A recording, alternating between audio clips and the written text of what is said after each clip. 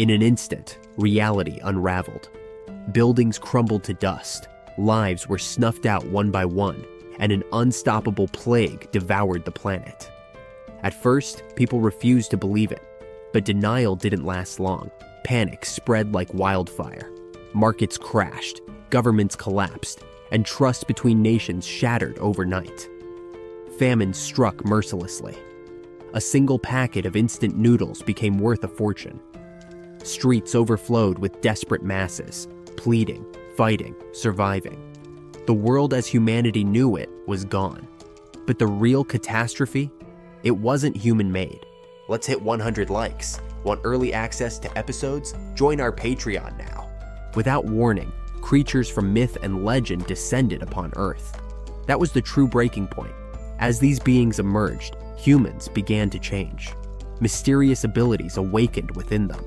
Floating messages appeared in the air, offering guidance and resources to battle the invaders. Amid the smoldering wreckage of the world, one building stood untouched, a lone stronghold in a sea of destruction.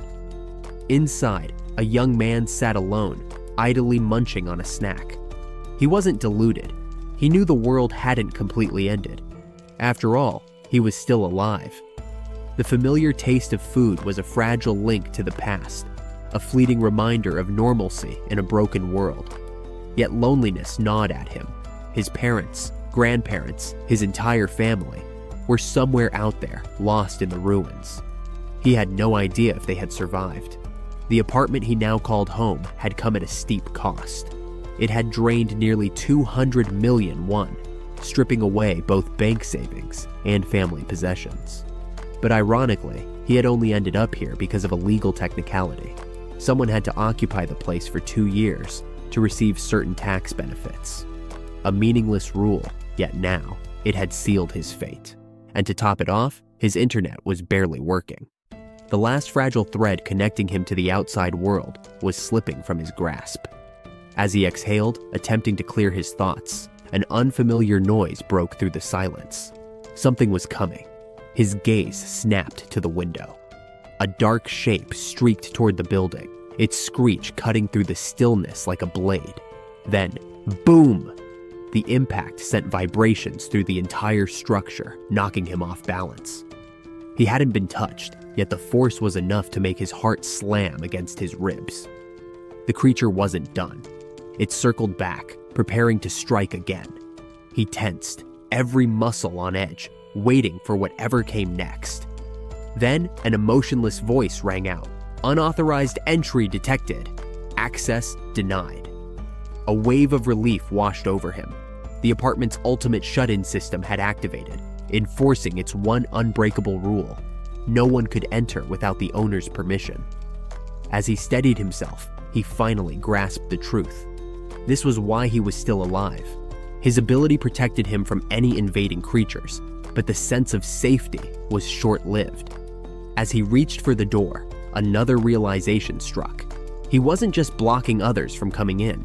He was also preventing himself from getting out. The truth hit him like a ton of bricks. Anger flared inside him as he grabbed the handle and pulled with all his strength. When that failed, he resorted to brute force, slamming his foot against the door again and again. Each impact echoed through the empty apartment, a futile attempt to break free. It was the third day since the world had begun to collapse. He was thankful for the ability that kept him alive, but at the same time, he hated being trapped. Sometime later, he sat in front of the system window, its cold glow casting a faint light over the dimly lit room. He stared at it in frustration, unable to do anything to change his situation. The weight of helplessness bore down on him as he clenched his fists. Glancing to the side, he noticed something even worse. His supplies were running dangerously low. His fridge, powerless since yesterday, held only food that was quickly spoiling. The ticking clock of survival was a cruel reminder of how dire his situation was becoming. His only remaining energy source was a few cooked meals left in pans, and they wouldn't last much longer. Then, an unexpected beep broke the silence. A system notification appeared. He had somehow hunted a Kalak, level 23, gaining a large amount of XP. A list of new skills had been added to his status. His attention locked onto the screen, mind racing to understand how this had happened. Looking out the window, his gaze fell to the ground floor. There, lying lifeless, was the same bird that had crashed into his window earlier. A group of goblins surrounded it, tearing into its corpse. That was when it clicked. Even though he hadn't attacked the creature, its death had still granted him experience. The system had credited him for it. Outside, the goblins' behavior seemed to shift. They grew restless, their actions more frantic. He couldn't tell why, but something had changed. The system chimed again, completing its calculations. 2,203,241 won has been deposited in your wallet. His eyes widened. The number on the screen didn't feel real. How did this even work? The logic behind it escaped him, but before he could think further, the apartment's power came back on. A hum filled the room as lights flickered to life. Appliances whirred, their familiar sounds cutting through the oppressive silence. He stood there, frozen. For days, he had rationed energy, adapting to the growing darkness. Now, everything was working as if nothing had happened. The system notification continued. House declaration evolved to level 3. Relief flooded him.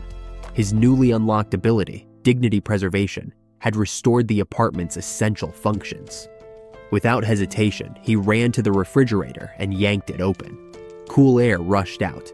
A laugh bubbled up in his throat. It was running. He darted to the sink, twisted the faucet, and watched clean water flow freely. The electric stove? Fully functional. A rare sense of joy surged through him.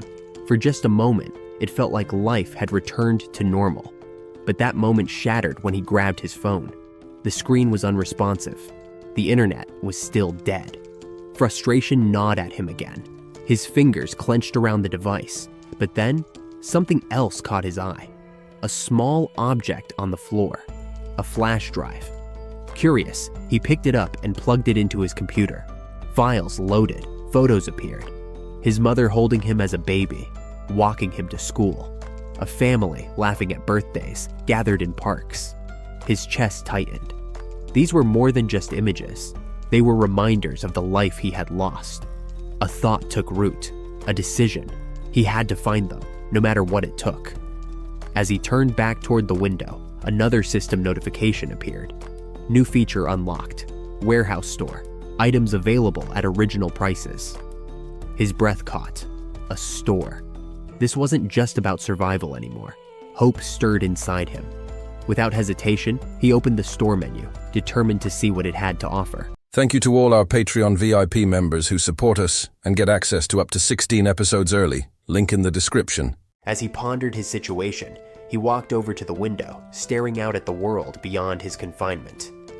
The vast, empty landscape only served as a harsh reminder. He was still trapped. Frustration bubbled inside him. Despite leveling up and unlocking new abilities, the invisible wall that kept him locked inside remained unbreakable. It was an unyielding prison he couldn't escape. One thing was clear: gaining more levels might unlock a skill that could eventually set him free. That thought ignited a flicker of determination. If he wanted to get stronger, he needed to hunt monsters. But a new problem arose. How was he supposed to do that? The memory of how he had gained experience before resurfaced. It was pure luck. A monster had crashed into his window and died. Expecting that to happen again was unrealistic. He needed another way. His gaze dropped to the ground below. That's when he spotted them. Goblins.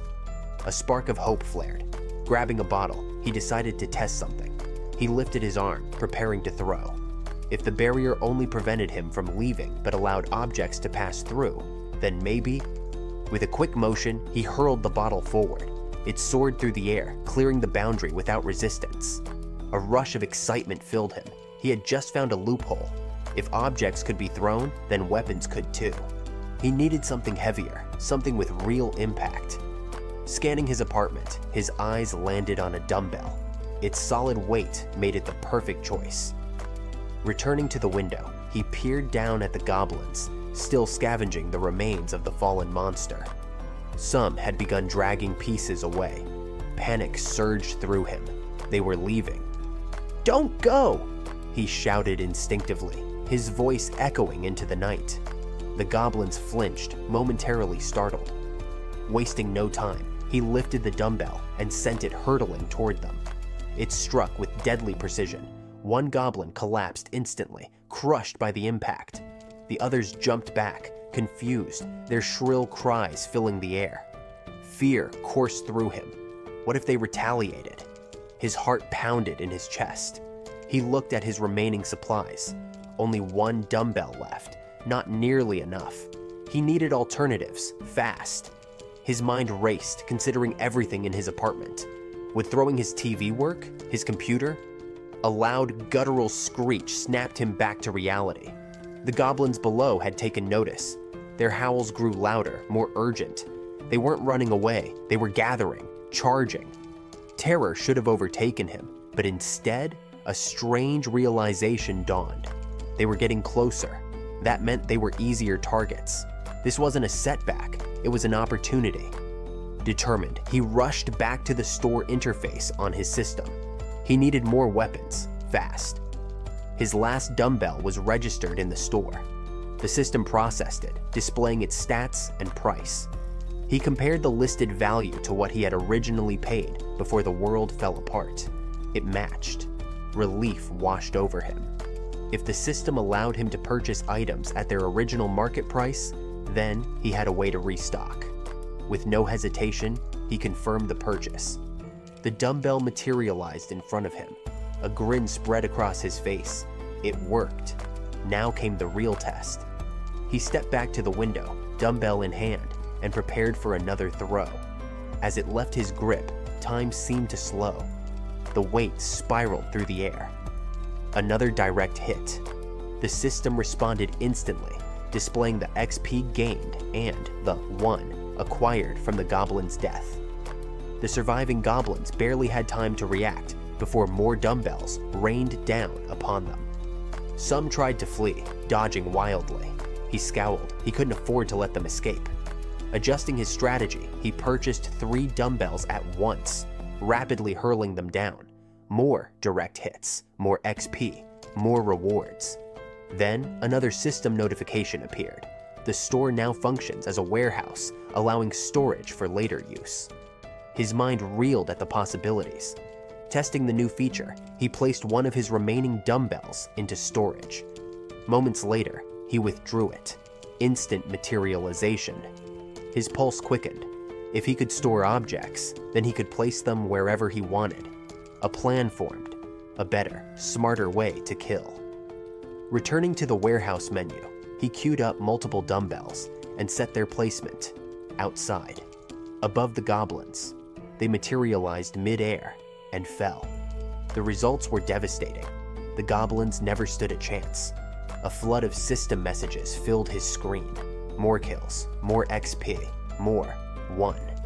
He had turned his prison into a fortress, and for the first time since the world ended, he felt in control. After finishing his hunt, the protagonist had already stocked his warehouse with various supplies. Many of them consisted of food and drinks, ensuring he could sustain himself for as long as necessary. Survival was his top priority. Additionally, by selling the items he had used to eliminate the goblins, he managed to accumulate more, 1. The influx of resources provided a sense of security, but that feeling didn't last long. A sudden realization struck him. His total, 1, had decreased by 1 unit.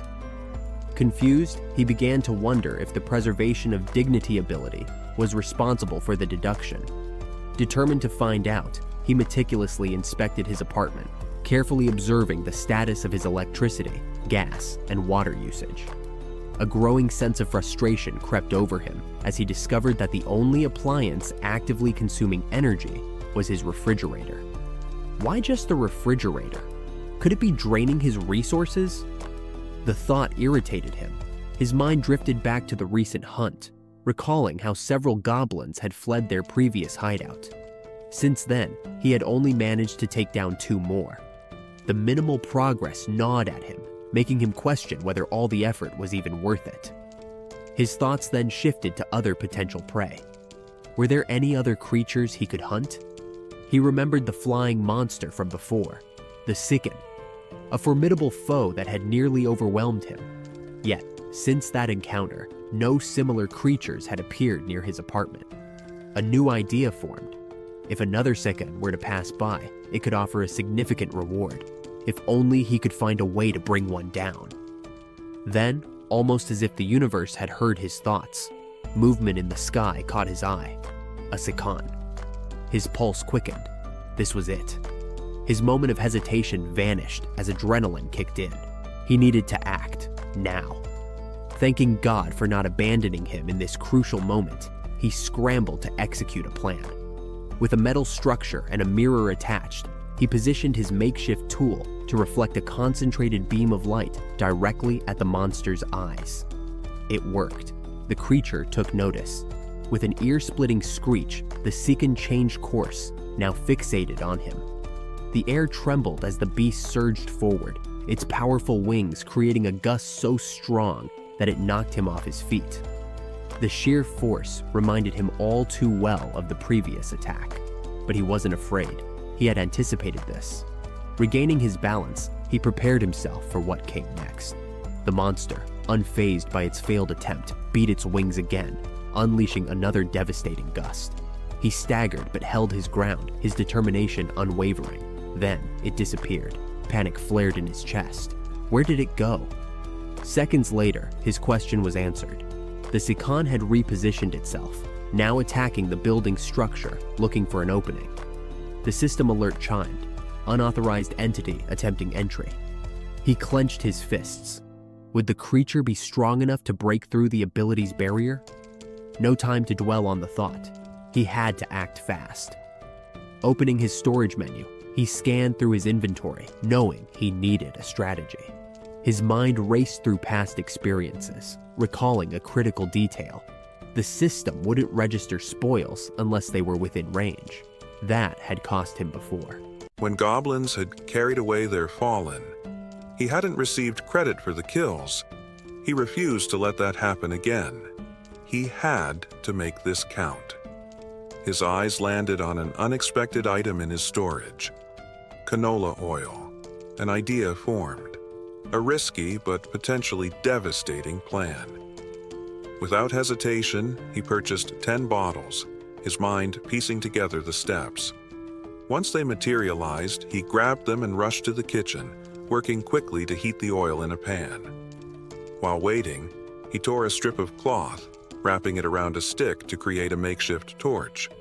When the oil reached the right temperature, he soaked the cloth in the scalding liquid, storing the pan full of heated oil into his system's inventory. Every second mattered. Pouring the remaining oil into storage, he completed the setup. The system confirmed the listing, and with the final step, he ignited his torch with a lighter. Now, he was ready.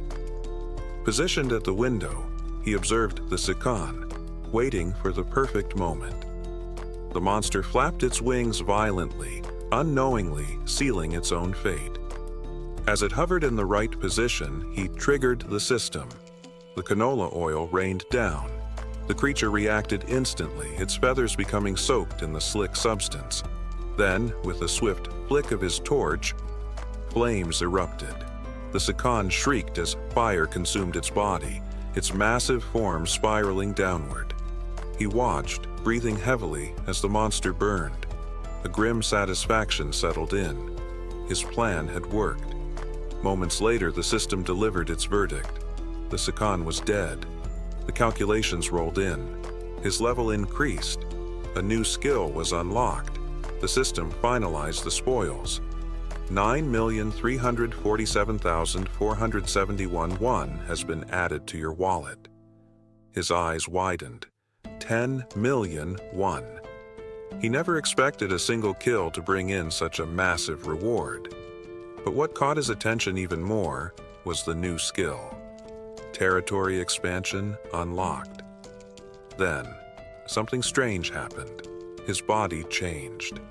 A strange sensation spread through him as his vision sharpened, his eyes darkened, Everything around him became clearer, almost as if he could see through solid objects. Testing his newfound ability, he scanned the building, and then he saw them. 4 people, survivors, hidden in a room within the same structure. His mind reeled. He had assumed he was alone, but he wasn't. This revelation changed everything. His thoughts spiraled. How was this possible? Had other survivors really been here all along? And how exactly did this new ability work? As the effects of his transformation faded, his mind reeled from the unexpected revelation.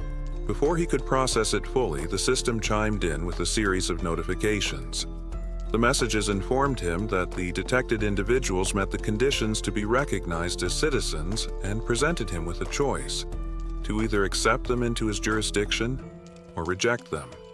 Names and details flashed before him. Choi Hang-jun, known as Chubby, 30 years old, husband. Park Haiwan, 30 years old, wife. Cho Nan, 6 years old, daughter. Cho Yo-yeon, 3 years old, daughter. A deep frown settled on his face as he turned to the system, still grappling with what this meant. What if he refused them? The system answered without hesitation. Those not accepted as citizens would be expelled from the residential zone. Expelled, thrown into the outside world, left to die. His breath caught in his throat. There was no way they would survive out there. The monstrous threats roaming the streets would tear them apart within minutes. Faced with the brutal reality of the situation, the decision was easy. He accepted them. One by one, the system registered their names, finalizing their addition to his domain. The protagonist couldn't help but wonder, would this unlock new abilities? Would managing citizens come with its own set of powers? Curious, he turned his attention back to the system, searching for answers. Details about his latest skill were revealed. Ultimate Eyes Level 1 ensures that nothing within the home remains undetected. That explained how he had suddenly perceived the presence of others. Delving deeper, he explored new system functions related to citizen management. A menu displayed a roster of names alongside various stats, including their current levels and trust scores. A number at the bottom caught his eye. Population, 4/600. His eyebrows shot up. 600 people?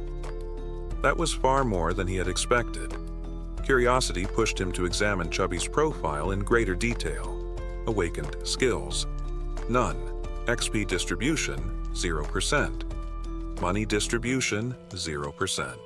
There were also options to assign a mission or remove him from the citizen list.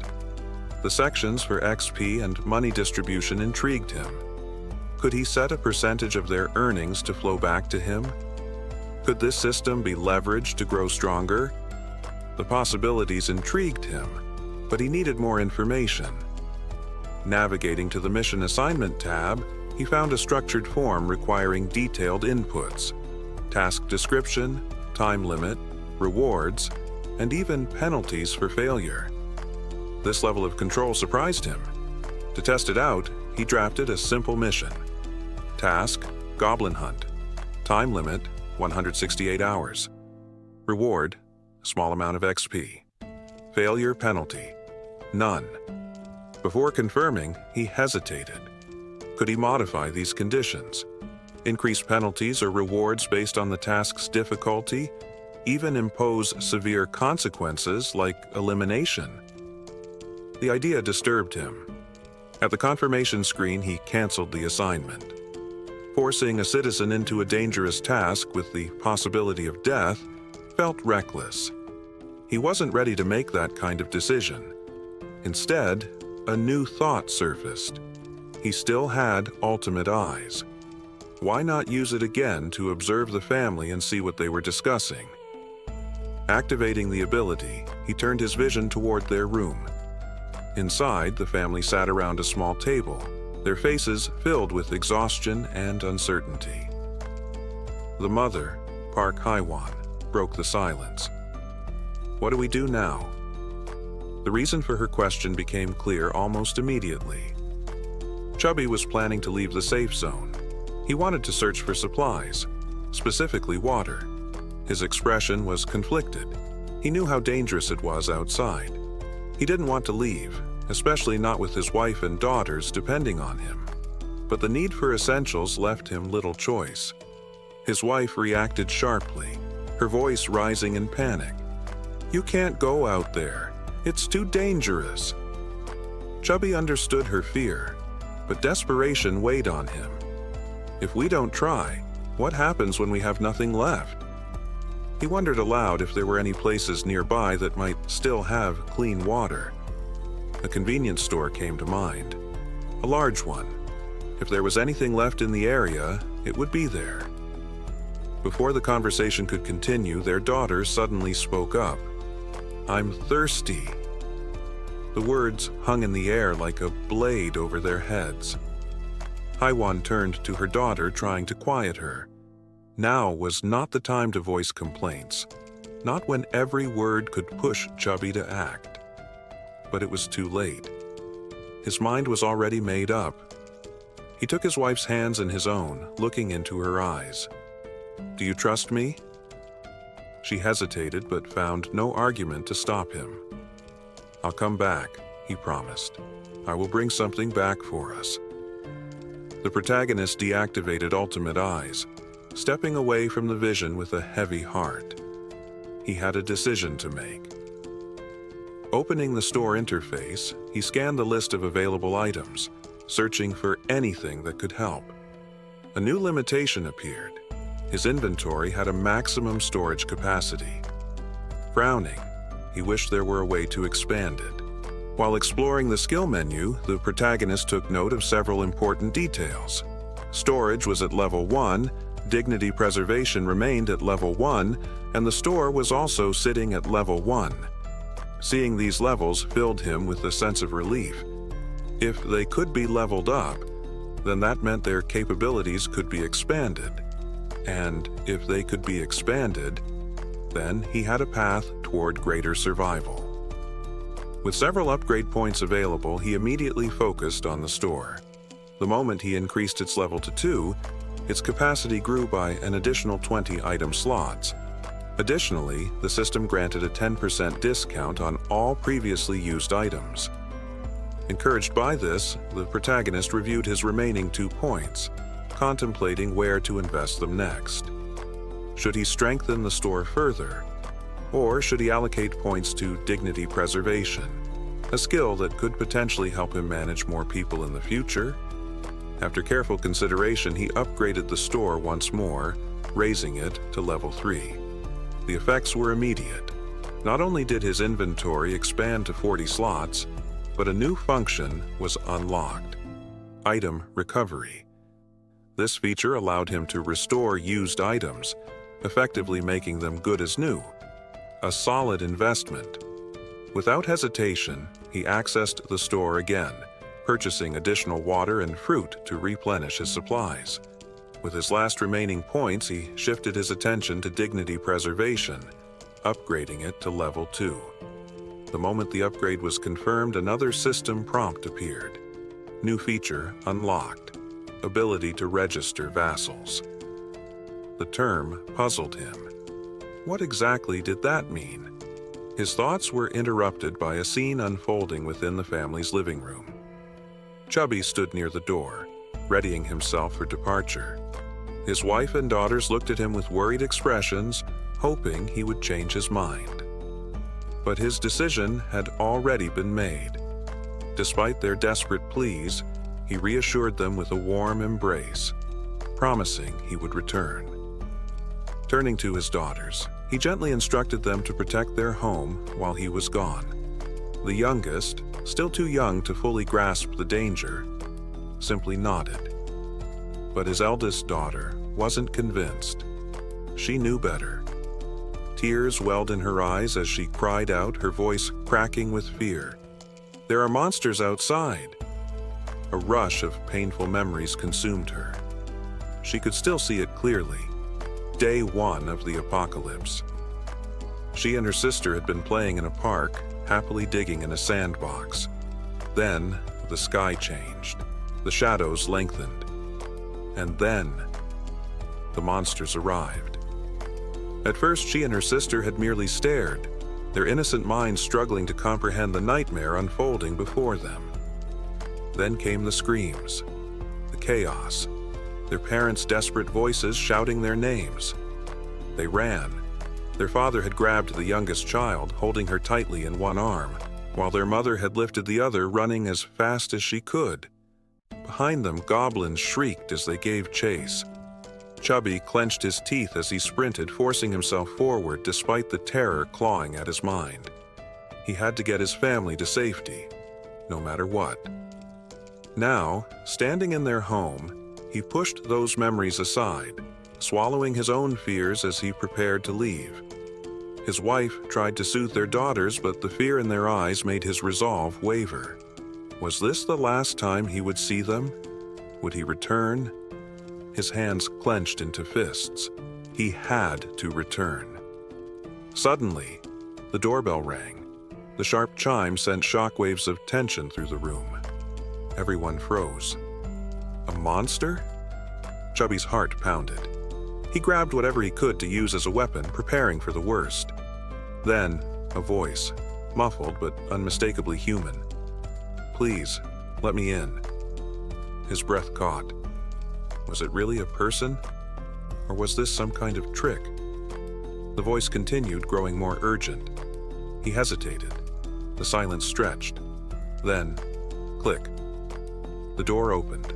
Chubby spun around, shielding his family, expecting an attack, but none came.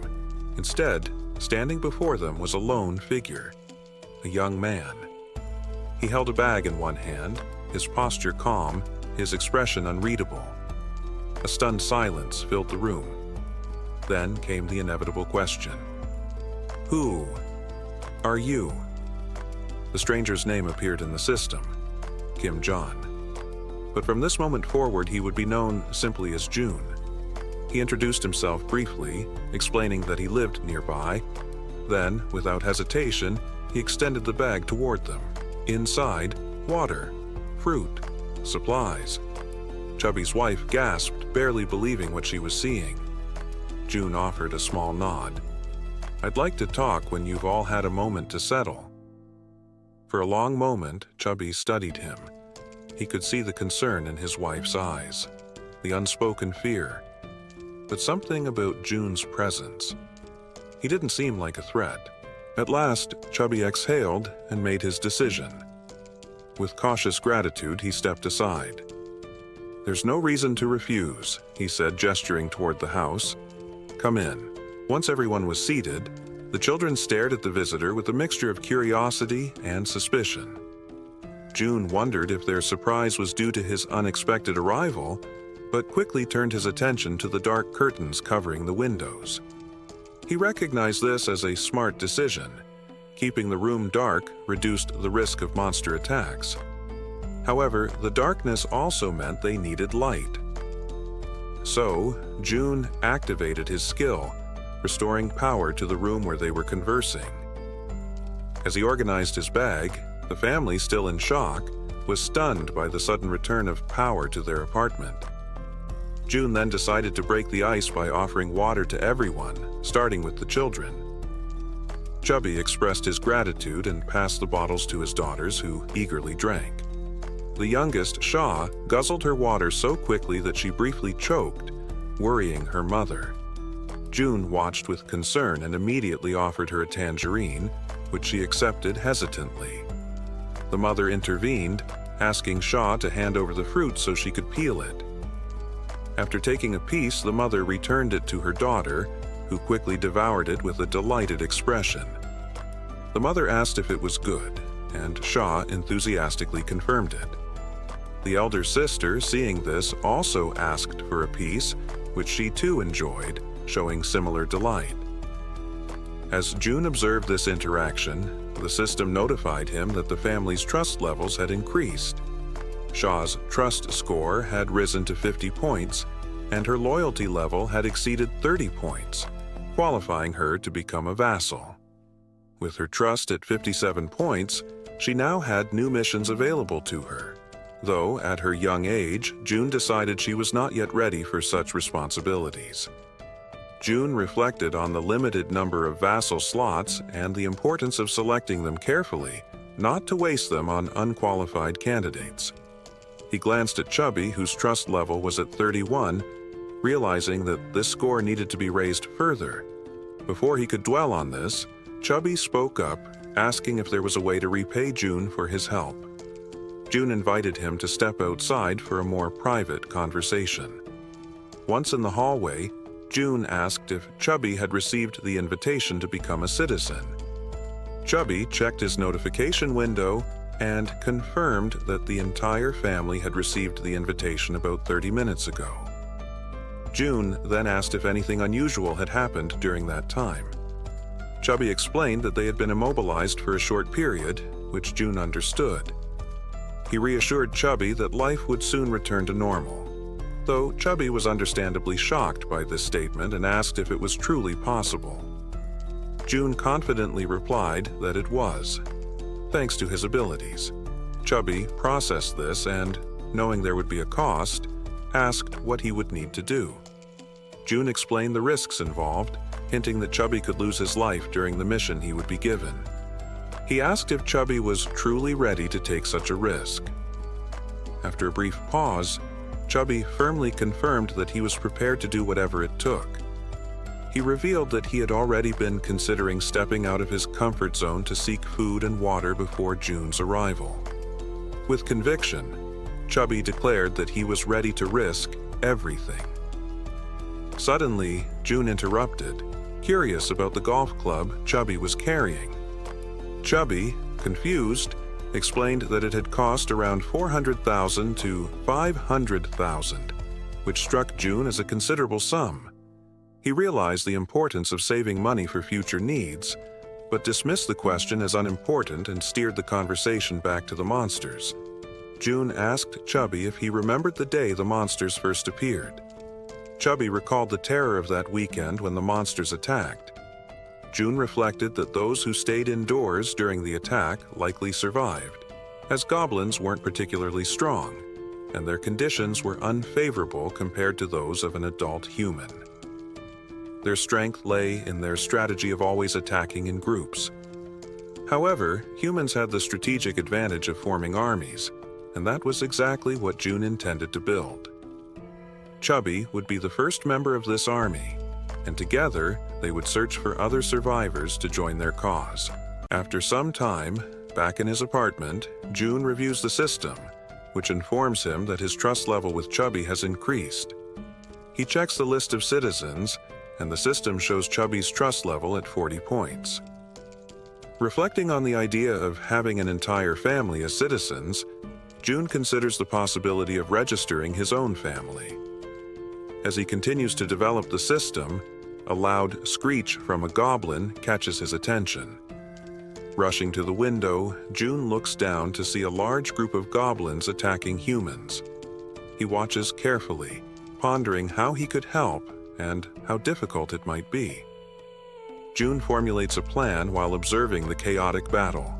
One human, armed with a baseball, steps up and hurls it at a goblin. The ball hits the goblin square in the face, knocking it out instantly, sending it flying with its skull bursting in a gory display. June is left astonished by the sheer power of the attack. Meanwhile, another human, a young woman, draws her bow and shoots 2 arrows in quick succession. Each arrow hits a goblin in the chest, taking them down. Nearby, a man armed with a baseball bat attacks another goblin. He leaps and smashes the bat into the creature, reducing it to a green pulp. Seeing the overwhelming strength of the humans, the remaining goblins begin to retreat, fearful for their lives. The young woman, still on alert after the battle, notices something unusual moving. She quickly aims her bow at the object and, after a moment, realizes it's just a food package. This causes her some confusion. June, from his position on the building's top floor, catches her attention. He waves his arms and calls out frantically to get the group's notice. As he does so, someone knocks on June's door. Looking through the peephole, June sees Chubby holding a box. He invites Chubby in. Chubby, following June's instructions, approaches the entrance but is stopped by a system barrier that prevents him from entering. The system states that Chubby is not qualified to enter, and June wonders what this means. Could the system stop anyone from entering his apartment? While pondering this, June considers registering Chubby as a vassal to see if it resolves the issue. However, he decides to focus on receiving the box first. Inside the box, he finds a toolbox and several knives. June quickly accesses the system and orders 5 bottles of water and 5 packs of instant noodles, which arrive from the system's store. Chubby is stunned by this, not understanding how something like this is possible. June proceeds to pack the requested items into the box and hands it back to Chubby. He tells him to take it to the building's entrance on the first floor. Chubby accepts the box, but he is concerned about the potential danger. June reassures him that the goblins seem to be more active during the day, and that the humans below might be valuable additions to his group of citizens. The food box will serve as a way to gain their trust and loyalty. June emphasizes that it's a simple task. Just leave the box at the entrance and return. Chubby, still a bit unsure, agrees to carry out the mission. As he heads downstairs, June watches him go, reflecting on the importance of rewarding Chubby's trust. The system details the mission. Deliver the box containing water bottles and instant noodles to the first floor and return within 24 hours. The task offers a small amount of experience points with no penalties for failure. Chubby, now realizing he will gain experience from completing the mission, wonders if this is like a leveling system in a game. June confirms it, explaining that Chubby's current level is 9. As Chubby levels up, he will gain rewards. June assures Chubby that he's relying on him, and Chubby heads downstairs, armed with the box and a golf club for protection. As Chubby reaches the first floor, he begins to place the box on the ground, but something catches his eye. He sees movement nearby, and a wave of panic hits him. It's getting darker, and he suspects goblins are nearby. In a hurry to escape, he twists his ankle and falls, sending the contents of the box spilling across the floor. As the goblins draw closer, Chubby scrambles to regain his composure. He shields himself with his arms and tightly shuts his eyes, bracing for the worst. Suddenly, a voice calls out to him. Opening his eyes, Chubby sees a group of humans approaching, asking if he's okay. As June was relaxing in his apartment, an alert suddenly blared, notifying him of a potential breach. He quickly started theorizing the cause, wondering if it was an attack from a group of invaders. Activating his enhanced vision, he scanned the area and immediately noticed Chubby leading a small group. They were discussing an unusual event. Someone had thrown a packet of noodles, sparking their hope that the building might still have resources left, something they were desperately lacking. Once June turned off his power, he recognized every face in the group. The system then chimed in, suggesting that these individuals met the criteria to become citizens of his zone, encouraging him to extend an invitation. However, June hesitated. He was cautious, knowing the risks of letting outsiders in. His mind raced with doubts about their willingness to accept the offer, adding to his stress. While he was still deliberating, Chubby's voice called out to him, snapping him from his thoughts. June responded, and the system notified him that Chubby was now on a mission. It suggested editing the task, to which June quickly agreed. The updated task included providing the newcomers with some food. After finalizing everything, June gave Chubby the go-ahead to deliver the meals to the group. Chubby took action right away, instructing the group to wait outside the safe zone's barrier while explaining the situation. June, now confident in his plan, accessed the system to send invitations for the group to join as citizens. The invitation was sent to Hongun, Kong, Diaku, Kim, Gang, Yuyin, and Moon, all of whom accepted, bringing the total number of citizens to 10. The system then confirmed the new citizen count, rewarding June with a 10% XP and monetary boost. June smiled, knowing that the new members would be valuable assets for future monster hunting missions. The system also updated their trust scores and levels. Dong, 19 trust, level 23, Kong, 28 trust, level 13, Yu Yin, 17 trust, level 17, Kim, 30 trust, level 10, and Moon, 15 trust, level 15. June's eyes lingered on Dong, whose trust score and level stood out. He speculated that Dong might be stronger than Keikon, who he'd recently taken down. Curious, June checked Dong's stats and discovered a unique skill, Baseball Throw D rank. This ability allowed Dong to amplify the power of any thrown object, making him a dangerous opponent with deadly accuracy. Realizing the value of having Dong on his side, June was eager to build a strong relationship with him. With this in mind, June adjusted the group's XP sharing ratio to 70%, ensuring that everyone would benefit from hunting together. The system confirmed the new setting, and June began assigning hunting tasks to help everyone level up and gain necessary supplies. He compared the process to an automated hunting feature, something he was using to grow his team efficiently. June also thought about reuniting with his family. He knew that building trust with his new citizens was key to making that possible. Just then, the system announced that the trust scores for Dong, Yu Yin, and Kim had increased, which only piqued June's curiosity further. Meanwhile, Chubby brought the group into his apartment, where his wife seemed confused by the new arrivals. Chubby quickly reassured her, explaining that everything was part of June's plan. He then asked her to prepare food for the group, though she pointed out that there was nothing ready to serve and everything would need to be cooked. Undeterred, Chubby encouraged her to start cooking, and she reluctantly agreed. Dong, now referred to as Han, thanked Chubby and shifted his attention to Chubby's mysterious neighbor, June.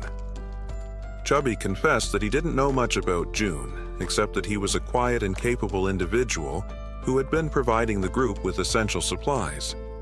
Han, intrigued, assumed June must be a metahuman with extraordinary abilities, believing he was the key to their survival in the current crisis. Chubby told the group that they could use the showers while they waited for the food to be prepared.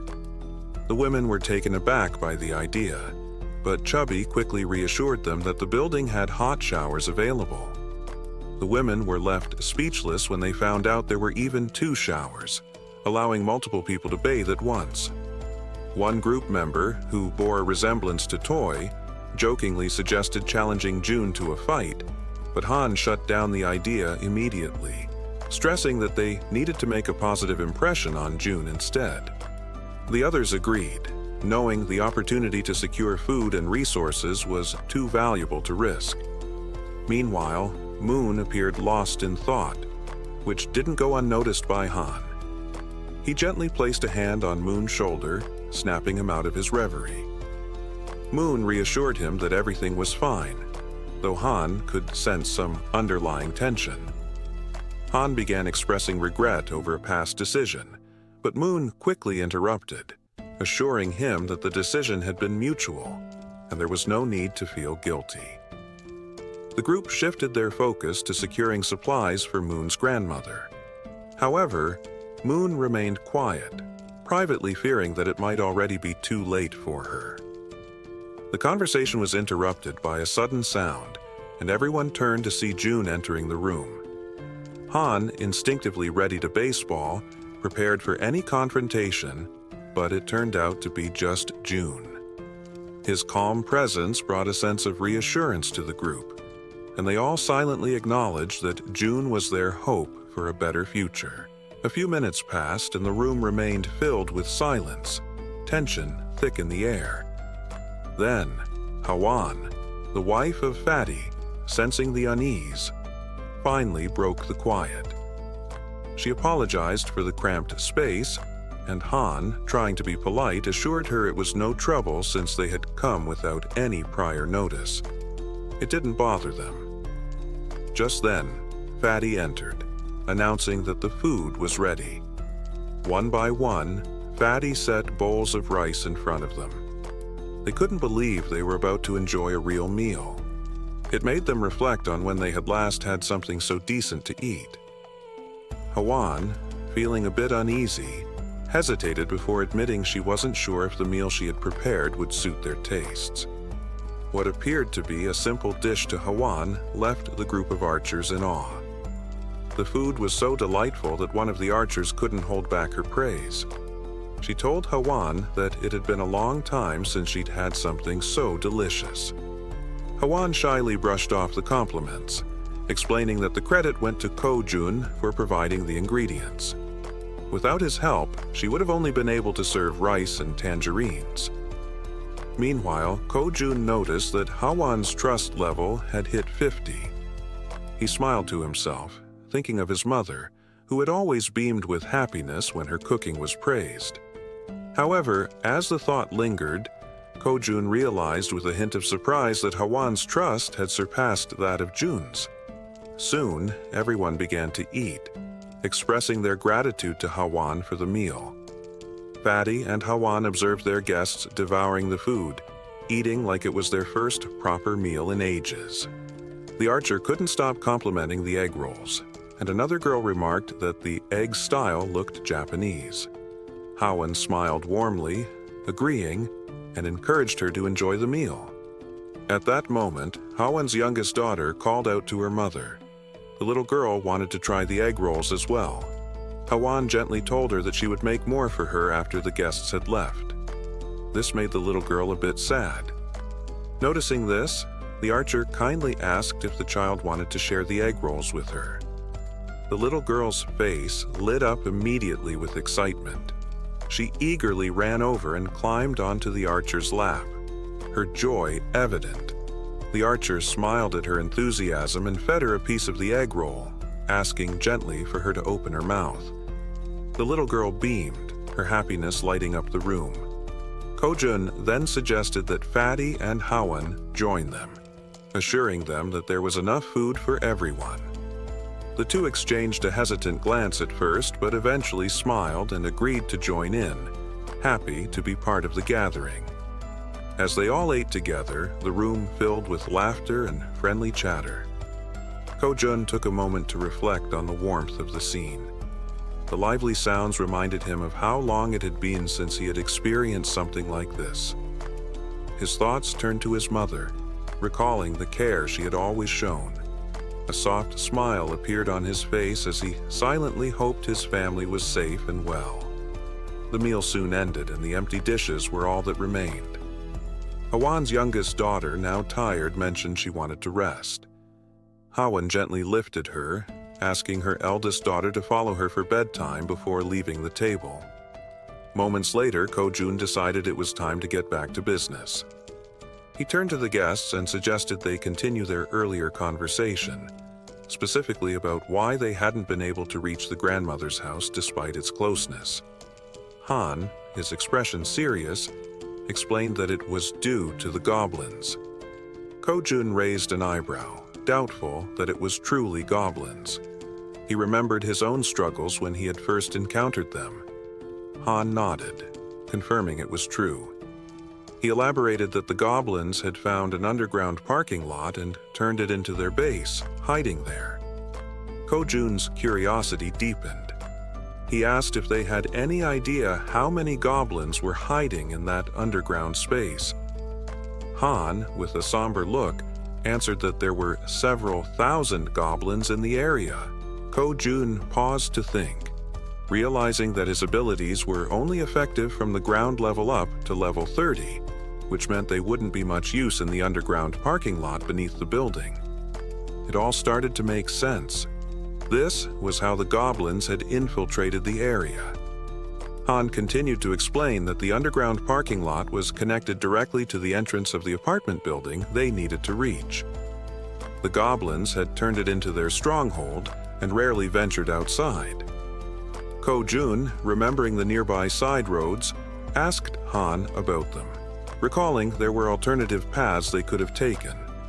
Han nodded, admitting that their original plan was to use the side roads to escape, but they had encountered something far worse than the goblins. Intrigued, Ko-jun pressed Han to explain what could possibly be more dangerous than an army of goblins. Han recalled seeing a massive shadow, describing it as resembling a bear. He explained that they had managed to escape the apartment building because the bear had been fighting the goblins, creating a brief window for their escape. Ko-jun, pondering how to deal with such a large creature, asked Han for more details. Han admitted that he wasn't entirely sure it was a bear, as the darkness had obscured his view. Ko-jun, firm in his resolve, stated that eventually they would have to face both the goblins and the shadowy figure. Han agreed, but his expression darkened. He acknowledged that their group had limitations and wasn't equipped to handle both threats at the same time. Curious about these limitations, Ko-jun asked for clarification. The archer spoke up, explaining that both she and Han relied on items like arrows and baseballs for combat, but they were running low and couldn't replenish their supplies easily. Despite the challenges, Han remained composed and suggested he could find a solution. He asked to inspect their current weapons, the arrow and baseball bat. Without hesitation, the archer handed over her equipment. The system then prompted Ko-jun, asking if he wanted to list the new items.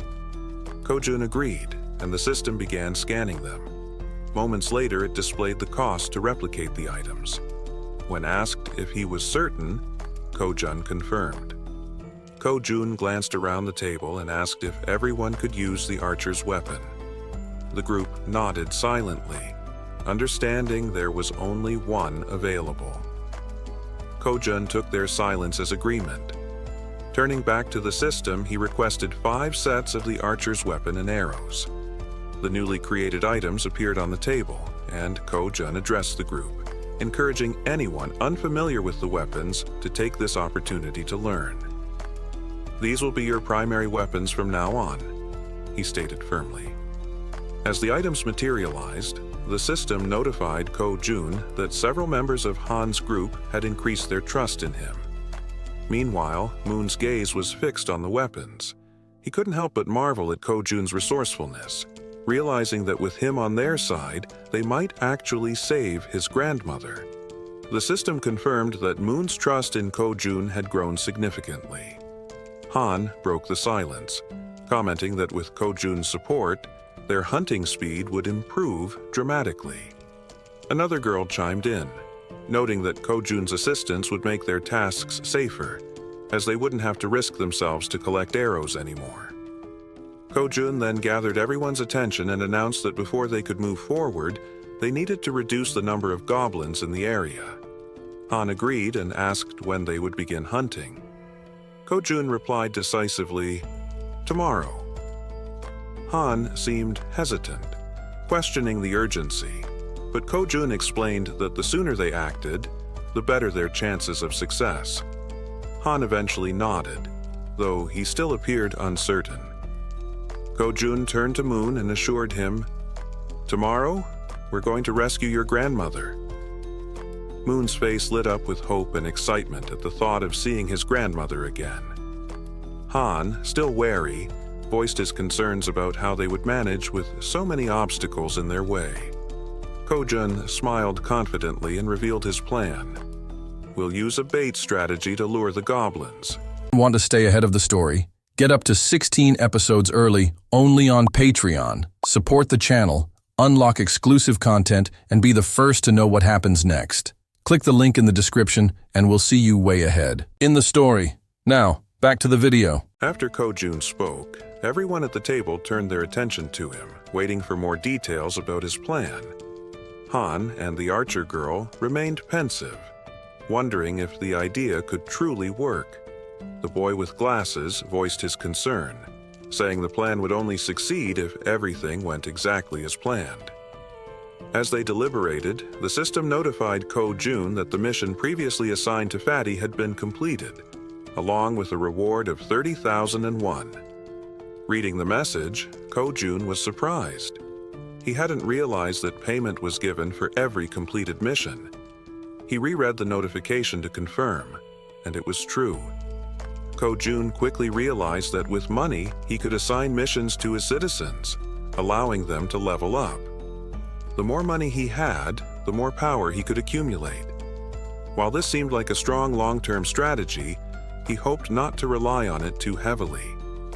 The system also informed Ko-jun that his trust level with Jun had increased to 50 points, unlocking a new status: loyalty.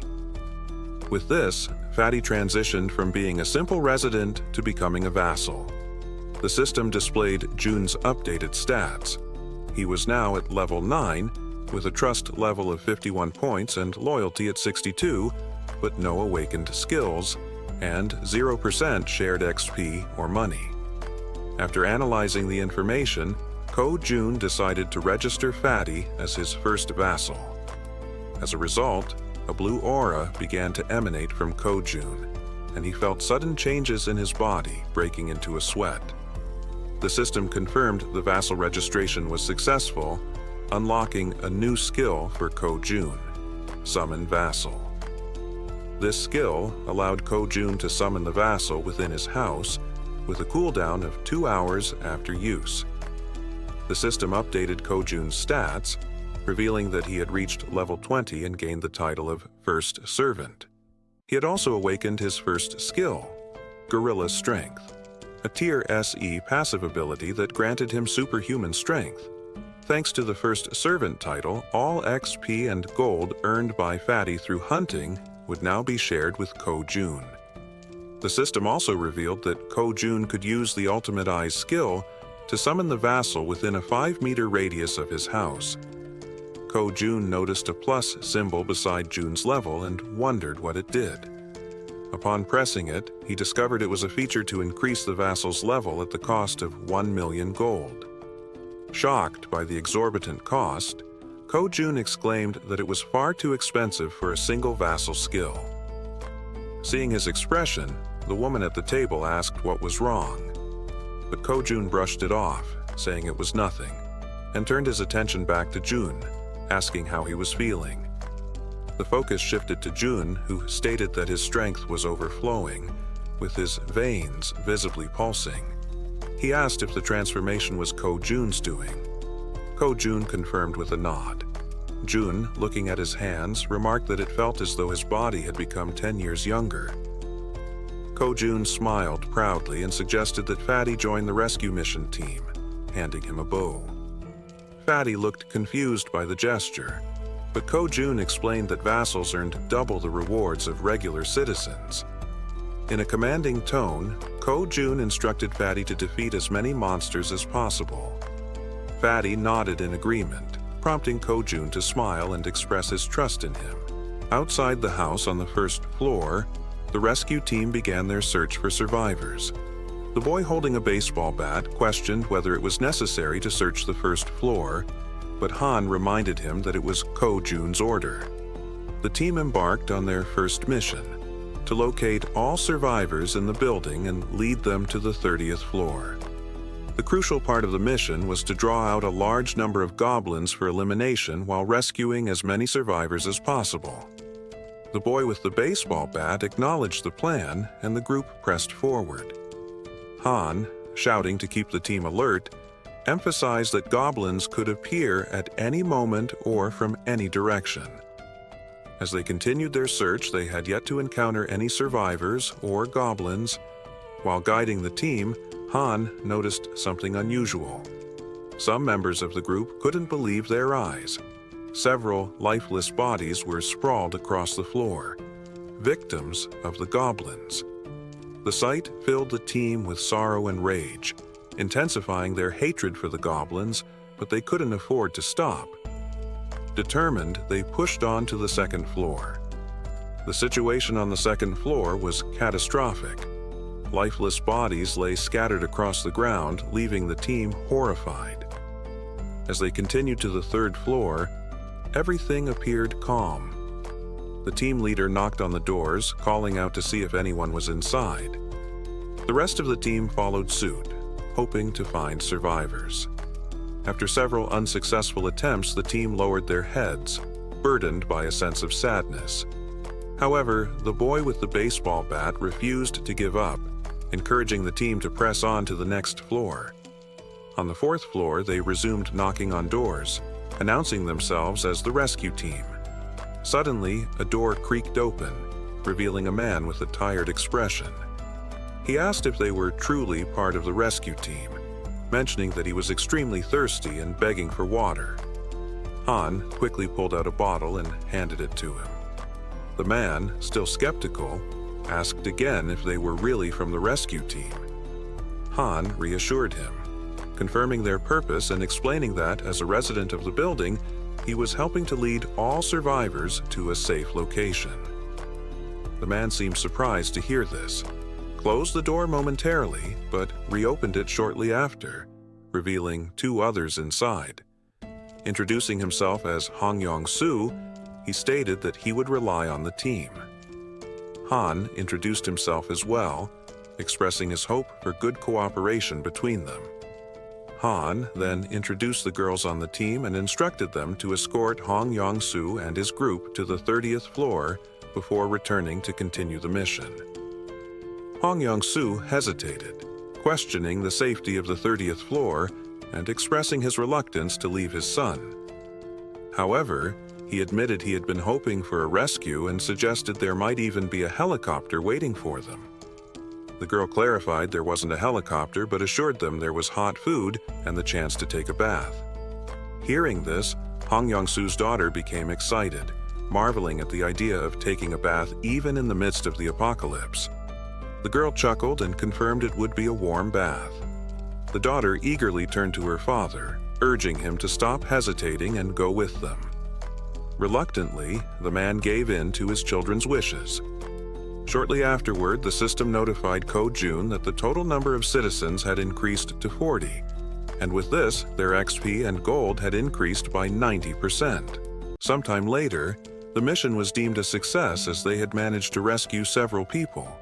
The elderly and children were taken to Fatty's house, where everyone seemed happy. The younger members stayed in the hallways.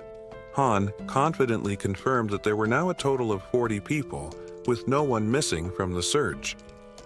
Ko-jun thanked everyone for their excellent work.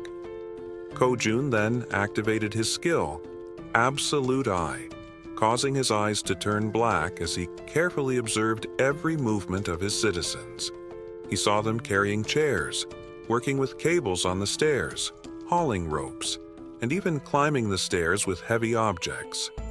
After ending the skill, his eyes returned to normal, and with a smile, he told Han it was time to begin Phase 2 of the goblin hunting operation. In the hallway, Han, along with the other members, called for focus and explained the plan. Everyone listened patiently as Han outlined how they would lure out all the goblins hiding in the basement. Initially, they would start on the first underground floor, B1. The group would divide into 2 teams with the goal of attracting and clearing out the goblins on B1. Afterward, they would proceed to B2 to eliminate all the goblins there as well. A boy with glasses raised his hand and voiced a question, asking what they would do if more goblins appeared than anticipated. He also mentioned that if the goblins counterattacked, the bodies on the floor might obstruct their escape. The archer and Han confidently assured him they could handle all the goblins on their own, as they now had plenty of arrows, unlike before. The boy with glasses nodded in agreement and said he trusted them. Suddenly, they heard a strange noise. Turning toward the source of the sound, they noticed a small group of 3 goblins ready to attack. Without giving the goblins a chance to make the first move, the archer drew her bow and, with 2 quick shots, hit the heads of 2 goblins, leaving only 1 alive. Without hesitation, the man with the bat charged forward and, with a single blow, smashed the remaining goblin's head. The 3 goblins now lay lifeless on the ground. the boy with glasses questioned the man with the bat, asking why he was using the bat when he had previously said he would need a bow to defeat goblins. The senior admitted they were right. Meanwhile, the archer pointed to the goblin bodies, noting that they were disappearing shortly after being defeated. The newcomer wondered if this phenomenon was also a skill of Ko-jun's. Han declared the mission on that floor complete and announced they would now proceed to B1.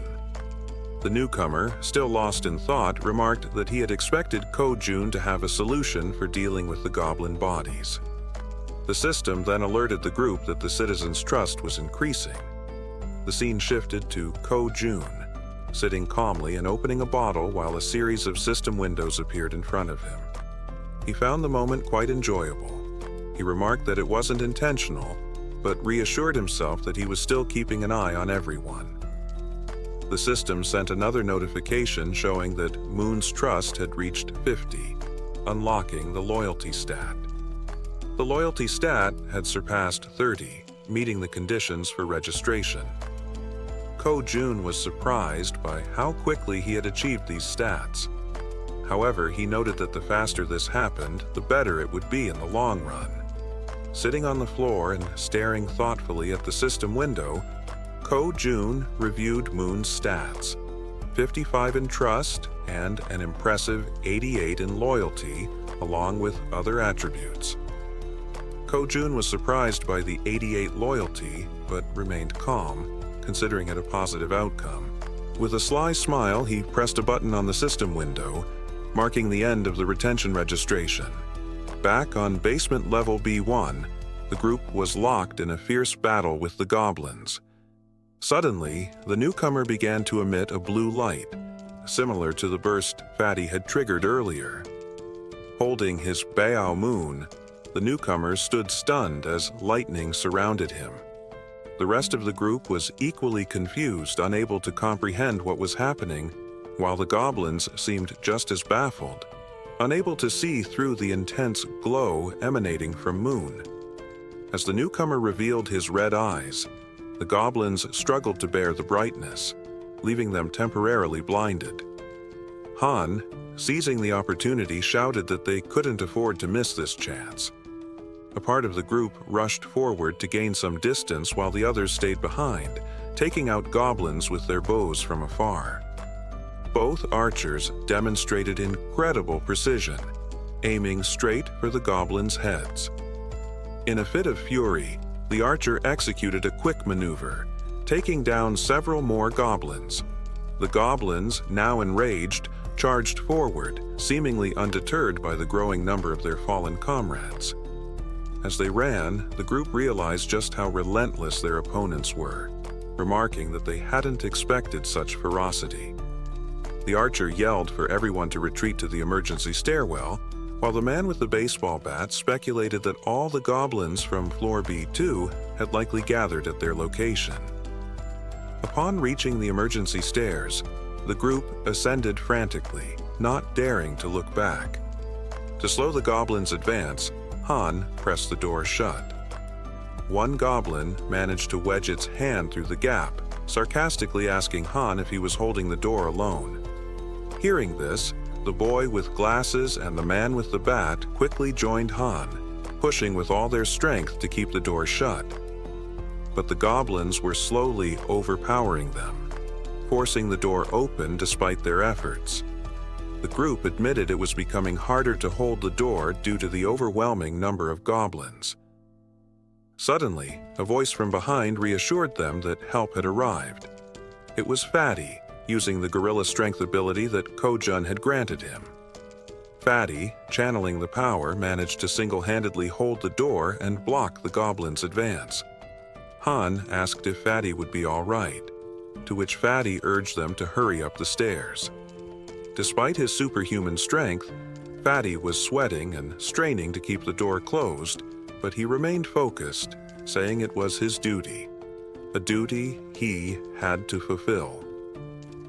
Finally, Han called out to Fatty, letting him know everyone was safe and telling him to come up the stairs as well. Without hesitation, Fatty turned and began running up the stairs. However, halfway up, He tripped and fell, just as the goblins were closing in on him. Lying on the ground, nearly within their reach, Fatty shouted for his friends to leave him behind and continue the evacuation. Han hesitated, unsure of what to do, but before he could act, someone rushed down the stairs without hesitation. It was the boy with the baseball bat. With a single powerful swing, he struck down the goblin threatening Fatty. He called out to Jun, urging him to hurry, and extended his hand to help. Still on the ground, Fatty tried to crawl toward his rescuer, but before he could reach him, one of the goblins grabbed his leg. In an instant, Fatty vanished without a trace, leaving his rescuer stunned and speechless, unable to comprehend what had just happened. As the goblins continued to advance relentlessly, one leaped toward the boy with the bat. Without missing a beat, he swung his weapon and took it down mid-air. Meanwhile, the other group members continued providing support with their bows, urging Diaku, the boy with the bat, to move faster. As the goblins closed in, Han and the archer shouted frantically, pleading with Diaku to hurry. Clutching his bat and without looking back, Diaku pushed forward, racing up the stairs. Under the eerie glow of a full moon, the scene unfolds. A monstrous bear-like creature with glowing red eyes feasts on a goblin, its agonized screams cutting through the night. The creature radiates a sinister aura, finishing its grisly meal. Its sharp fangs and burning eyes make it clear that its hunger is far from satisfied. A growl rumbles from deep within as it turns its attention toward a distant sound. The source of the noise comes from a massive building behind the creature. The top floor is still illuminated. Its bloodlust grows stronger as it snarls, promising to devour everyone inside. Just then, a swirling purple portal opens and Fatty falls through it. But don't worry, he's not dead. Instead, he was teleported to safety by Ko-jun, who had been watching from afar. Ko-jun's timely intervention saves Fatty just before the beast can reach him. Fatty lands in an unsteady hero's pose, confused yet relieved. Ko-jun, standing nearby, remarks that it was a close call. Fatty rubs his eyes, unsure if he's imagining things, and sees Ko-jun offering a hand to help him up. Ko-jun explains that he had kept an eye on the situation using his absolute eye ability, ensuring the vassal summoning worked perfectly. Fatty tries to stand, but a sharp pain shoots through his leg. He realizes the goblin had managed to cut him during their earlier struggle. He hadn't even noticed how quickly it happened. Ko-jun immediately asks if Fatty is all right, but Fatty brushes it off, assuring him that the wound will heal faster than expected. Ko-jun, however, notices that his medical supplies are running low and suggests registering some new medicine into the system. He asks Fatty to wait for a moment. Fatty, still confused, agrees. Inside, Ko-jun searches his inventory for medical supplies and finds a first aid kit. As he looks at it, memories of his childhood flood his mind. Memories of his mother leaving him temporarily. He snaps out of it and opens the kit, finding it contains more than he expected. Sitting on the floor, he examines the items and mutters to himself that his inventory has only 4 slots left, but there's so much to register. After a brief pause, he decides to register the entire kit rather than individual items. The system begins the registration process, scanning the kit, and a notification pops up confirming it's a standard first aid kit worth 77,331. Ko-jun accepts it without hesitation. Back in the corridor, Ko-jun hands the kit to Fatty, who notices Ko-jun's genuine concern for him, someone he barely knows. Kneeling down, Ko-jun asks to examine the goblin-inflicted wound. Fatty rolls up his pant leg, revealing a cut near his calf. Ko-jun warns him that he's going to disinfect the wound and carefully dabs the cotton onto it. Though Fatty winces in pain, he reassures Ko-jun that he can endure it. The system notifies Ko-jun that Fatty's trust and loyalty have increased after the interaction. After partially cleaning the wound, Fatty thanks Ko-jun for his care. As Ko-jun packs away the supplies, he expresses concern for the others. He stands and instructs Fatty to rest, explaining that he has something important to take care of. Fatty nods, agreeing to follow his orders. Ko-jun closes his eyes, focuses, and activates his ultimate eye ability. His eyes darken as he scans the building, seeing everything happening inside. Meanwhile, at the emergency stairs, Dyaku, also known as Toy, the baseball bat wielder, is desperately fleeing from relentless goblins. The archer provides support, taking down goblins with perfect headshots. Han and the guy with glasses try to help Dyaku escape, but they can only handle one goblin at a time, urging him to run faster. Dyaku sprints with all his might, but the goblins chase him without tiring.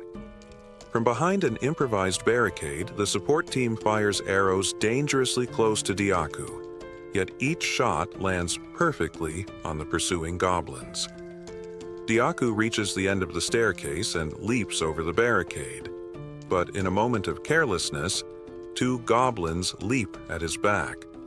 Reacting instinctively, the rookie Moon charges forward, determined to protect his comrade.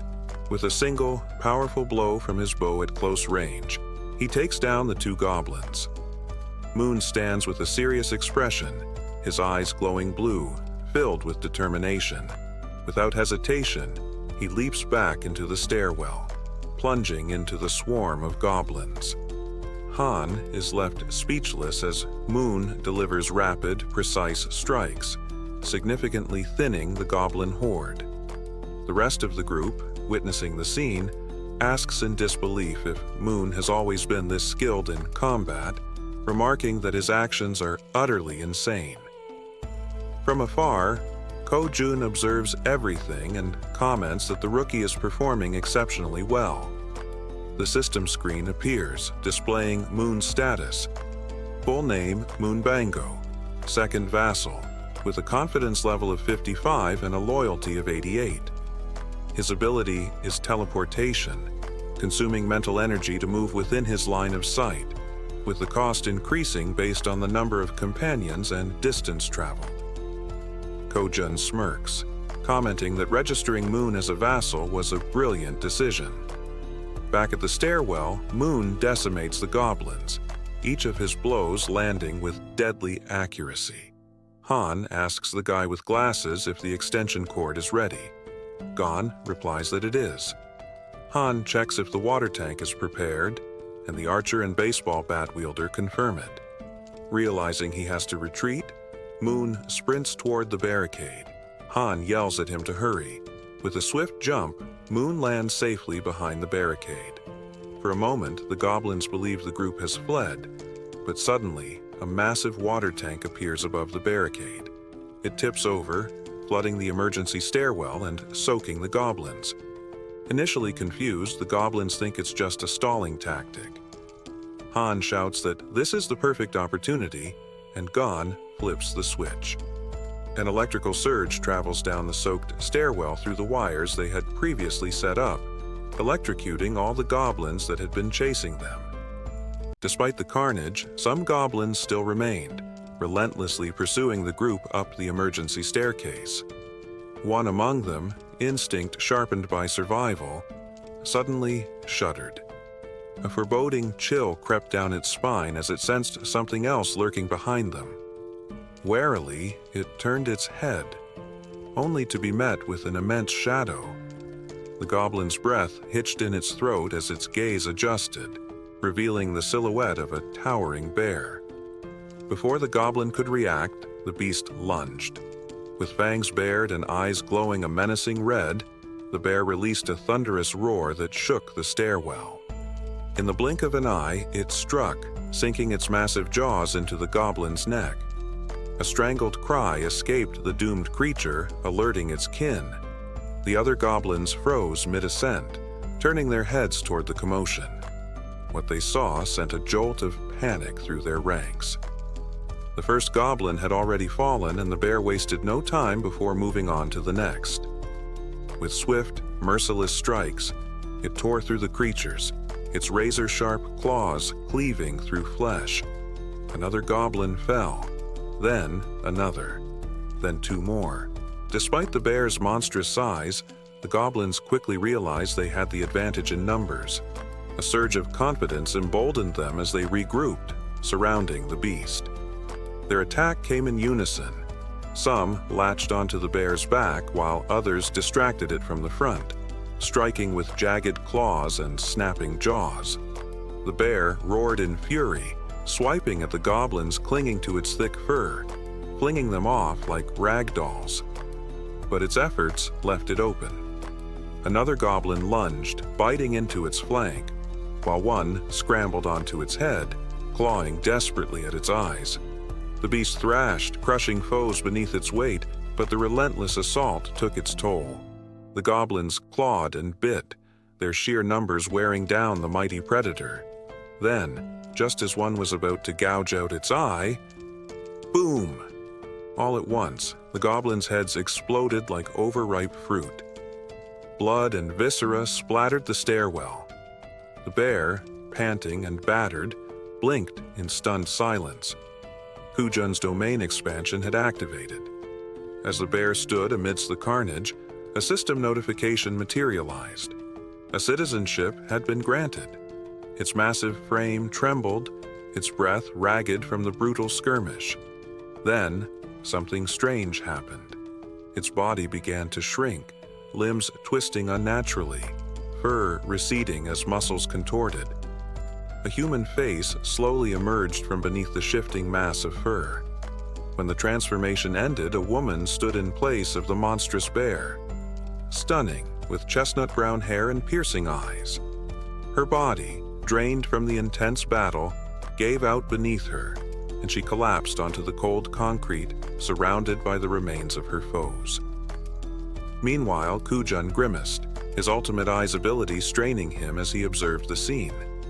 His gaze lingered on the unconscious woman. A system prompt provided her details. Yanju, level 33, trust points 9, awakened A rank ability, werebear. Kujun's eyes narrowed. An A- rank ability was rare. The power to transform into a beast, amplifying physical prowess while granting regenerative abilities. She was a valuable asset. At the same time, another system message notified him of his allies' progress. Dongan and Hiran had reached 50 trust points, unlocking full loyalty. Deok's trust level had risen to 30, making him eligible for vassal registration. Without hesitation, Kujun assigned Deok as his third vassal. The system confirmed his new title, Vassal Level 25, Ability, Iron Knight B rank. His new ability allowed him to summon full steel armor and a halberd. As Kujun processed this, a realization struck him. A pattern was emerging. The rank of a vassal seemed tied to their awakened ability. Fatty, for example, had unlocked a C-rank ability, placing him at level 20. Deok's B-rank ability positioned him at level 25. Moon's A-rank teleportation ability had designated him at level 30. The logic seemed straightforward, until he reconsidered Fatty's case. If Moon's ability rank was influenced by loyalty, shouldn't Fatty, who had even higher loyalty, have received a B rank instead of C? An inconsistency? An anomaly? Kujun frowned, deep in thought. Was the ability selection random? Or was there some hidden factor determining these rankings? The implications were crucial. With only 10 vassal slots available, choosing those with the highest growth potential was imperative. Another thought crossed his mind. What about those who had already awakened their abilities before becoming vassals? The system's latest message provided an answer. Awakened individuals could traverse staircases, hallways, and elevators freely. Making his decision, Kujun turned toward the elevator. His ultimate eyes activated again, casting an ominous glow over his vision. Meanwhile, the woman remained motionless in the parking lot, oblivious to the world around her. Koo-jun tapped into his communication channel. "Fatty, head to the parking lot. There's someone on the second level. Bring her back to our floor." Fatty, always quick to obey, rushed down without question. As he sprinted, the team at the emergency stairwell dismantled what remained of the electric trap. Diaku, relieved at their unexpected victory, turned to his comrades. "What just happened? Why did the goblins explode?" The bespectacled man beside him adjusted his glasses. It had to be someone's doing. A bead of sweat rolled down Han's temple. His instincts screamed the truth at him. There was only one person with a power of that magnitude, Koo-jun. Han swallowed hard, replaying his first meeting with Fatty. The man had spoken of Koo-jun as if he were an enigma, an anomaly beyond comprehension. Hot baths, fresh meals, effortless survival. All of it because of him. As he coiled the wires from the dismantled trap, Han glanced at Moon. He remembered how the once introverted boy had transformed under Koo-jun's influence. It all clicked. Being saved by Koo-jun meant being chosen by him. Back in the parking lot, the elevator doors slid open. Fatty burst through, quickly spotting the unconscious woman. He hoisted her up without hesitation, carrying her toward the 30th floor, where Koo-jun watched it all unfold through his omniscient gaze. Han, meanwhile, clenched his fists. In this world, survival wasn't just about strength. It was about being in Koo-jun's favor. A distant memory surfaced. A small boy full of excitement, playing with a tiny toy car in a sunlit park. His laughter rang out as he called to his mother, eager for her to watch his latest trick. His mother, Yeonju, stood nearby, her warm smile filled with love and encouragement. But as the child stood and waved to her, something shifted. From behind, a dark presence emerged. The joy on Yeonju's face drained in an instant, her expression twisting into sheer horror. She stood frozen, paralyzed by an overwhelming sense of dread. 3 grotesque goblins had crept up behind her son, their twisted grins revealing their vile intentions. The boy, oblivious to the danger, continued waving, his innocence stark against the nightmare unfolding behind him. Yeonju's instincts screamed at her to act. She summoned every ounce of her strength to move, but she was too slow. Before she could even take a step, the goblins struck. The child's terrified scream cut through the air, a sound that would forever be burned into her soul. Helpless, she could do nothing but collapse in despair, forced to witness the nightmare she could never stop. And then, silence. The only thing left of her son was the small toy car lying abandoned in the dirt. Yeonju awoke with a start. Her chest rose and fell rapidly as the painful memories faded into the present. Disoriented, she turned her head and found herself staring at Seo-jun, who was watching her intently. He spoke her name, his voice calm, yet laced with curiosity. Still shaken, she forced herself upright, her head throbbing from the torment of the dream. Seo-jun extended a hand toward her, introducing himself with polite formality, but she barely registered his words. Instead, she fixed him with an intense gaze and asked, "Was it you?" Seo-jun hesitated. "What?" Yeonju's eyes burned with urgency. "You know exactly what I mean. The thing that made the goblins' heads explode. Was it you?" A flicker of uncertainty crossed his face. His hand, still extended, trembled slightly before he clenched it into a fist.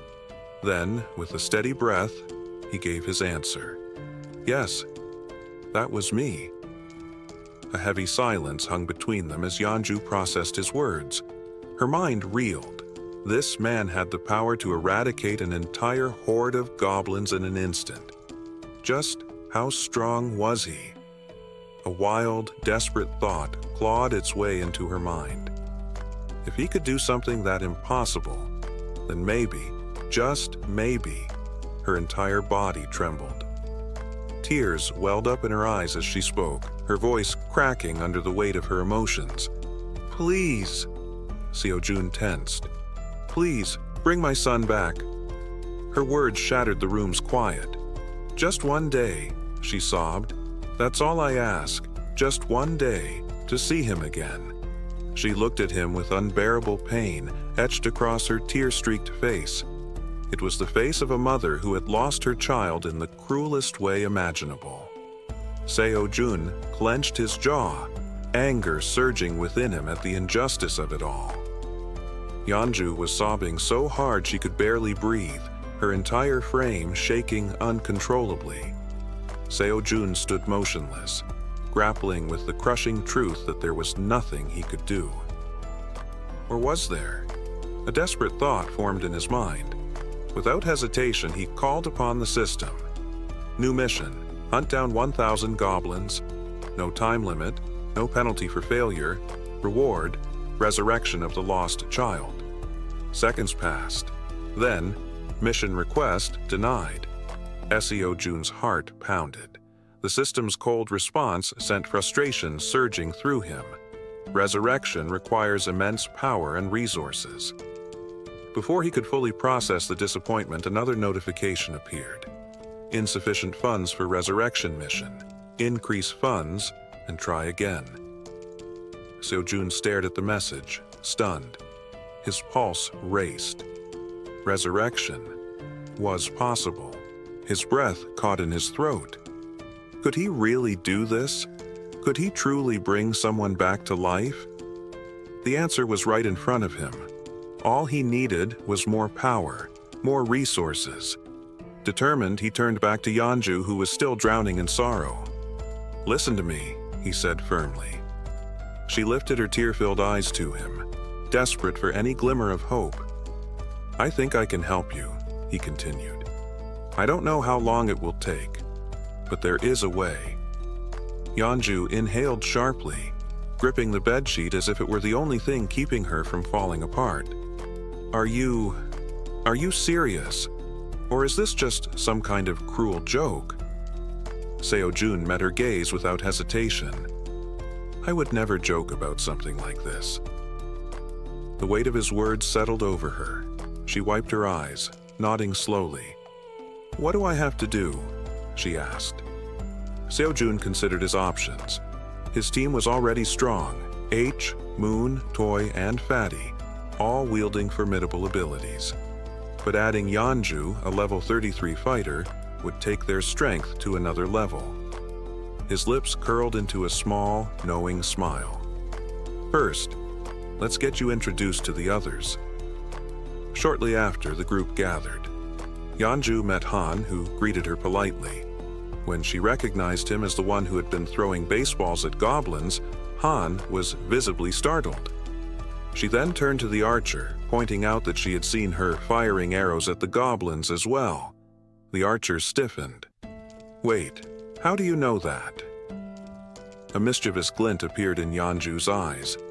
She bared her teeth slightly, curling her fingers like claws. "Really? You don't recognize me?" Confused, the group exchanged glances. Then, before their eyes, Yeonju began to change. Her transformation was gradual, fur sprouting along her arms, her fingers thickening, her snout elongating.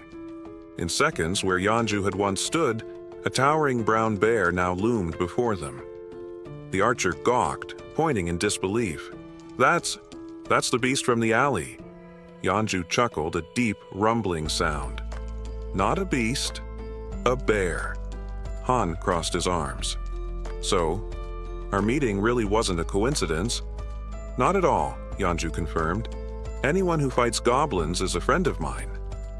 Before the group could fully process this revelation, Seo-jun stepped forward. His expression turned serious. "We're moving forward with the plan," he announced.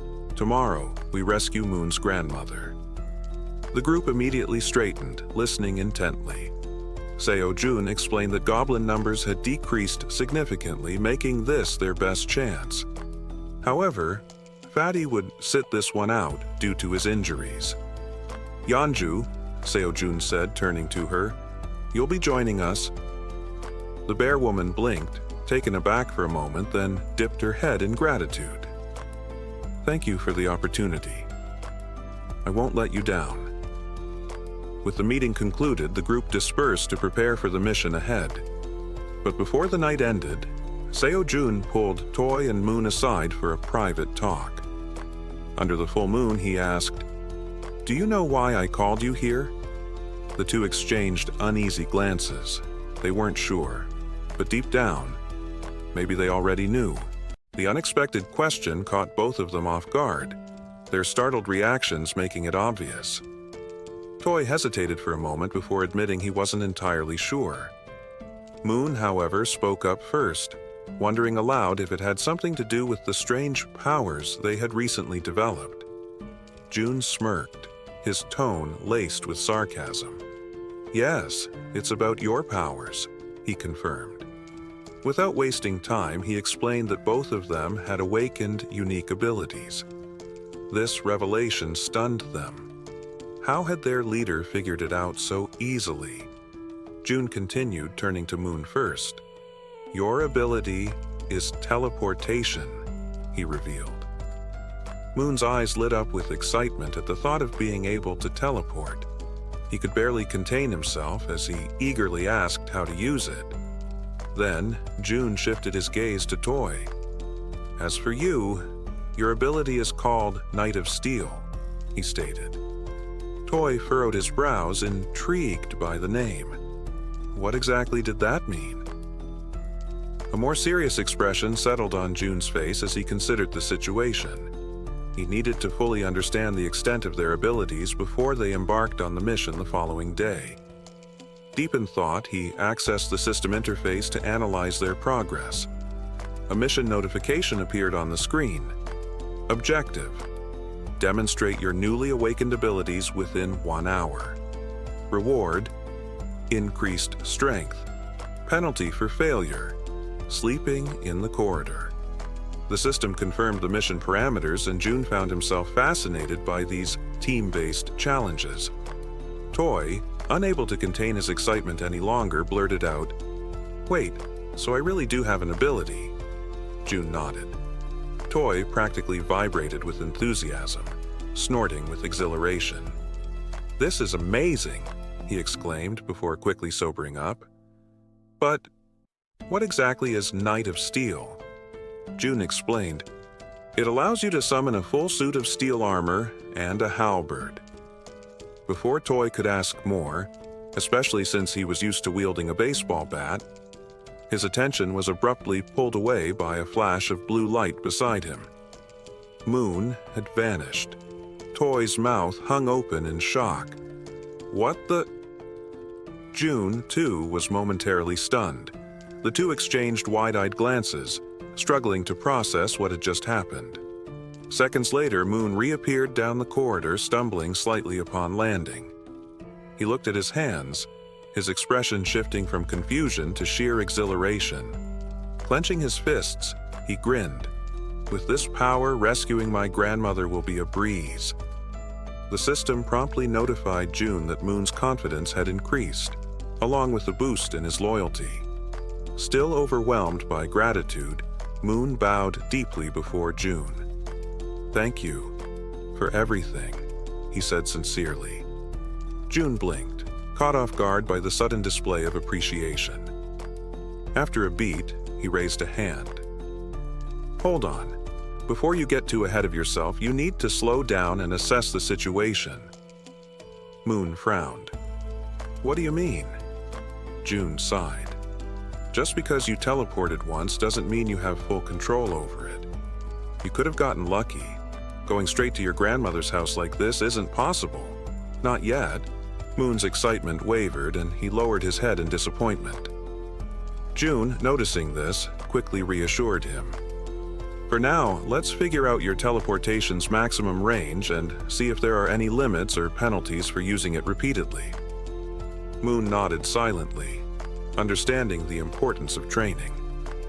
Just as the conversation settled, something unusual caught their attention further down the corridor. They turned. A towering knight stood there, clad in gleaming steel armor, gripping a massive halberd. Toy's jaw nearly hit the floor. Holy! Realization dawned on him. That was his power. Ecstatic, he turned to June, barely containing his excitement. "This is perfect for me." He grinned, swinging the halberd in a wide arc, testing its weight. Another system notification popped up. Toy's confidence and loyalty had increased as well. While Toy reveled in his newfound strength, June focused on Moon again. He pointed toward a nearby building. "Try teleporting to that rooftop." Moon studied the target, calculating the distance. He exhaled. "I don't know if I can make it, but I'll try." The system issued a new mission. Objective: teleport to the rooftop of Building 113 within 3 minutes. Reward: enhanced teleportation ability, penalty for failure, sleeping outside.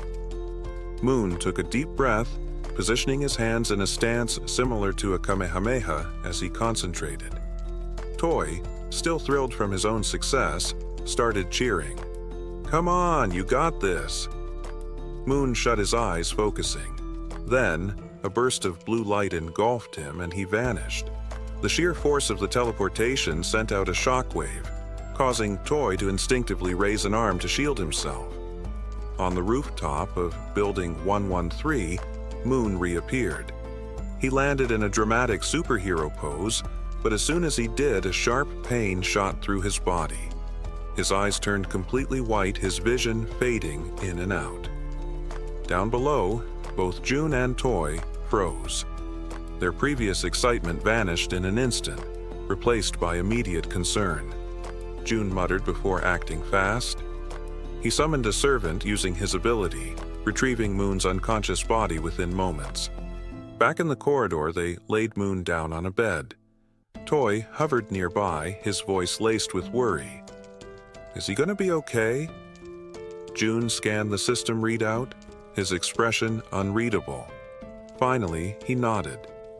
"Yeah, he's just unconscious. The teleportation must have drained him. With enough rest, he'll be fine." The system confirmed June's assessment. Moon was healthy but in a deep sleep. Toy let out a relieved sigh. "Good. I was worried for a second." June, however, wasn't done. He turned to Toy, his expression suddenly sharp. "Now it's your turn," he announced. Toy blinked. "Wait, my turn." The system displayed a new mission for him. Objective: perform 100 push-ups and 100 squats while wearing the steel armor. Time limit: 10 minutes. Reward: increased strength. Penalty for failure: sleeping outside. Toy swallowed hard but wasted no time. He immediately dropped to the ground and started the push-ups, the sheer weight of the armor making every movement feel agonizingly slow. Sweat dripped onto the floor as he pushed himself to his limit. His arms trembled. His muscles burned. Yet, he refused to stop. With gritted teeth and unwavering determination, he pressed forward, moving on to the squats as his body screamed in protest. He would finish this. As the final task was completed, Toy straightened up, his body trembling from exertion, yet filled with the thrill of success. A victorious grin spread across his face as he threw his fists into the air, shouting, "Mission accomplished!" "I did it!" The system instantly verified his success, alerting June that Kongdiaku Toy had officially completed the mission. Toy exhaled sharply, his chest rising and falling as he leaned against the cold wall to catch his breath. His muscles ached, but the sense of triumph overpowered the exhaustion. June observed him with silent admiration. With a body like his, athletic, resilient, it's no wonder he has such incredible endurance, he thought to himself. Just then the system beeped, displaying a notification unlike any June had ever seen before. "What's this?" he muttered, his brow furrowing as his eyes scanned the unfamiliar message. Toy, still catching his breath, glanced at him. "That's it, right? The mission's over?" June looked up and nodded, a warm smile crossing his face. Yeah, you did great. You can rest now. The system finished processing and displayed the results. Toy's strength had increased slightly. Toy turned toward June, his expression one of genuine gratitude. Thanks for helping us out. I really appreciate it. June, still fixated on the notification, watched as Toy flexed his hands, clenching them into tight fists. A new energy coursed through his veins, his body already feeling the effects of his strengthened abilities. He smirked. This reward changes everything. The next day, a desperate scream tore through the narrow streets. Run! Get out of here! Han's frantic voice cut through the night as the group scattered in all directions, their footsteps pounding against the pavement. Behind them, a ferocious horde of goblins surged forward, snarling and snapping, their twisted faces filled with bloodlust. But Toy didn't run. Instead, he turned to face the oncoming threat, his fury igniting like a wildfire. He assessed the situation in a split second. Retreat wasn't an option. The goblins were too fast. A blinding flash of light erupted in front of the creatures, forcing them to halt, their shrieks rising in confusion. As their vision adjusted, a towering figure came into focus. Toy, clad in gleaming steel armor, his massive halberd gripped tightly in his hands. Without hesitation, he lunged. The nearest goblin barely had time to react before Toy's halberd pierced through its chest in one swift, devastating strike. With an explosive burst of movement, he unleashed a relentless series of diagonal slashes, his blade carving through flesh and bone, cutting down goblins in rapid succession. But the creatures were relentless. Fueled by rage, they refused to falter, shifting their strategy. Instead of attacking head-on, they darted past him, targeting the weaker members of the group. Toy's eyes widened. No! Before he could react, a flurry of arrows sliced through the air. Each shot landed with deadly precision, striking the goblins in their heads, their bodies collapsing instantly. Toy turned sharply to see Moon standing atop a crate, his bowstring taut, his expression calm and confident. Don't worry, Moon called out. I'll take care of any that get past you. Focus on the ones ahead. Toy smirked, gripping his halberd tighter. Got it. His unwavering focus sent a ripple of fear through the remaining goblins. For the first time, they hesitated, their grotesque faces twisting with uncertainty. Then, one by one, they turned tail and fled, their retreat rapid and chaotic. Toy growled, "Cowards, get back here and fight!" But before they could escape, a massive shadow loomed over them. Glowing red eyes cut through the darkness like burning embers. A deep, guttural growl sent a wave of terror through the goblins as they skidded to a halt. The bear girl had arrived. This was her grand entrance, an ambush set perfectly for the fleeing creatures. The goblins' despair was instant. They collapsed in terror, wailing as their fate became clear. Mercy wasn't an option. Moon's arrows rained down like a relentless storm. Toy's halberd struck with earth-shattering force. The bear girl tore through the goblins with savage ferocity, her razor-sharp claws slicing through them like paper. One by one, the monsters fell. Han seized the opportunity.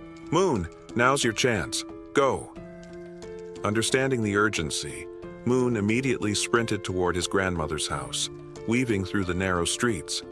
Thank you, Han, he called back, his voice filled with gratitude. Meanwhile, back in his room, Ko-jun sat comfortably, his ultimate eyes activated as he observed the system screen. A steaming cup of noodles rested in his hands, the scent filling the air. He slurped idly, watching as the system pinged with updates. A notification popped up. Citizen Moon has successfully completed his mission. Another message followed, stating the system was now evaluating Moon's tasks for rewards. Jun leaned forward slightly, his eyes narrowing as the assessment finished in record time. The system displayed the results: 132,133 XP awarded. Another chime. All available missions for Citizen Moon have been completed. Jun exhaled through his nose, shifting his attention back to his noodles. All right, let's see what the reward is. The system's next message made him freeze. Congratulations, you've hit the jackpot. The text blinked in bold, glowing letters. A footnote clarified for those unfamiliar. A jackpot was the highest possible prize accumulated in games of chance, like slot machines or lotteries. Jun's breath caught in his throat. He was paralyzed. Eyes locked onto the screen, hands gripping his noodles mid-bite, he waited, anticipation mounting. What kind of reward was powerful enough to be classified as a jackpot? Sorry for the interruption, but if you're loving this series, you don't have to wait. Get up to 16 episodes ahead right now on Patreon. Support the channel, unlock exclusive content, and stay ahead of the story. Links in the description. Now back to the video. Still fixated on the system notification, Jun remained frozen in shock. His cup noodles hung halfway to his mouth, forgotten, as he struggled to process what hitting the jackpot could actually mean. Then, the system displayed his reward. A single skill point. A slow grin spread across Jun's face. This was perfect. He could allocate the point exactly where he needed it most. Meanwhile, back on the streets, Moon tore through the city, sprinting toward his grandmother's house at an unbelievable speed. A faint blue aura shimmered around him as he pushed his body to its limits. His heart pounded in his chest, worry gnawing at the edges of his mind. What if I'm too late? What if something happened to her? The small, familiar house finally came into view. A simple structure, utterly defenseless against the chaos around it. No barriers, no fortifications, just an ordinary home, standing alone in a world overrun by monsters. Moon didn't hesitate. He rushed forward, shoving the door open and charging inside, fear clawing at his chest. "Grandma?" he called, voice cracking as he sprinted through the house, checking every room. Then he reached the bedroom. His breath caught. His eyes widened.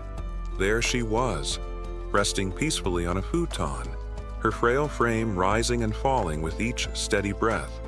Moon's legs nearly gave out as relief flooded through him. He stepped forward cautiously, his hand shaking as he gently touched her shoulder.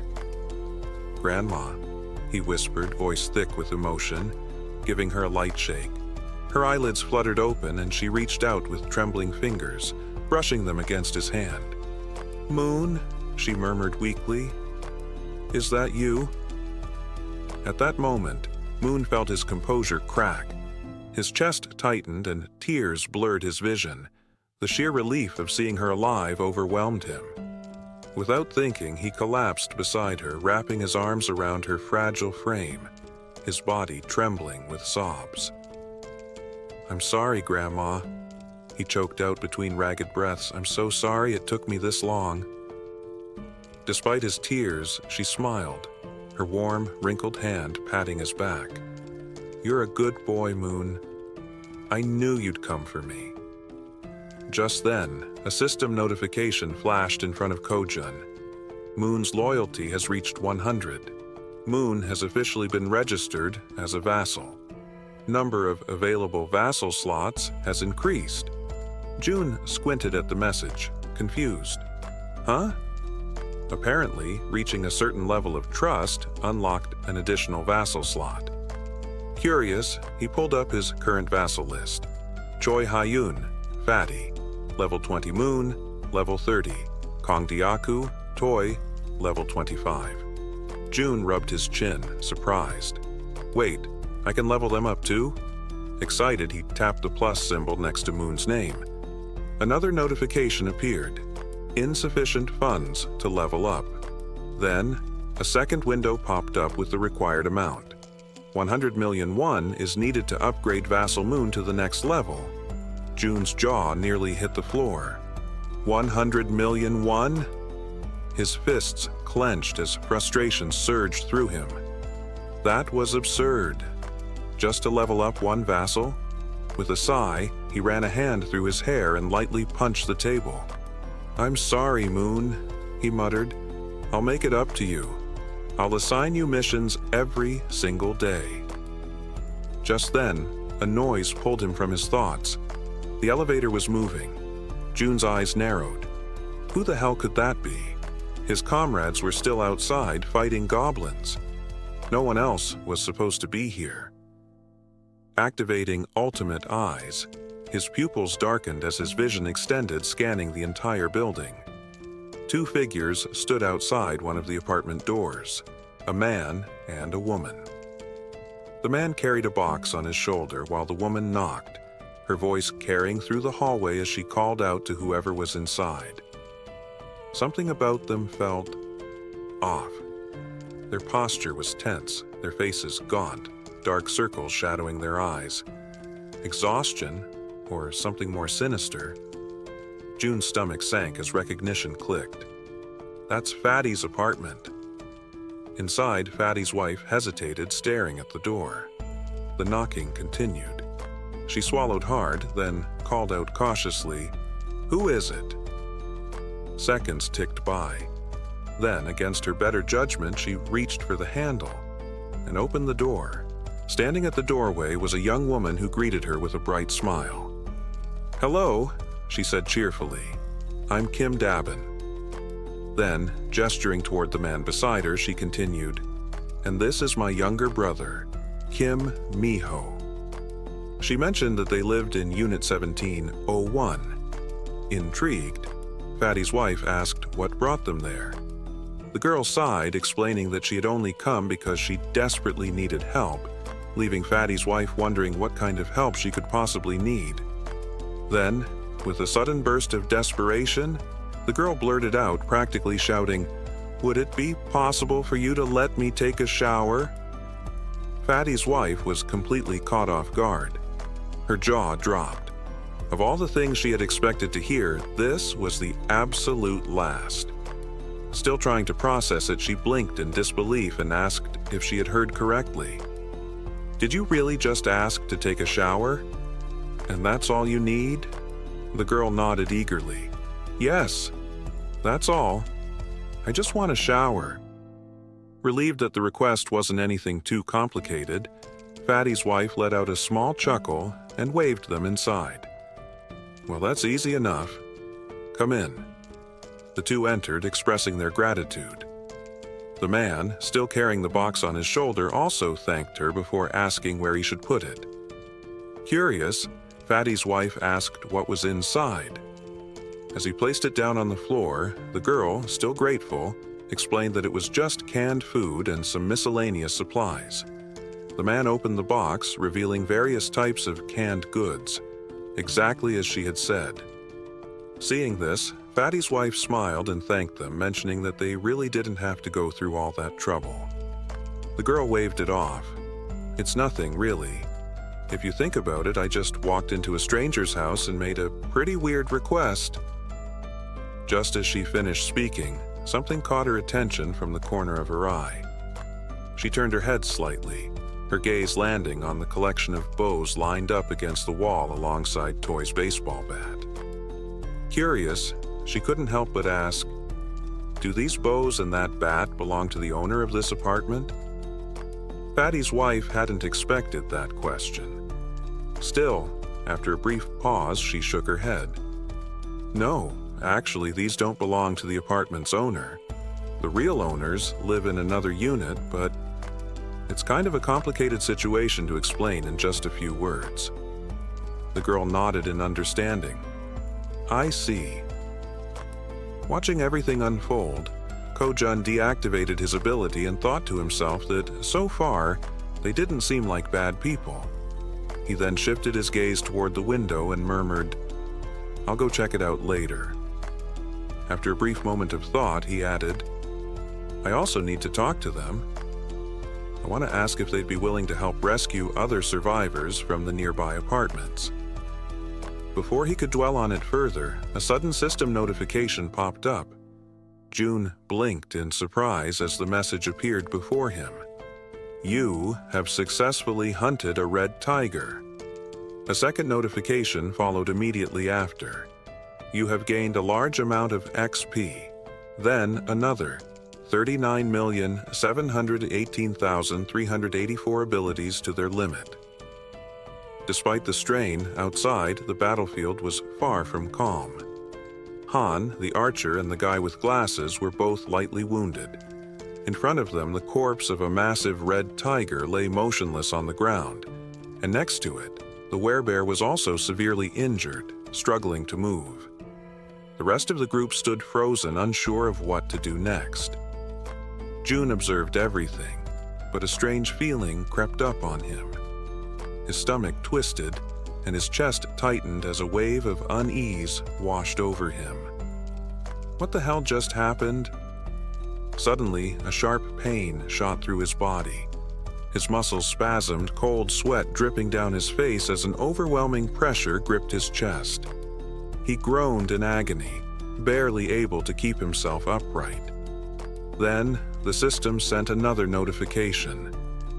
You have discovered individuals who are eligible to receive citizenship.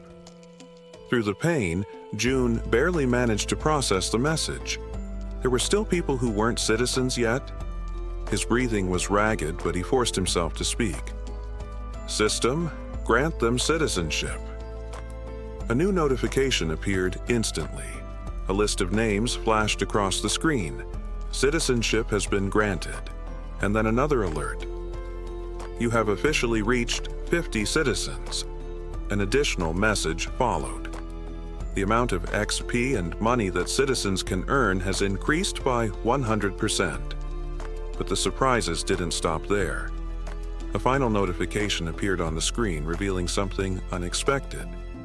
As the number of citizens has reached a specific threshold, all citizens have unlocked a new ability. Power of Trust. June stared at the words, his mind racing. Power of Trust. What does that even mean? Despite his lingering confusion, his thoughts drifted back to the battlefield. He clenched his jaw. Did anyone get seriously hurt? Back on the streets, Moon was slightly injured and gasping for breath, making a tremendous effort as he carried his grandmother on his back. Everyone else is wounded, desperately running while providing cover for Toy, who is carrying the injured warbear woman. Observing the chaotic scene, June quickly realizes the situation outside is far worse than he had imagined. And of all people to be seriously injured, it had to be the warbear. As the group races to escape, a horde of goblins suddenly emerges in front of the two carrying the wounded. The team members, covering them from behind, immediately unleash a volley of arrows, striking down goblins to clear a path. The archer, watching closely, is startled by the precision of the man with glasses. "How the hell did you pull that off with a single shot?" she asks, eyes wide. The man looks just as confused. "I honestly have no idea." As they continue running, the archer suddenly notices something. For some reason, my body feels lighter. Han, running beside her, nods in agreement. "Yeah, and I just realized I'm not even out of breath anymore." Meanwhile, back with June, the system finally provides an explanation. Ability, Power of Trust. A passive skill that increases all stats by X%, where X equals the trust level of each citizen. Kojun stares at the message in disbelief. This skill didn't even exist before. How the hell is it so strong? Then, another realization hits him. Every single member of his group has at least 50 trust points or more. That means all their stats, stamina, strength, reflexes, and more, have naturally increased by 50%. At that very moment, Moon's expression shifts, as if something suddenly clicks in his mind. He has a hunch. This must be another one of June's new abilities. The system then notifies June of something else. both of the girls have now surpassed 30 loyalty points. As a result, they are now eligible to be registered as vassals. Without hesitation, Kim immediately commands the system to register both of them. The moment it happens, the two women suddenly stop in their tracks, their bodies tingling as an overwhelming power surges through them. System update: Kim Gang, level 20, has acquired the skill Piercing. Uyin, level 25, has awakened the skill Poisonous Mist. Now, brimming with newfound power, the two turn back, ready to face the goblins chasing them. The archer steadies herself, drawing her bow. She fires an arrow straight at the goblins. Normally, her shots always land as headshots every single time. But this time, something is different. The arrow doesn't just pierce through one goblin, it ricochets, striking several others and tearing through them effortlessly. Confused, the archer furrows her brows. What the hell? What just happened? The system promptly provides an answer. Skill: Piercing. A tier S skill that uses mental strength to fire a penetrating arrow. June, standing with his arms crossed, watches as the information unfolds before him. Now that he knows what the ability is, he immediately issues a command to the system. New quest, created mission. The archer must use piercing to hunt 10 goblins within a 10-minute time limit. Reward: increased piercing proficiency. Penalty for failure: fatigue. As he processes this, June shifts his attention to the other ability. Unlike piercing, this one seems far trickier. Poisonous Mist is a deadly attack, and while it's classified as a B-rank skill, using it incorrectly could endanger the entire team. June exhales sharply, deciding to deal with it later. I'll figure it out when the time comes. Just then, the system sends another notification. Mission complete. The archer has successfully eliminated 10 goblins. A follow-up message appears. Daily mission limit reached. Evaluating the results, June sighs, unimpressed. The rewards weren't that great this time. But now that the battle outside has settled, he decides it's time to check on the citizens living on the lower floors. Activating Ultimate Eyes. He scans the corridors. His gaze locks onto the silhouette of a man walking calmly through the halls, hands tucked into his pockets. June watches as the man heads toward the bathroom, likely to collect water. Smart. This man has good survival instincts. He's gathering water before supplies run low. Shifting his focus elsewhere, June spots another pair, a man and a woman sitting together, preparing to eat. He observes them for a moment, realizing something important. They're already capable of gathering food and water on their own. Then, in another part of the building, something unexpected catches his eye. A woman lying motionless on the floor inside a room. Without a second thought, June bolts toward her. The system immediately provides an update. Kim De-young, trust level 18. Ability: awakened. Healing. June's heart pounds in his chest. Healing. His eyes dart between the system message and the unconscious woman on the floor. She can heal wounds. A surge of urgency floods through him. She's the first healer they've found, and they desperately need her. Without hesitation, June sprints forward. He has to help her, no matter what. After sprinting through the hallways, June finally arrives at the door of the room where the woman had collapsed. His breathing is still heavy from the run, but he quickly composes himself and reaches for the doorknob. Slowly, he tries to turn it, hoping to gain access without any trouble. However, to his surprise, the door is locked from the inside. A deep frown settles on his face as he realizes there's no way to open it from the outside. Frustration creeps into his thoughts, his shoulders slumping slightly. Just as he starts contemplating another course of action, something unexpected happens. His eyes widen as a new system notification appears before him. By sheer coincidence, or perhaps fate itself, he has just acquired a new skill. New ability acquired, Invisible Hand, Level 1. The system promptly displays its details. The ability allows him to summon and control an invisible hand at will. Reading the notification, a surge of newfound determination fills his chest. His grip tightens into fists as he mentally acknowledges the absurd yet undeniable reality of his new power. Silently, he expresses his gratitude for this sudden stroke of fortune. Closing his eyes for a brief moment, Jun focuses entirely on the locked door before him. He visualizes himself breaking the lock, willing it to yield under his command. When he opens his eyes, he is met with an unexpected yet welcome sight.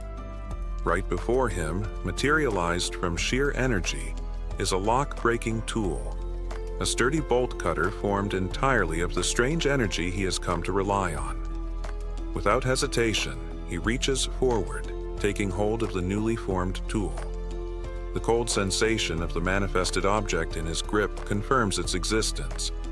Without wasting another second, he positions it against the lock and applies pressure.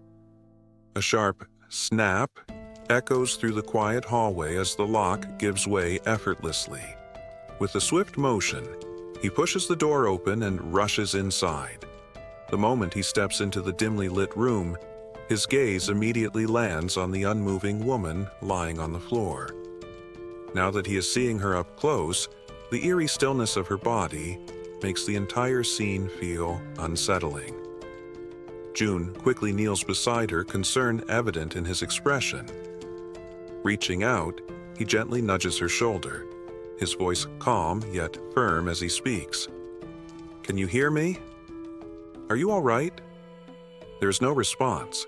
A deep sense of unease washes over him. Carefully, he observes her condition, scanning for any visible injuries. But what he notices instead sends a wave of worry through him. Her face is unnaturally pale, her lips dry and cracked. Severe dehydration. His mind races. Dehydration this extreme could be dangerous.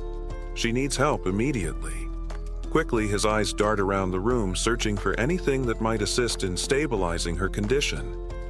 Then, something catches his attention, making him pause. There's water in the room. Yet despite the presence of water, she is still in this critical state. It makes no sense. The contradiction unsettles him, sending a cold shiver down his spine. Glancing back at the woman, he forces himself to push aside the troubling thoughts. Now is not the time to question the situation. The priority is saving her. A sudden idea forms in his mind. Without hesitation, he opens the system interface. There's a chance this might work. Mission assigned. Breathe. Objective. Breathe. Reward. Immediate recovery from dehydration. The system processes the command, deducting 10.1 as the cost for activating the mission. Almost instantly, a soft blue aura begins to envelop the woman's body. Jun watches intently, his pulse quickening as the energy works through her. Then, faint sounds escape her lips, a weak, breathy noise, but a clear sign that she is beginning to stir. Relief floods through him. It worked. Slowly, her eyelids flutter open. Her gaze is hazy and unfocused. A blurred silhouette of a figure stands before her, a voice reaching her ears asking if she is awake. Her mind struggles to process the situation. Her voice, weak but laced with confusion, manages to form a question. Who are you?" Jun straightens slightly, meeting her dazed gaze. He introduces himself, explaining that he lives in a unit just above hers in the building. She blinks, her expression still foggy with exhaustion. The information doesn't seem to register right away. Still lying on the floor, she questions him again, her voice laced with uncertainty. How did you get inside?" Seeing no reason to hide the truth, Jun states it plainly. I saw that you were unwell. I broke the door open to reach you." A moment of silence lingers between them. Then, her breath hitches. Her expression shifts as realization dawns. Without warning, tears begin streaming down her face. And yet she does not say a word. She simply cries, as if the weight of everything she had been enduring had finally caught up with her. She raises her hands to her face, wiping away the tears in an attempt to hide them. Her shoulders tremble slightly as she struggles to compose herself. June, watching her closely, immediately senses that something is wrong. There is an uneasiness in the way she reacts, something beyond just exhaustion or confusion. Taking a deep breath, he calls her name. Kim De-young. His voice is firm, yet gentle. She slowly pushes herself up from the floor, still visibly shaken. He speaks again, apologizing for being so abrupt, for barging into her life so suddenly, but he makes it clear. He needs her help. There is urgency in his tone, something that makes her pause despite her lingering distress. Now sitting upright, her tear-filled eyes meet his. Though her expression remains guarded, her lips, still cracked from dehydration, barely part as she listens to him speak. June wastes no time explaining. "One of my allies is severely injured." The words seem to take a moment to register. De-young slowly turns her body toward him, staring as if trying to process what he just said. Silence stretches between them. She blinks, her mind racing, trying to make sense of his words. His ally. Someone severely injured. Why is he telling her this? She doesn't understand. She doesn't even know this man. Panic begins to rise in her chest. He wants her to save someone. Why her? Doubt and fear intertwine within her thoughts. Her hands tremble slightly as she lowers them to her lap. It seems impossible, an absurd request thrown at her out of nowhere. He's putting his faith in the wrong person. And then, another realization strikes her, like a bolt of lightning. How does he know she's a nurse? Her breath catches. She's never told him that. No one in this building should even know. A wave of unease washes over her. Yet at the same time, something about the way he speaks, the way he asks for help, doesn't feel threatening. There is no malice in his words, no ill intent in his eyes. Still hesitant, still uncertain, she makes a decision. She has to see for herself. Slowly, she turns to face him completely. Though suspicion lingers in her gaze, she swallows down her doubts and agrees to help. Her voice, though weak, carries a firm resolve as she asks where exactly she is supposed to go. June doesn't answer right away. Instead, he opens the system interface, his fingers moving swiftly across the translucent screen in front of him. He asks her to wait just a moment. He assigns her a mission, one that instructs her to use healing magic to cure the wounded werebear. The mission comes with a 1-hour time limit, a reward labeled as improved, and, to his relief, no penalties. His eyes flicker with determination as he reads the details. He must save the werebear no matter what. Turning back to De-young, he tells her that for now she should rest. He will personally bring the injured person to her. Then, he instructs her to find something to help with her own dehydration. But De-young, already overwhelmed, barely has time to process his words before something utterly impossible happens. From seemingly nowhere, oranges begin to materialize in midair. Her eyes widen in pure shock, her breath hitching as she watches several bright oranges fall from the void and land in front of her. For a long moment, she simply stares, her mouth slightly open, completely stunned. Then, snapping out of her daze, she frantically raises a shaking finger, pointing at the fruit on the floor. "What is this?" Her voice trembles as she demands an answer. June, realizing how bizarre this must seem to her, quickly apologizes. But Dae-jung isn't satisfied. Her heartbeat pounds in her ears as she watches more oranges drop into existence. Where are these coming from? How is this happening? What kind of person is this man? Before she can demand further explanations, Jun simply turns his back to her. A slight smirk plays on his lips as he tells her he'll explain everything later once things have calmed down. And with that, he walks away, leaving her still kneeling on the floor, still staring in disbelief. He exits the room with a final request. He reminds her that she is still weak, that her body needs to recover, and he asks, no, insists, that she prioritize her own rest. As soon as Jun is gone, Dae-jung lowers her gaze to the scattered oranges. Slowly, she reaches out, picking one up. The texture, the weight, the coolness against her fingertips, it all feels real. She squeezes the fruit gently, expecting it to vanish like an illusion, but it remains solid in her grasp. A shiver runs down her spine. What is this? Still overwhelmed, she hesitantly mutters to herself, wondering if she's dreaming, because never, never in her life has she seen anything like this before. Meanwhile, Jun wastes no time. He rushes back to his shut-in apartment, moving with quick, determined strides. His mind is already focused on helping his allies outside as fast as possible. The system chimes with a notification. The healer's trust level has increased. He stops for a brief moment, narrowing his eyes at the message. She hadn't trusted him before, that much was obvious. But now it seems like her perception of him has changed, even if only slightly. Still, it isn't enough for him to let his guard down. Trust takes time. And honestly, he can't blame her. If someone broke into his home out of nowhere, he wouldn't trust them either. Shaking his head, he steps onto the balcony, his gaze drifting downward. His thoughts remain heavy, but as he looks out toward the streets below, something makes his entire body freeze. His blood runs cold. A massive, ferocious red tiger is charging through the streets, its powerful limbs propelling it forward with terrifying speed. And it's chasing his allies. Jun's breath catches as he sees his companions below, running for their lives.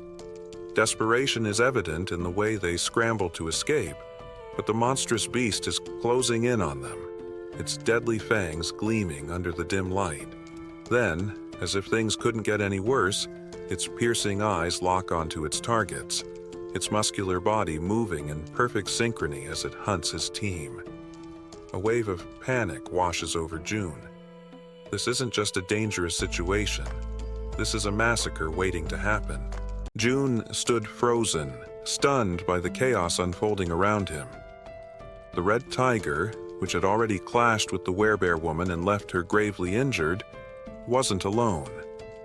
Another beast had emerged, its fiery eyes scanning the area, its massive form casting an ominous shadow. Below, panic gripped the group as the monstrous tigers advanced, and terror spread like wildfire. In an instant, the survivors scrambled for their lives, their instincts screaming at them to run, to flee, to never look back. In the midst of this desperate flight, Hirin, who had gained the power of poison, misstepped. Her foot twisted at an unnatural angle, and an intense, searing pain shot through her leg. A scream ripped through her throat as she collapsed, unable to catch her balance. The archer woman and Han, running ahead, heard the cry and immediately skidded to a halt. Panic flashed in their eyes as they turned back, calling out her name in frantic desperation. Hirin, gritting her teeth against the agony, tried to push herself up. Her body felt heavy, her limbs like lead, unresponsive to her commands. She fought to move, but her strength was failing her. With every second that passed, it became clearer. She wasn't going to make it. The archer's voice rang out, a pure scream of distress. The massive red tiger had locked onto Hirin as its prey, its muscles coiled, preparing to pounce with lethal precision.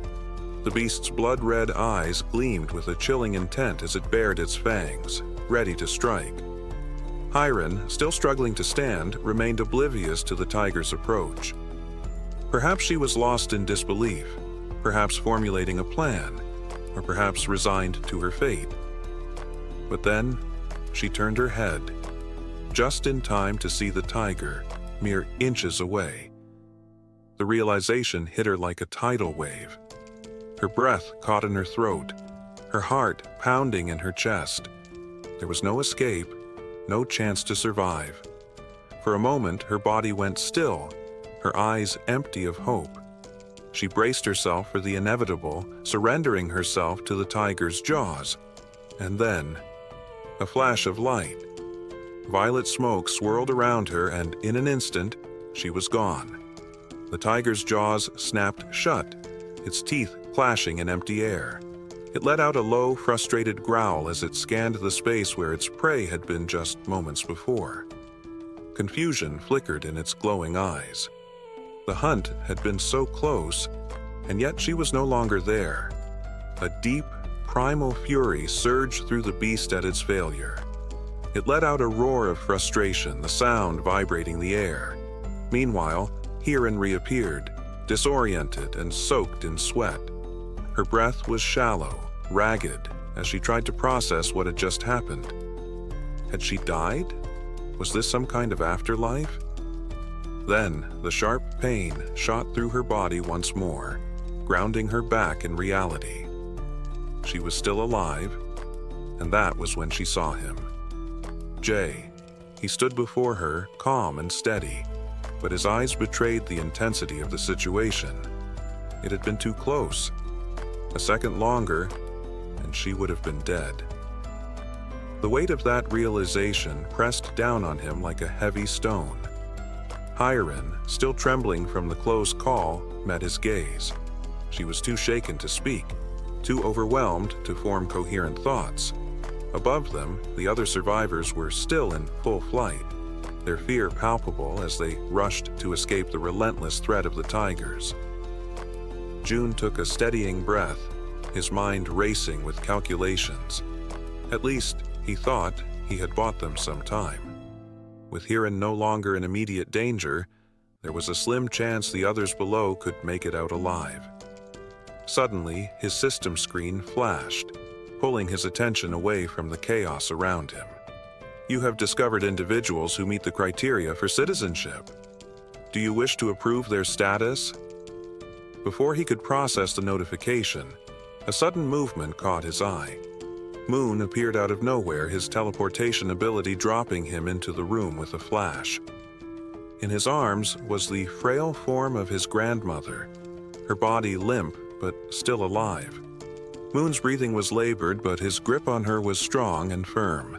His eyes, wide with urgency, locked onto June. "Take care of her," Moon pleaded, his voice thick with desperation. June's gaze flicked between Moon and the elderly woman, his mind quickly weighing the situation. Moon's concern was evident, but there was no time to waste. A far greater danger loomed. Raising a hand, June motioned for him to stop. "Wait." Moon opened his mouth, ready to argue, to insist that June help his grandmother immediately. But then he saw it, the expression in June's eyes, the sheer gravity of the situation. Without a word, Moon's shoulders slumped. He understood now. Whatever was happening here, it was far worse than anything he had anticipated. There was no time for distractions, no time for anything but survival. Below, the red tiger continued its relentless pursuit, refusing to let up. The battle for survival raged on, and June knew that the choices he made in the next few moments would determine the fate of everyone involved. The red tiger, driven by a primal fury, relentlessly pursued the scattered group, each step thunderous as it closed the distance. June's heart raced, his fists clenched tight as he mentally braced for what he had to do. His new ability, Invisible Hand, pulsed with energy within him. He couldn't let this beast escape. It needed to die, and he was the one who would make it happen. Down below, chaos reigned. The archer, Han, and Togi, still carrying the injured werebear, fled with all their strength. They were fast, but no matter how much ground they gained, the tiger was gaining too. Han dared a quick glance back, his stomach twisting with dread. It was closing in on them. If they didn't do something soon, they would be the next meal. Without thinking, Han dug in his heels and skidded to a stop, his focus narrowing to a single action. His hand gripped one of his baseballs tightly, his fingers tingling with anticipation. A faint blue light flared around him, flickering and building in intensity as he poured everything into the throw. Then, he launched the ball with all the force he could muster, watching as it cut through the air toward the beast. For an instant, hope flickered in his chest. Maybe this would be the shot. But in the blink of an eye, the tiger moved, swift, too swift, and the ball whistled past, smashing harmlessly against the pavement. The tiger's deafening growl filled the air, and with one spine-chilling roar, it made its presence known. It was faster than any of them could keep up with, and it wasn't slowing down. The archer's frantic voice rang out, her words distorted by panic. "Run!" she screamed, her face filled with terror. But it was too late. The tiger was already locking onto Han, its eyes burning with the hunger of a predator. The beast leapt. Han's heart pounded in his chest as he turned, knowing there was no way to stop the tiger. But he had one choice left. He could run, and maybe, just maybe, he could buy the others time. A surge of adrenaline shot through him as he sprinted in the opposite direction, pushing himself harder than ever before. Every muscle screamed, but he kept moving. His legs burned and his chest ached with each labored breath. He pushed himself toward the parking lot, praying for a miracle. Perhaps goblins or some other distraction might appear to divert the tiger. But the sound of the beast's pursuit was unyielding. It was right behind him. Han took a fleeting glance over his shoulder and his breath hitched. The tiger's massive, deadly fangs gleamed in the moonlight, coming closer with terrifying speed. This was it. There was no way out. Their eyes locked for a brief, horrible moment, and an unspoken understanding passed between them. This was the end. But just as all hope seemed to shatter, something incredible happened. A strange, violent purple energy surged into the air, coiling like a serpent around the tiger's neck. The force was sudden, brutal, unlike anything Han had ever seen. It yanked the tiger down with such force that the earth beneath it cracked, the pavement shattering as the beast's head slammed into the ground. The tiger snarled in fury, thrashing against the unseen power, its claws scraping desperately at the earth as it tried to break free. The force was unyielding. Slowly, the tiger's massive body lifted from the ground, suspended in the air as if by invisible hands. The energy constricted around its throat, tightening with a merciless grip. The beast's struggles grew weaker, its limbs jerking helplessly in the air. The life was draining from it, and Han stood there, frozen, his mind racing. He knew exactly who was responsible for this. It was June. He had done it. Seconds passed, and the archer woman and Togi arrived, breathless and wild-eyed, having raced to reach Han. Their gazes locked onto the scene before them, disbelief written all over their faces. The red tiger hung suspended in midair, still thrashing but utterly helpless against the unseen force. The archer's eyes widened as a glowing system screen appeared in front of her, and she quickly scanned the information. After a moment of hesitation, her face shifted. The shock faded, replaced by calm understanding. With a deep breath, she regained her composure and took a step forward, her hand pulling an arrow from her quiver. From his vantage point above, June's eyes never left the scene. His focus was laser sharp. He didn't need to intervene any further. The tiger was done. He had given the others the time they needed. Now, as long as Gang the Archer made the final strike, June would reap the reward. 4 times the loot. Below, the red tiger, still trapped and gasping for air, thrashed desperately in a futile attempt to escape, but its fate had already been sealed. The archer, understanding the significance of this moment, took her time preparing what would be her most crucial shot yet. The tiger's fiery gaze turned to her, desperation evident in its glowing eyes. It was pleading for mercy, seeking even the faintest glimmer of hope for survival. But the woman standing before it held no sympathy. Her expression was one of cold resolve. Mercy was not an option, not for this wretched beast.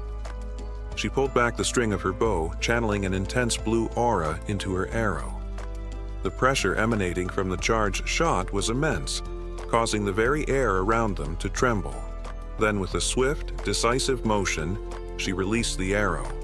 A powerful gust of wind exploded outward as the arrow soared through the air, its force cutting through the night like a spear of vengeance. The instant it found its mark, a system notification flashed before June's eyes. You have successfully hunted a level 28 red tiger. You have gained a significant amount of experience points. 62,311,776. One has been deposited into your shut-in wallet. As the tiger's body collapsed lifelessly onto the ground, another notification appeared, this one highlighting the growing dynamics among the group. Team trust and loyalty levels have increased. Another notification followed shortly after. Han's loyalty level has exceeded 30. He now meets the requirements to be registered as a vassal. A satisfied smile played on June's lips. Everything had gone exactly as planned. He nodded to himself before selecting the prompt to accept Han's registration as his vassal. A few moments later, the scene shifted to another part of the building, where someone was being healed. It was the healer, the woman who had previously collapsed in exhaustion within one of the rooms, now fully conscious. She focused her energy, her hands glowing faintly as she tended to the wounded. The injuries of the others faded rapidly under her care, not even leaving scars behind. The first person she prioritized was the werebear woman, whose body had suffered severe damage during the brutal encounter with the red tiger. June, watching from afar, reflected on the sheer luck they all had, him included, in having found a healer in a situation like this. Han approached, still catching his breath. Without wasting any time, June turned to him and asked what had happened below, particularly why the red tigers had suddenly appeared. Han, his voice still carrying traces of exhaustion and gratitude, explained that the location where Moon's grandmother's house had once stood was likely territory belonging to the red tigers. They had managed to take one down, but another had soon appeared, proving that the area was far more dangerous than they had initially assumed. Hearing this, June processed the information carefully. It made sense. There was no reason to believe that only goblins would inhabit this region. And now that he thought about it, there hadn't been any goblins in this area. That meant the goblins had probably already invaded the buildings nearby. If that was the case, Moon's grandmother wouldn't have been safe if she had remained inside. Despite everything, the only reason she had survived was that she had unknowingly been within the red tiger's territory. June exhaled slowly, shaking his head. The sheer luck involved in this entire ordeal was truly something extraordinary. Just then, another system notification appeared before him. Healer's performance is being evaluated. 73,321 has been deducted for the mission. The healer let out a relieved sigh upon realizing that her task had been successfully completed. Seeing her reaction, June stepped forward and acknowledged her efforts, telling her that she had done a great job. However, she quickly waved off his praise and instead asked if she could finally return home. Before anyone could respond, a voice interrupted, "Wait a moment." It was Fatty, who had finally reappeared after spending some time resting and recovering from the ordeal. Scratching the back of his head, he looked around awkwardly before addressing the group. "I know this might not be the best time to bring this up, but are you guys seriously planning on gathering in my apartment all the time?" June turned his attention to Fatty and, for the first time, truly took in the number of people currently occupying the space. The realization dawned on him, and at that moment, everyone around them wore equally amused and sheepish expressions. With a small chuckle, June reassured him that there was no need to worry. He had already made all the necessary arrangements. Unit 291 stood empty and ready for occupancy. Everything needed for daily life, electricity, water, and all other essentials, would be available, and the group was free to settle in. The news was met with immediate excitement as the entire group erupted in joy. June, not wasting a moment, turned to Dabin and informed her that 2 more units, 2101 and 2102, were also available. He assured her that he would ensure the supply of electricity to these units as well, and requested that she notify the other survivors about the availability of the bathrooms and showers in those apartments. Dabin, still processing the information, exchanged a quick glance with her brother before nodding in agreement. They promised to take care of the message. June, noticing their reaction, continued by offering them something unexpected. He told them that out of the 2 available units, they could choose one for themselves. The offer took Dabin and her brother by surprise, their expressions showing pure shock. For a moment, they could barely believe what they were hearing. However, June, ever calm, maintained his composure and told them to let the others know that they could claim the other unit. Once that matter was settled, June shifted his focus to something else. He told Dabin that he had a favor to ask of her. Dabin, still taken aback by the offer, encouraged him to go ahead without hesitation. June explained that he needed her to act as the intermediary between himself and the rest of the survivors. As soon as the words left his mouth, Dabin paused, a confused expression crossing her face. She repeated his request, incredulous, "Did you mean messenger?" With unwavering seriousness, June confirmed it. He then laid out the details of his plan. He asked Dabin to inform the others that whichever team was able to hunt down 100 goblins the fastest would be rewarded with one of the empty units. But there was more. June emphasized that this was not just about gaining a place to stay. The winning team would also receive crucial supplies, unlimited electricity, running water, gas, and food, ensuring their comfort and survival. And on top of that, he proposed that if the winning team agreed to take in 10 additional survivors, those individuals would also benefit from these same resources. The room grew silent for a moment, the gravity of his proposal sinking in. June could feel the weight of his words pressing down on everyone. It wasn't just a competition, it was a challenge that would change the dynamics of their survival. Then, almost as if anticipating the hesitation that would follow, June added one final note. He told Dabin to make sure to inform everyone that the distribution of these resources might take a little longer depending on the floor of their new residence. As he observed the group's reactions, June realized that from now on, every decision would be like a move in a high-stakes game of strategy. Only those who truly proved their worth would have access to the resources they desperately needed. At that exact moment, a system notification popped up before him. A new quest had appeared, an official mission to hunt down goblins. The quest had a strict time limit of 168 hours, offering only a modest reward in experience points but with a severe penalty for failure: losing access to any shared facilities. A final message appeared before his eyes, the decision clear. Will you accept this quest? Yes or no? Wait, before we continue, did you know you can watch up to 16 episodes ahead right now? Join our Patreon to unlock exclusive early access and support the series. Don't miss out. The link's in the description. All right, back to the action. After June's efforts, the residents he had helped began taking matters into their own hands, hunting the goblins outside the city walls. Among them was a young man in a red jacket, running for his life as a massive horde of goblins chased after him with relentless fury. His breath came in ragged gasps, and his legs screamed in exhaustion. But there was no stopping now. The goblins were closing in, shrieking in anger, their eyes glowing with an insatiable hunger. The young man's stamina was quickly running out. Regret gnawed at him. He cursed himself for getting into this mess, but pushed the thoughts aside, repeating in his mind that he just needed to hang on a little longer. Ahead, he saw it. The door into the parking lot, his last chance for survival.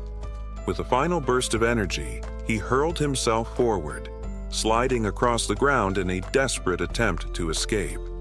His body narrowly squeezed through the doorway just as the goblin's claws swiped at him. Gasping for air, he screamed with panic, urging the others to attack now. His voice rang with fear as he warned them that the goblin's ambush was bigger than they had anticipated. A trap. 3 men armed with spears stepped forward, their faces set with grim determination. They nodded, recognizing the effort the man in red had made in luring even more goblins than expected. Without hesitation, the spearmen attacked, their weapons flashing through the air in swift, practiced strikes. Goblins fell one by one as the spears thrust through their bodies, sending the creatures stumbling back or crashing to the ground in a heap. But the goblins were not done yet. Some continued to fight fiercely, pushing forward with reckless fury, their claws slashing and teeth gnashing. The battle was a brutal dance of life and death, but the spearmen had the upper hand. Realizing the tide was turning, one of the goblins, seemingly of higher rank, let out a sharp, commanding screech, calling for a retreat. The goblins that heard the signal turned and fled in a panic, scattering in every direction. At the sight of their retreat, one of the spearmen grinned widely, his eyes twinkling with mischief. "Want to see something cool?" he asked, looking over at his teammates. Though confused, the others nodded, eager to see what he had in mind. The red-haired man stood tall, breathing deeply as he focused intently on the retreating goblins. Gripping his spear, he aimed at the fleeing creatures. Then, with an impossible burst of strength, he hurled it forward. The spear flew through the air with such speed and power that it seemed almost unreal. It sliced through the air, heading straight for a goblin that thought it had escaped. The goblin, unaware of the danger, was struck squarely in the back. It convulsed once, then crumpled to the ground, lifeless. The red-haired man looked back at the twins, his face breaking into a triumphant grin. "That was pretty cool, right?" he said. The twins, eyes wide with amazement, nodded eagerly. "That was badass," they agreed, clearly impressed. Stretching his arms, the red-haired man casually asked how many goblins each of them had taken down. The twin on the left proudly declared, "I got 22. The twin on the right, with a smug smirk, said, "I got 23. The red-haired man chuckled, clearly pleased with the results. "Well, between the 3 of us, we've killed over 100 goblins. Mission complete," he said, his grin widening. The twins exchanged glances, surprised at how quickly they had reached their goal. They had expected it to take much longer to eliminate so many goblins. But just then, Min, the young man in the red jacket, stormed up to them, clearly angry and frustrated. "Hey!" Min snapped, glaring at the red-haired man. "You said there were only about 10 goblins. I barely made it out alive." His voice was filled with irritation. The red-haired man's expression hardened. Veins bulged on his forehead as he snapped back, "What's your problem now? We succeeded, didn't we?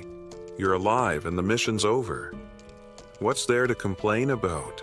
Min fumed, still seething. "You seriously can't think that many goblins were just 10.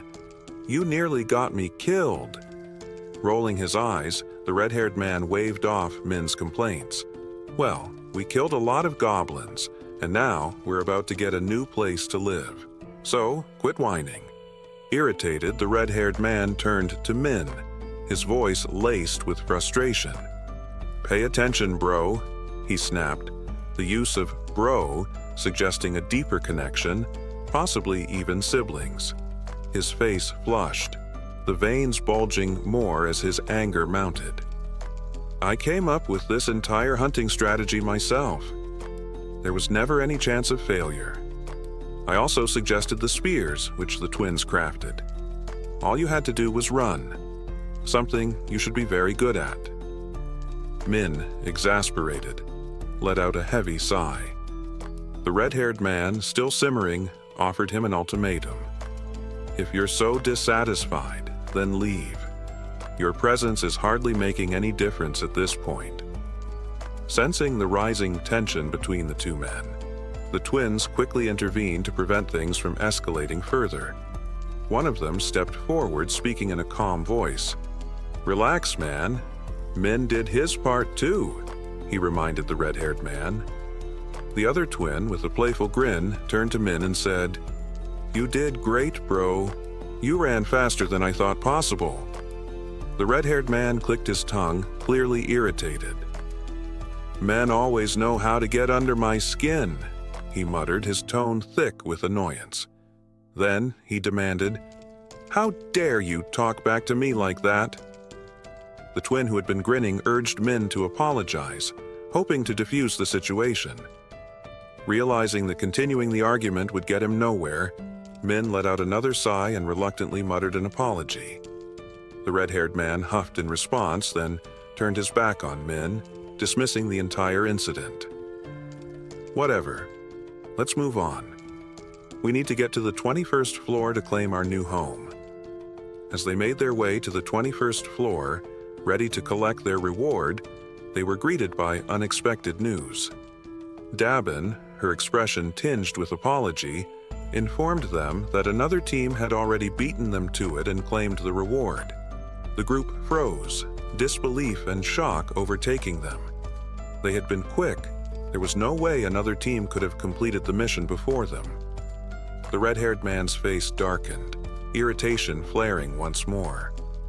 "Are you telling me someone beat us to slaying 100 goblins?" he demanded, his voice low and dangerous. Dabin nodded, confirming it. The red-haired man could hardly believe it. His brow furrowed and he snapped, "Stop joking around, Dabin. Hand over the house already." But Dabin's serious expression made it clear that she was not kidding. "It's no joke," she said firmly. "The team that finished first is already here." Just as she finished speaking, the group that had managed to finish the hunt even faster arrived. Seeing who they were only made the red-haired man even more frustrated. The group was led by Dabin's brother and an elderly couple, both of whom appeared unusually cheerful, as if nothing was out of the ordinary. Dabin turned to her brother, her voice curious. "How did things go with June?" Her brother explained, "We made a deal. In exchange for giving up the new house, we've secured food, electricity, and other necessities for both our own home and the elderly couples. Additionally, their daughters won't have to take part in missions anymore." Dabin frowned, immediately pointing out the flaw in the arrangement. "But their daughters are minors.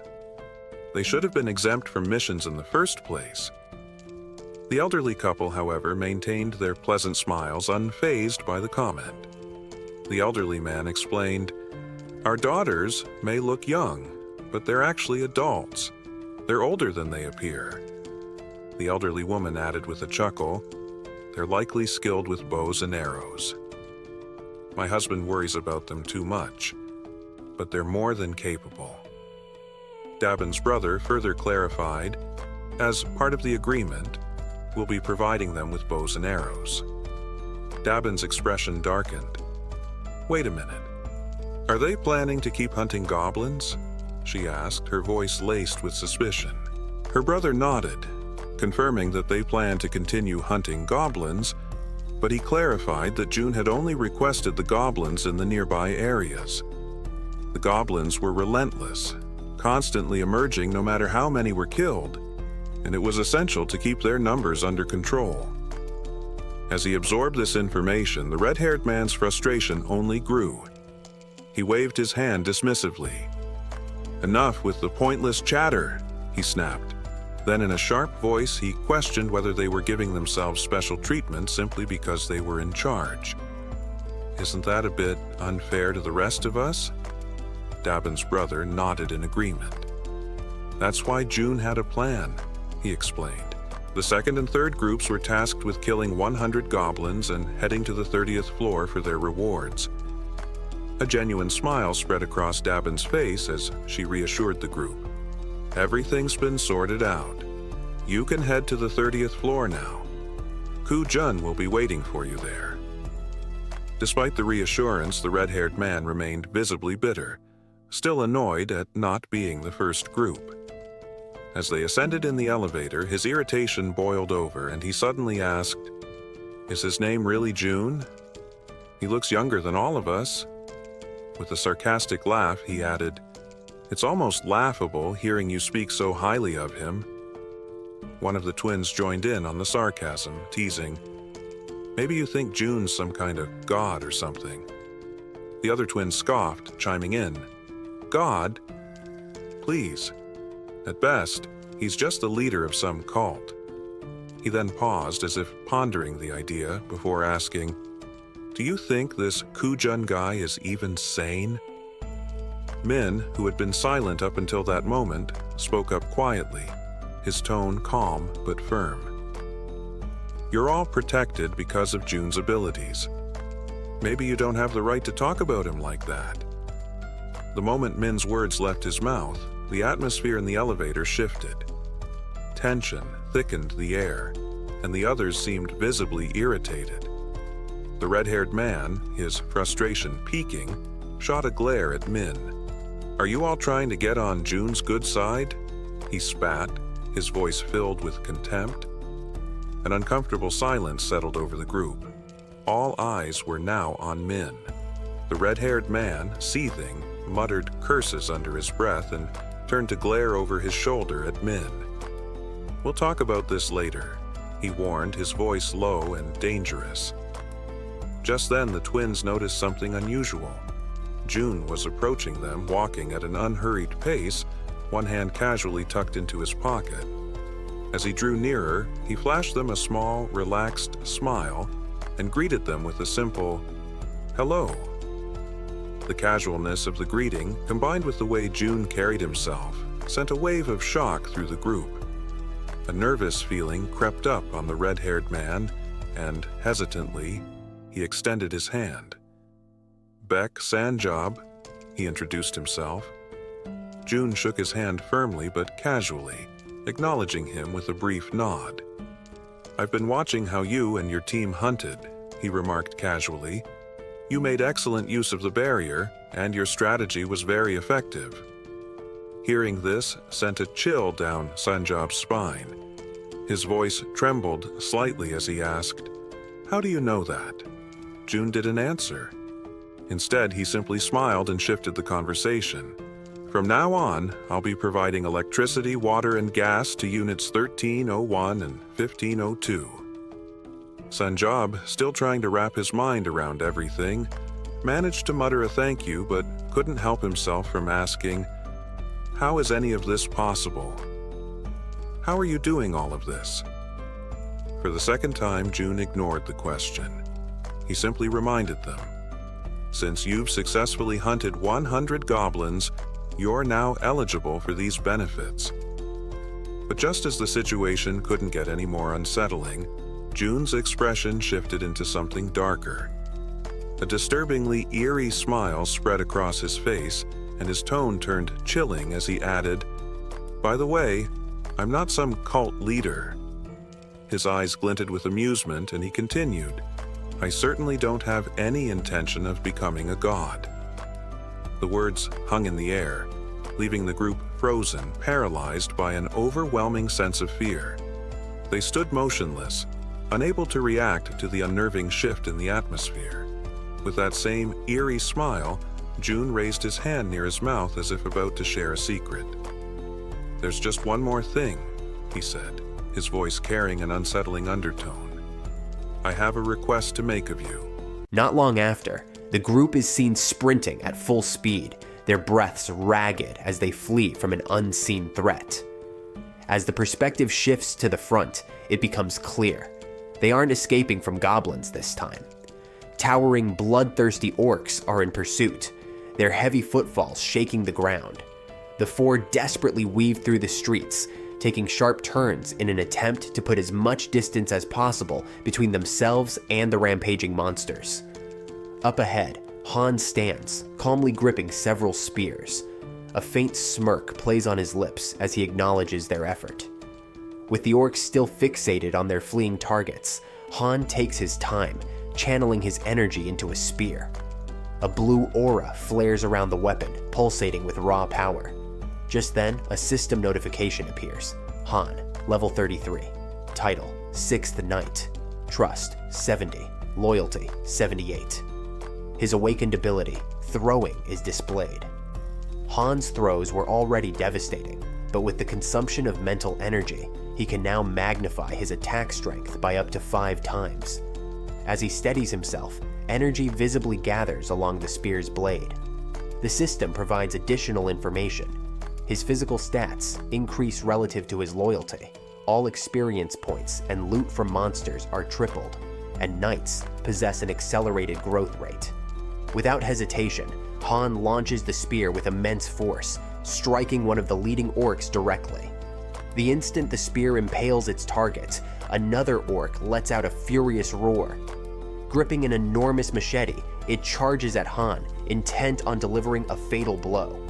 Yet Han remains unfazed. From the backline, an arrow infused with energy is already cutting through the air. It finds its mark, embedding itself deep into the orc's skull. With a heavy thud, the beast collapses. The archer had been covering Han all along. This was why he never wavered. As the second orc crumples to the ground, Han wastes no time. He draws another spear and hurls it at the third orc. When the weapon finds its target, Han finally exhales. "That's the last one," he mutters. A system notification pops up for June. "You have successfully hunted a level 19 orc. Wands have been awarded for completing the mission, eliminate 100 orcs." With the task now finished, 3 individuals who had been hiding nearby cautiously emerge. Han approaches them, assuring them of a safe place to go. As they move toward the rest of the group, the system abruptly issues an alert. Unauthorized individuals are attempting to enter. A prompt appears before June, asking if he would like to grant them citizenship. Deactivating his ultimate eyes, June studies the 3 newcomers on the system interface. Upon confirming their acceptance, the total number of citizens under his protection reaches 200. A system notification immediately follows. Citizenship granted. Total citizens, 200. As the milestone is reached, the system reveals that unlocking new population thresholds grants additional abilities. This time, a new feature activates, tax collection. This ability allows June to claim 10% of all money possessed by his citizens, but it comes with a 30-day cooldown. June quickly realizes that this function effectively redirects a portion of his citizens' wealth back to him. However, once activated, he has no way to undo it. He hesitates, biting his finger as he weighs his options. Waiting 30 days for a full payout is too long. He doesn't have that kind of time. His parents are still out there, and he needs to send Han's team after them as soon as possible. Scrolling through the system interface, he makes a decision to redistribute only 30% of the collected funds, treating it as an investment. As soon as he confirms the action, the system issues another update. Tax collection has reached level 10, 3 additional skill points awarded. A sudden, crushing pain grips June's chest, sharp and overwhelming. At the same moment, a deep purple domain expansion surges outward, stretching beyond the confines of the building. The system swiftly generates a notification, its message glowing across the screen, a congratulatory alert. With the activation of this expansion, an official declaration has now been broadcast throughout every part of the apartment complex. Additionally, a massive sum of 1 billion won has just been deposited into his wallet. Another notification follows immediately. The construction function has been unlocked. Still clutching his chest, Jun forces himself to focus on the system screen, scanning the details. His mind races. What exactly does this new function entail? As if responding to his thoughts, the system presents a structured list of available facilities that can now be built, each with its associated cost. The display also highlights the total fund balance and an estimated annual production revenue of 30 million wons. Among the construction options listed are a solar power generator, a store, a training facility. As he carefully reads through the details, Jun can't hide his shock. The annual revenue is only 30 million wons, yet a single solar generator costs a staggering 130 million wons. At that rate, it would take nearly 5 years just to break even on the investment. The realization sinks in, but before he can dwell on it further, the system prompts him with a direct question. Would you like to proceed with installing the solar generator? After a moment of consideration, Jun shakes his head. Not yet. His priorities lie elsewhere. Right now, every resource needs to be allocated towards something more immediate, like increasing the levels of his vassals. Just then, something unusual catches his attention. The system displays the total construction fund balance, exactly 1 billion wons, the exact amount he received upon leveling up. A flicker of suspicion crosses his mind, prompting him to investigate further. Moments later, the system clarifies. This fund is exclusively designated for construction. Realization dawns. At first, the implications don't fully register, but when they do, a slow smile spreads across his face. This money is entirely separate from his personal funds, which means there's absolutely no reason to hold back. Without hesitation, Jun confirms the installation of the solar power system. The system immediately processes the request and provides an update. Installation in progress. Estimated completion time, 24 hours. The new fund balance is now displayed, 867.7 million wons remaining. Surprised by the relatively low cost, Jun decides to test a theory. He asks the system if additional solar generators can be installed. The response comes quickly. Only one solar generator may be installed per apartment building. With that settled, his focus shifts to the store option. As he selects it, he's met with an unexpected yet welcome revelation. The feature is far more powerful than he initially assumed. Unlike what he expected, this store isn't a physical location. Instead, it directly integrates with the system, enabling him to sell registered items to his citizens. The real game changer, however, is that the system itself handles all production and transactions in real time, as long as funds are available. Up until now, supply distribution had been a frustratingly time-consuming process, with Dabin handling most of the logistics. But with this automated system, citizens will finally be able to purchase items on their own. Even better, Jun has full control over pricing. He quickly realizes that by adjusting the rates strategically, he can further accelerate revenue generation. Wasting no time, he selects Install Store. The system prompts him to choose a location for installation. After careful consideration, he decides on the 101st floor. A notification appears. Store installation confirmed. Estimated completion time, 48 hours. With 2 construction projects now underway, Jun turns to the third option, the training facility. The system provides a breakdown. This facility will enhance strength and endurance training with a 200% efficiency boost. Additionally, for those below level 15, an extra 300% bonus will be applied. Reading this, excitement sparks in Jun's eyes. He already knew training could lead to leveling up, but these bonuses would drastically accelerate progress. Not only would his citizens grow stronger faster, but this also meant completing missions and earning rewards would become significantly easier. Aside from these upgrades, June has also gained 3 skill points. However, what truly catches his attention is a newly unlocked feature, the itemization system. This function allows products to be purchased in various sizes and quantities. Intrigued, he taps the interface to explore the details. Previously, only bundled deals were available, but now individual purchases had become possible. Scanning through the updated list, he notices a range of liquid-based items, and while the selection isn't yet complete, the variety has expanded significantly. Different types of food and new product variations are now accessible. A sly grin spreads across his face as an idea begins to form. This new system could prove extremely useful. Meanwhile, on the battlefield, Togi, clad in his knight armor, is locked in combat against an orc wielding a massive knife. The creature strikes, but Togi's armor absorbs the impact effortlessly, leaving him unscathed. Seizing the opportunity, he counters with a precise and powerful strike, eliminating the orc in an instant.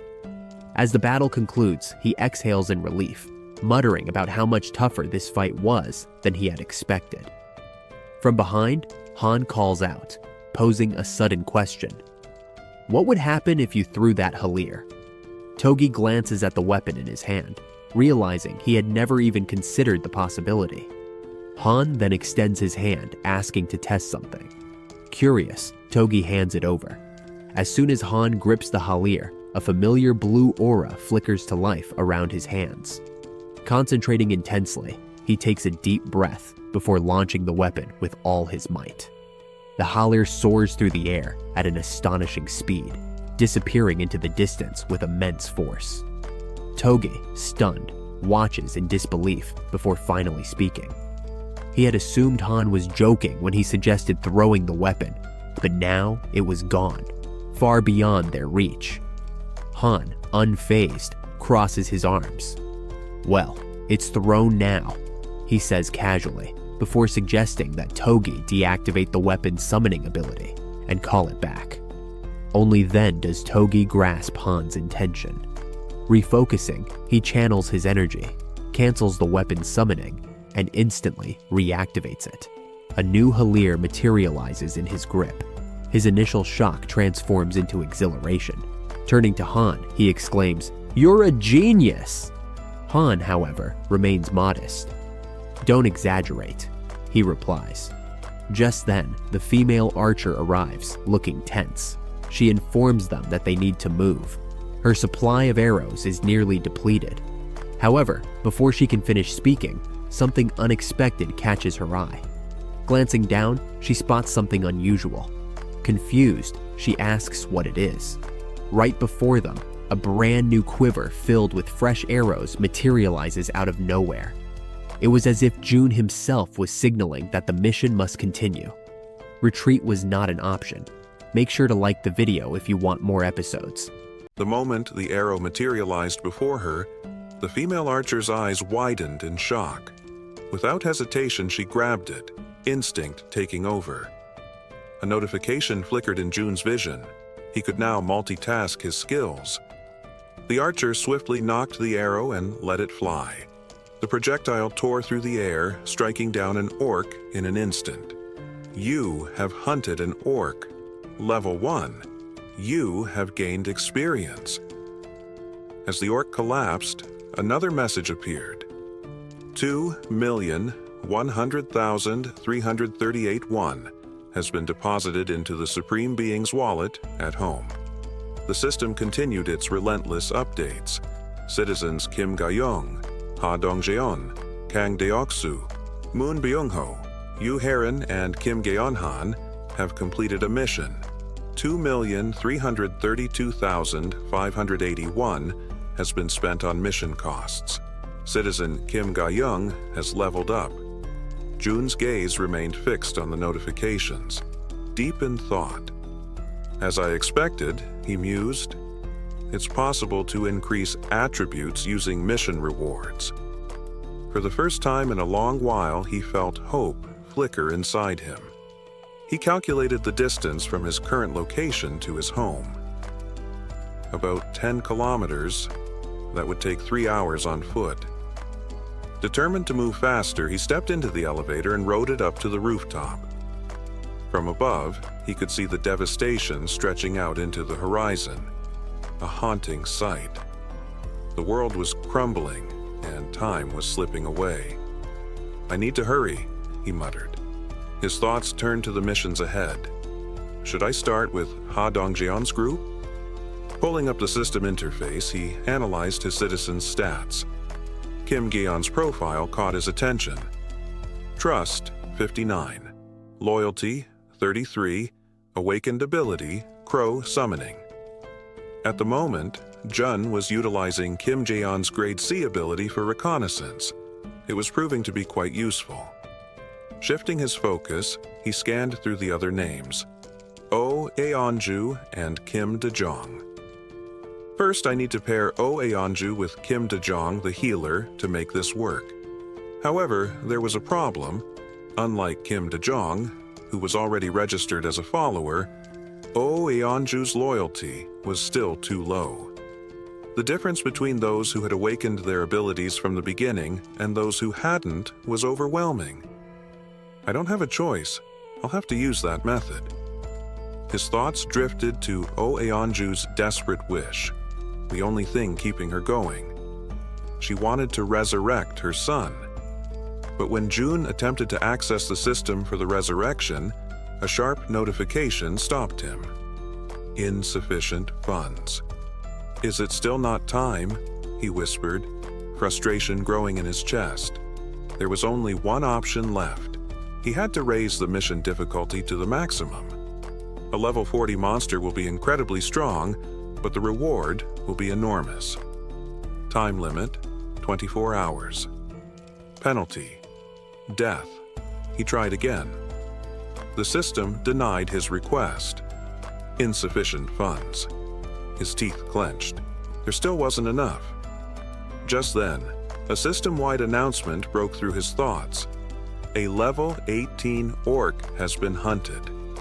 2.7 million won has been deposited into your wallet. Jun's pulse quickened. With renewed energy, he opened the mission panel again. This time, he could do it. This time, he could fulfill Oh Aeonju's wish. Assign mission objective. Hunt one level 40 or higher monster. Time limit, 24 hours. Reward, resurrection of the sun for 1 day. Penalty for failure. Death. Do you wish to assign this mission as is? Yes. No. Without hesitation, Jun selected yes. Just then, a desperate shout rang out from outside his room. "Open the gate!" He turned swiftly, unlocking the door. As soon as it slid open, Oh Aeonju burst inside. Her face was pale, her breathing ragged. Tears welled in her eyes as she clutched his arm. "Is it true?" she asked, her voice trembling. Jun met her gaze. "Even with the time limit, it's possible," he assured her. Tears streamed down her face. "Even if it's just for 1 day." Her voice cracked, raw with emotion. "If I can see him again." She broke down, sobbing. And in that moment, Jun knew. This mission was no longer just about survival. It was about restoring hope. A notification popped up in front of Jun's eyes. Oh Aeonju's loyalty has exceeded 30 points. This meant she had finally met the conditions for follower registration. Jun smirked. Things were progressing smoothly. He looked up at the sky, feeling an unfamiliar sense of satisfaction. Everything was moving according to plan. Opening his fountain, he examined the swirling liquid inside, reflecting his own determined gaze. Electricity, water, gas. He had secured control over all three, solidifying his hold over the apartment complex. With these fundamental resources under his command, it truly felt like he was some kind of modern-day mage, bending the world to his will. Then, another notification arrived. Daily store sales have been settled. 320,981 won has been deposited into the Supreme Being's wallet at home. Jun's eyes flickered with interest. He did a quick mental calculation. If 320,000 won was only 20% of the earnings, that meant today's total store sales had exceeded 1.5 million won. He chuckled. The store was turning into an essential part of the kingdom's economy. Activating Supreme Being's eye, Jun scanned the streets below. Near the entrance of the store, a group of survivors stood in a tense discussion. A young man in a beanie crossed his arms, frowning. How much more do we need to save? Another man flipped through a small notebook. The bow costs 150,000 won. Today, we managed to gather about 10,000 won. So maybe another 2 weeks? The guy in the beanie scoffed. Idiot! Have you even considered the cost of water and instant noodles for those 2 weeks? The other man scowled. If you're so smart, why don't you calculate it yourself, Hyung? Jun smirked. Just from distributing profits, the entire atmosphere has changed. Ever since the mysterious store appeared on the first floor of the apartment complex, money had become a powerful motivator. The small amounts they earned from hunting goblins fueled their desire to keep going. At first, people had hesitated to leave the safety of the complex. But once they realized that goblin hunting provided actual income, things shifted. Now hunting was no longer about survival. It was a profession. Another notification popped up. Current population, 789 citizens. Jun's kingdom was growing. What had started as a makeshift survival camp was quickly evolving into a structured society, and at this rate it would only continue to expand. Then, another system message. You have hunted an orc, level 18. 1.2 million won has been deposited into your wallet. Jun exhaled. The influx of money was stabilizing his domain, but more importantly, his people were getting stronger. His gaze returned to Eonju, better known now as Mama Bear. She fought like a monster herself, tearing through enemies as if they were nothing. Each step she took left destruction in its wake.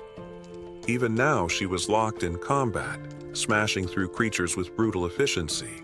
Her blows crushed bones, shattered armor, and sent monsters flying. Finally, she finished off the last of them. She stood there for a moment, catching her breath. A woman rushed toward her. Mama Bear, are you okay? I'm fine, Eonju said, wiping sweat from her brow. Even if I got hurt, it wouldn't be a big deal. Don't push yourself too hard, the woman warned. Mama Bear hesitated, then gave a small laugh. Sorry if I'm hogging all the kills. Watching through God's eye, Jun nodded in approval. Pairing Eonju and Kim De-jong had been the right move. Their synergy was undeniable. A quick glance at Eonju's updated stats confirmed his thoughts. Trust, 66. Loyalty, 66. Then, boom. The ground rumbled beneath them. A massive sound echoed through the air. Jun's gaze snapped toward the source. The air seemed to vibrate as a huge creature emerged from the darkness beyond the complex. It was twice the size of a normal orc, its muscles rippling like steel cords. Thick, scarred skin covered its body, and its eyes burned with a deep, animalistic rage. A colossal orc. Mama Bear immediately stepped forward, taking a frontal position. Her entire demeanor changed. The survivors froze in place, staring at the monstrous being. Fear crept into their eyes. Jun's heart pounded. This is different. This was no ordinary fight. And this time they weren't just hunting a monster, they were being hunted. Gripping a colossal club in its massive hands, the towering orc utters a string of guttural words in a language none of them recognize. The sheer presence of the creature radiates danger, but the werebear woman does not waver for even a heartbeat. Without hesitation, she begins her transformation. In the blink of an eye, she fully assumes her beastly form, her powerful frame brimming with raw strength. Golden energy crackles around her as she plants her feet firmly on the ground, positioning herself between the orc and her allies. Ignoring the shouts of warning from the archer and healer behind her, she lunges forward with a deafening roar meant to shake her opponent's resolve.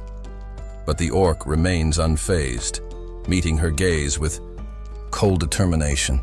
With his club gripped tightly, he shifts into a combative stance, ready to engage her head-on. The moment stretches for barely a second before the werebear woman launches her first attack. The orc reacts instantly, intercepting the blow with his vase weapon. Undeterred, she strikes again, relentless in her assault. Yet, he remains on the defensive, absorbing each hit with practiced skill. Seeing an opportunity, she shifts her approach, attacking from a different angle in an attempt to land a decisive blow. Meanwhile, the archer, eyes locked onto her target, draws back her bowstring. A radiant blue aura pulses around the arrow as she channels her energy into the shot. She watches intently, searching for the perfect moment to strike. A flicker of distraction crosses the orc's face as he parries another of the werebear's attacks. That's her opening. She releases the arrow with pinpoint precision. Noticing the incoming projectile, the werebear woman instinctively retreats a few steps to avoid the strike. The orc, showcasing incredible reflexes, swings his club to deflect the arrow, narrowly, avoiding a direct hit. But in doing so, he leaves himself momentarily vulnerable. Wasting no time, the werebear surges forward, fueled by pure ferocity. With the full force of her massive body behind her charge, she slams into the orc, sending him crashing to the ground. Before he can recover, she bares her razor-sharp fangs. His eyes widen in horror. He knows this is the end. In a single, devastating motion, she delivers the fatal bite, ending his life instantly. A system notification appears before June, informing him that he has successfully hunted a level 28 orc captain. As a result, a significant sum of wands has been deposited into his account. Additionally, the completion of this hunt has triggered a new system function, the ability to construct a forward outpost. The system describes the outpost as resembling a defensive tower, acting as a secondary safe zone beyond the main house. When active, it temporarily provides the same protective influence as the primary base. However, it comes with conditions. A resident of knight rank or higher must live there for it to function, and if an unauthorized person remains inside for more than a day, the structure will self-destruct. Jun's eyes widen in surprise. He hadn't expected to unlock something entirely new. He smirks as he reads further details. The staggering cost of 1.3 billion wands is daunting, but his account balance is more than sufficient. With the orc threat eliminated, investing in this outpost seems like a wise decision. The system also specifies that construction will take 7 full days and requires 3 knight-ranked individuals to maintain it. Considering his options, Jun realizes that he has no choice but to wait for those 7 days while his people return to occupy the outpost. The thought frustrates him. Losing a week is not ideal. Most of the nearby monsters have already been cleared thanks to his team's efforts. Resolving not to let time go to waste, he presses the confirmation button on the system interface. Initiating the construction process. If nothing else, this will provide additional security. As he thinks about fortifying his domain, memories of his childhood surface, moments of joy and warmth spent with his family. Strengthening his home means protecting those he cares about. Gazing out at the ruined city beyond, a wave of unease washes over him. Bringing his grandparents here will not be an easy task. Closing his eyes for a moment, he silently prays for their safety. When he opens them again, his determination hardens. Since he can't afford to waste time, he decides that tomorrow, Hans's team will set out on a rescue mission. The next day arrives, and they find themselves back at the train station. A bespectacled man observes the unfolding battle in utter disbelief. On the front lines, the werebear woman carves through enemies like a force of nature, unstoppable in her rampage. From the sidelines, he watches in shock as she decimates monster after monster with nothing but brute strength. How could one person possibly be this powerful? Then it dawns on him. She isn't just a person. She's a werebear, even. Before Jun's blessing, she had already been formidable. But now she is something else entirely. With each orc she crushes, the bespectacled man can't shake a nagging thought. How in the world did Jun manage to win her over? Not long ago, she had been obsessed with hunting goblins. Had she gained new abilities? His train of thought is interrupted by a sudden system notification. A mission has been issued. A strict 1-hour time limit has been set. They must complete the objective and return home within that window. However, failure comes with no penalty. Back at the station, the bespectacled man moves to the front, scanning the area carefully. Not far from him, his teammates await instructions. Han calls out, suggesting they begin their return trip. After a brief moment of thought, the bespectacled man nods in agreement. Just then, his raven, a manifestation of his newly acquired abilities, returns from its scouting flight. The bird lands gracefully on his arm, and he runs a hand through its sleek feathers, a sense of pride swelling in his chest. Naming the creature Black, he praises it for its efforts. Han approaches, placing a hand on his shoulder. "Can you take point? Your new ability makes you the best scout." The bespectacled man nods before instructing Black to be cautious on its next mission. The raven lifts off, its dark eyes gleaming with eerie intelligence as it takes flight. Once more. Soaring high, it glides over the towering ruins, scanning the perimeter. Through their link, the bespectacled man sees everything the bird does, distance proving no obstacle to their connection. Once he processes the information, he turns to Han. "Area's clear," he confirms. Han acknowledges the report with a nod and signals the rest of the group. Moving swiftly, they adopt a formation, the strongest members on the edges, the healer secured in the center. As they march forward, an inexplicable unease settles over the bespectacled man. A subtle sound from behind makes his instincts flare. Whipping around, he searches for the source. A faint rustling, his eyes narrow. Then, he spots it, a small rat scurrying along the path. Not wanting to obstruct the others, he steps onto a platform, distancing himself from the tracks. His team continues ahead, yet the nagging feeling persists. He turns once more, double-checking their surroundings. Then he sees them, gleaming eyes lurking in the shadows. A rat. It moves unnaturally, its tiny body leaping forward, mirroring their movements with eerie precision. It doesn't scurry aimlessly. It follows them, relentless, focused. Its glowing eyes remain locked onto their trail, watching, tracking, and it doesn't stop. A short time later, back at the apartment, Jun lowers his head slightly, his voice carrying a note of humility as he asks for everyone's help. He takes a deep breath and begins explaining his situation, detailing the uncertainty surrounding his family. The group listens in silence, exchanging glances but offering no immediate response. Undeterred, Jun continues. Hondon, after processing the reality of their world, hesitantly asks if Jun's relatives are somewhere within the apartment complex. Jun shakes his head, uncertain. Before he can elaborate, Moon steps forward, his voice cutting through the quiet with unwavering conviction. Without hesitation, he declares that they will help rescue Jun's family. His outburst catches everyone off guard, drawing all eyes to him. Yet instead of arguing, Han simply offers a faint but genuine smile and nods. "We owe it to Jun," Han states, his tone firm. "None of us would have made it this far without him." He then turns directly to Jun. "We'll help, but we need a clear plan." A wave of relief washes over Jun. His lips curve into a small smile as he thanks them, his gratitude genuine. With everyone's attention locked on him, he explains their next course of action. Now that the subway station is clear of orcs, they should follow the tracks leading to the next station, the one closest to his home.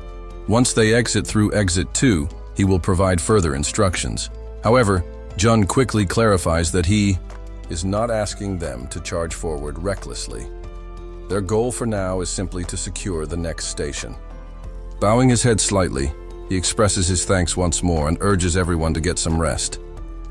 At that moment, the werebear woman steps forward, her voice carrying a hint of curiosity.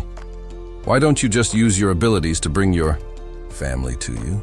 Jun's expression darkens for a brief second before he exhales. "I've tried." His frustration is evident. "I once received a teleportation ability as a mission reward. When Moon awakened his own teleportation power, I thought maybe, just maybe, we could use it, but the system rejected the idea outright." He runs a hand through his hair.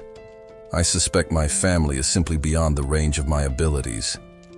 If that's the case, even if they die, I won't be able to do anything about it." A heavy silence settles over the room. Despite all the power he has gained, there are still things beyond his control. Meeting the werebear woman's gaze, Jun softens his expression. "But don't worry, I still stand by the promise I made to you." The system chimes, notifying him that her trust in him has increased. She smiles warmly, appreciating his honesty. Jun, in turn, thanks everyone again before urging them to rest. One by one, they disperse for the night. As Han steps away, he pauses, glancing over his shoulder. "You should rest too, Jun." Just then, something flickers in Jun's peripheral vision. His instincts sharpen. The system suddenly alerts him that someone is attempting to enter, and they meet the necessary requirements. "Do you wish to grant them citizenship?" the system asks. Without hesitation, Jun activates his ultimate eyes ability and approves the request. The name of the individual appears on his interface, Yene, a level 31 awakened being with the ability Queen of Rats. His eyes widen in shock. A wave of disbelief crashes over him. The new citizen is a rat. 1 hour earlier, within the dimly lit subway station, a lone rat had been observing the group from the shadows. It watched as these strange beings effortlessly wiped out the orcs, something that should have been impossible. Were they truly just humans? Or was there something more? As the group ascended the stairs, the rat debated its next move. Curiosity gnawed at its thoughts. Perhaps it would be wise to follow them, to see where they were headed. Decision made, it scurried after them, staying just out of sight. Emerging from the station into the ruined streets, the rat's ears twitched. Laughter, voices, unmistakable sounds of life. The creature froze, its tiny mind struggling to comprehend what it was seeing. Children, playing.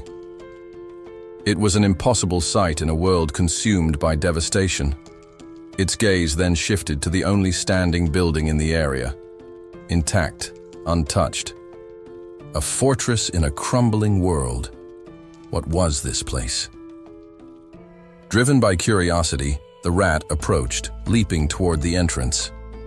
Thunk. Pain shot through its tiny head as it collided with an invisible barrier. A dull ache throbbed through its skull, and a lump immediately formed. The rat let out a pitiful squeak, rubbing its sore head in confusion.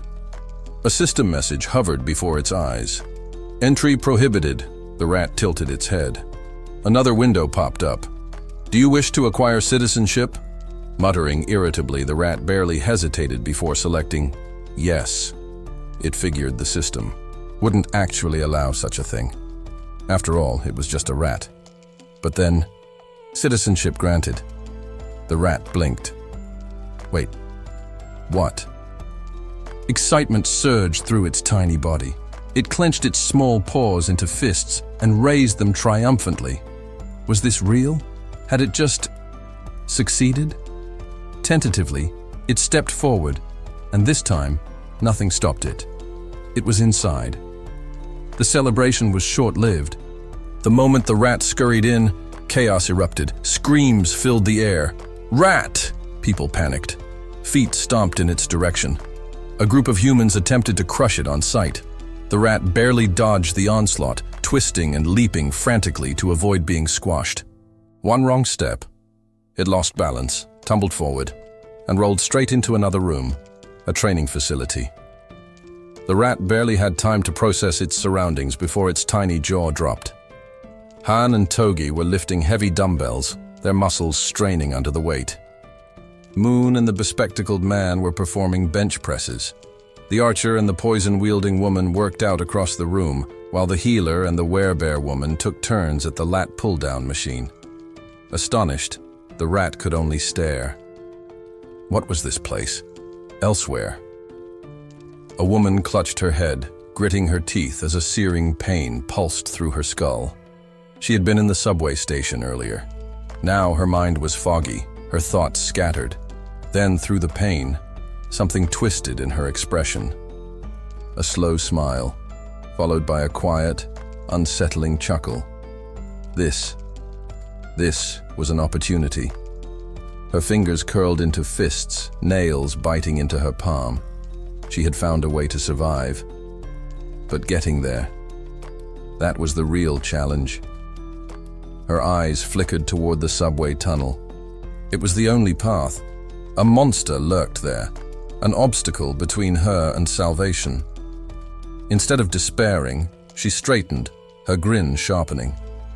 There was nowhere in this world she couldn't reach. With a simple thought, a swarm of rats emerged from the darkness, filling the space around her. A system notification flashed before him.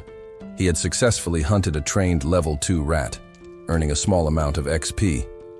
That confirmed it. The woman's ability, Queen of Rats, allowed her to command any rat she encountered, binding them to her will and sharing their senses. June's mind raced. If she could control a rat remotely, she must be observing him even now. Without hesitation, he activated Ultimate Eyes. Someone with an awakened TR ability had approached of their own accord, meaning he had to acknowledge them no matter the circumstances. He scanned the apartment, methodically checking each room, but found no trace of her. Expanding his search, he peered outside. Still nothing. Considering his options, he contemplated summoning her through a mission. Since she had already obtained citizenship, she fell under his authority. He crafted a simple mission. Visit the apartment within 48 hours. The reward, a can of cola and a chocolate bar. Just before confirming it, a thought struck him. He was forgetting something. A conversation resurfaced in his memory. The werebear woman had once asked if he could directly summon people using his abilities. He had dismissed it at the time, having failed every previous attempt. But perhaps those failures were due to the targets being beyond his sphere of influence. Now things were different. Citizenship meant complete inclusion within his domain, no matter the distance. Even the bodies of creatures hunted beyond the apartment still registered in the system. That was proof enough. Testing his theory, he modified the mission. The task remained the same: visit the apartment. However, he shortened the time limit to just 10 seconds. The penalty? Immediate teleportation to the location. He braced himself as he confirmed the changes, half expecting the system to reject them or impose additional restrictions. But to his surprise, it allowed the modification without issue. A surge of realization washed over him. If this worked, if he could forcibly summon just one person, then he could do the same for his family when the time came. Once the forward base was established, he would temporarily gain the same authority as his original domain. Then, Hans's team could be deployed, the base could be constructed, and his family granted citizenship. From there, the mission system could summon them safely. It was a real possibility. The only uncertainty was the cost. But cost was irrelevant. If it meant saving his family, he would pay any price. Determined, he activated the mission. The countdown began. 10 seconds.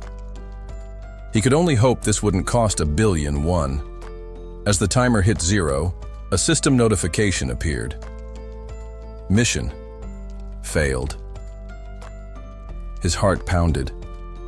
But then he checked the cost. Relief flooded him. Not even close to $1 billion. Just 30 million won. Then, at the entrance of the apartment, she appeared. Yene, the queen of rats, was kneeling on the floor, trembling. Her face was pale, her body shaking violently as her wide, terrified eyes darted around in confusion. Where am I? She stammered. June deactivated Ultimate Eyes, confirming the penalty had functioned as intended. Slowly, he approached. She flinched, shrinking back in panic. Her entire body quivered under his gaze. Then, at last, he spoke. Yene. Hearing her name from his lips sent another wave of fear through her. She stared at him, utterly lost. Desperately, she blurted out, "Who are you? How do you know my name?" His answer was simple.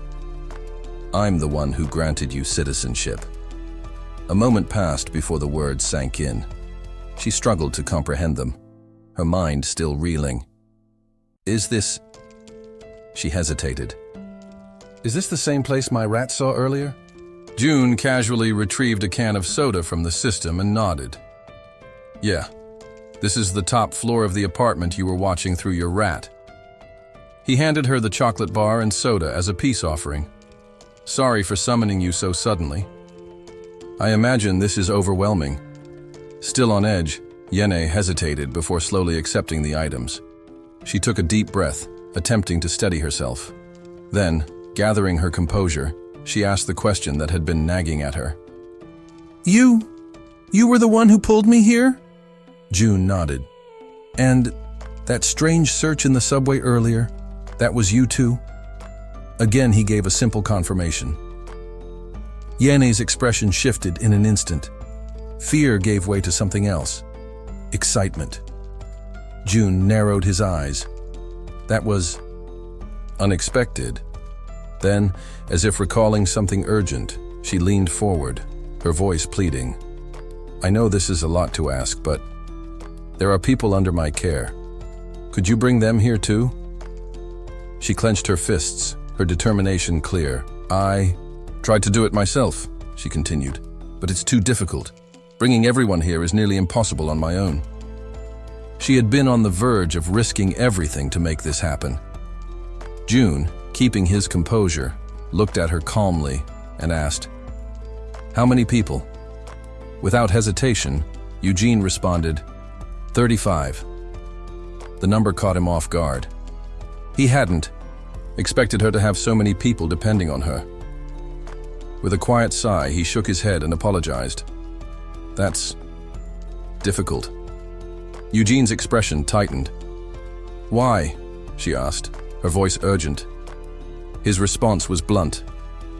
"Because I don't have the power to bring that many." Her breath hitched. Panic flooded her face as she grabbed onto his clothes, her fingers trembling. Desperation filled her voice. "My mother and my sister are among them. Please, I'll do anything to save them." June studied her carefully. Her fear, her resolve, it was all real. He nodded slowly. "Give me a moment to think."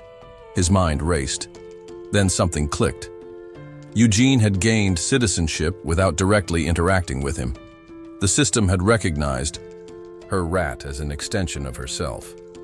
If that logic held, perhaps he could make this work. A system window materialized in front of him, displaying Eugene's stats. Trust level, 37. Level, 31. Her trust in him had already grown. After everything she had just said, it made sense that it would increase even further. Still kneeling in front of him, her eyes filled with desperation, she looked up as he spoke her name. "Would you really do anything?" "Yes." Eugene didn't even hesitate. "Anything," June inhaled deeply. "There is a way," he said, his voice steady. "But you have to trust me, completely. 100%, do you understand?" She clutched her hands together as if in prayer. "I trust you." Her voice was unwavering. "I swear, I'll do anything if it means saving them. A system notification flashed. Yi-Jin's trust level has reached 50. Loyalty has surpassed 30. A grin formed on Jun's lips. This was it. Without another thought, he pressed the system window. Yi-Jin has been registered as a vassal. Surge of blue energy erupted around her. Eugene gasped, momentarily stunned by the sensation. Another system window appeared. Title granted, 10th Seed Knight, Tamer. Awakened ability, Queen of Rats, Evolution. June read the details carefully. As a tamer, she could enhance the stats of her tamed creatures based on their loyalty. Their growth speed would increase with her trust level, and the evolution ability, Tier A+, meant her creatures could grow continuously, eventually evolving when they reached a certain threshold. He glanced at Eugene, who was still absorbing, the new power coursing through her. "Are there tamed rats near your family?" he asked. She nodded quickly. "Good. Send them to where your family is. Now." Without hesitation, she dropped into a cross-legged position, eyes shutting in concentration. Her mind extended outward, commanding. Her rats. June didn't waste a second. Activating. Ultimate eyes. His vision expanded, shifting. He was no longer looking through his own eyes. Instead, he saw through the eyes of one of her rats. The system registered it as an extension of Eugene herself. A window appeared. T-Mouse, Level 2. The rats scurried forward, stopping in front of a cluster of people. Their gazes fixed on it, recognition flashing across their faces. Whispers spread. "Is this one of Yi-Jin's rats?"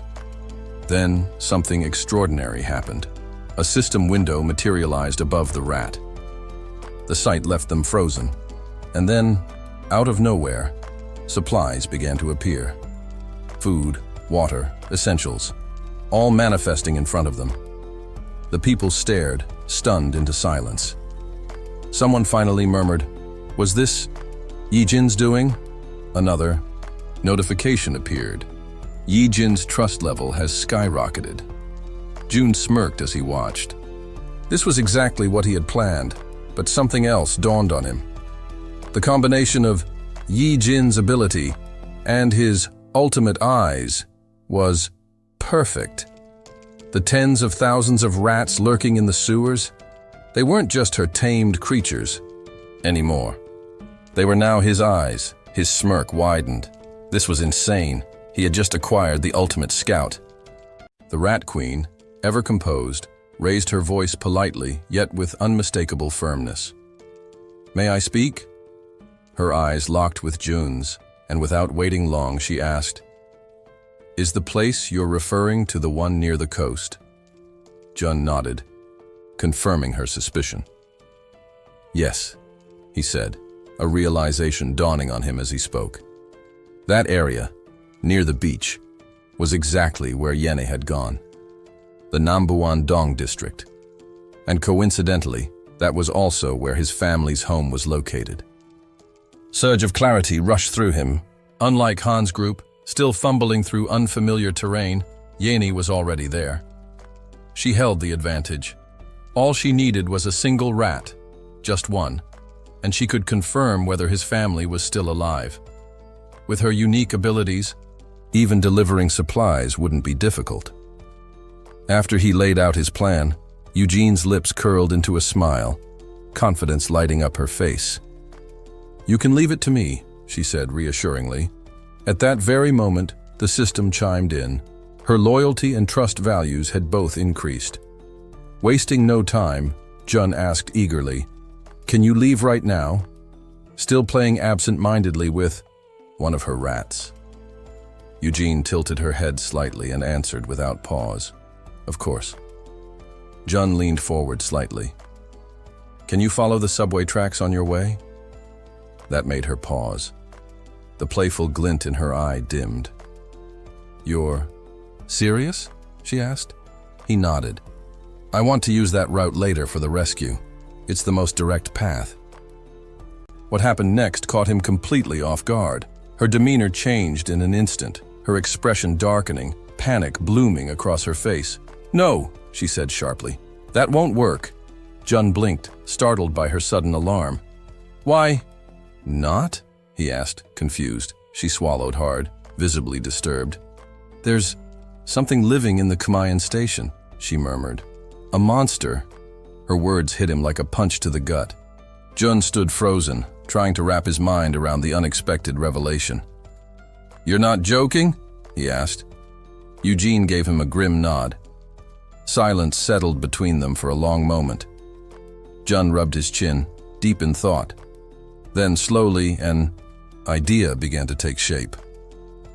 "Can you send one rat?" he asked carefully. "Just one, into the station?" Hesitation flickered in her eyes. The weight of her past, whatever horror she had encountered there, loomed large. Still, she drew a breath.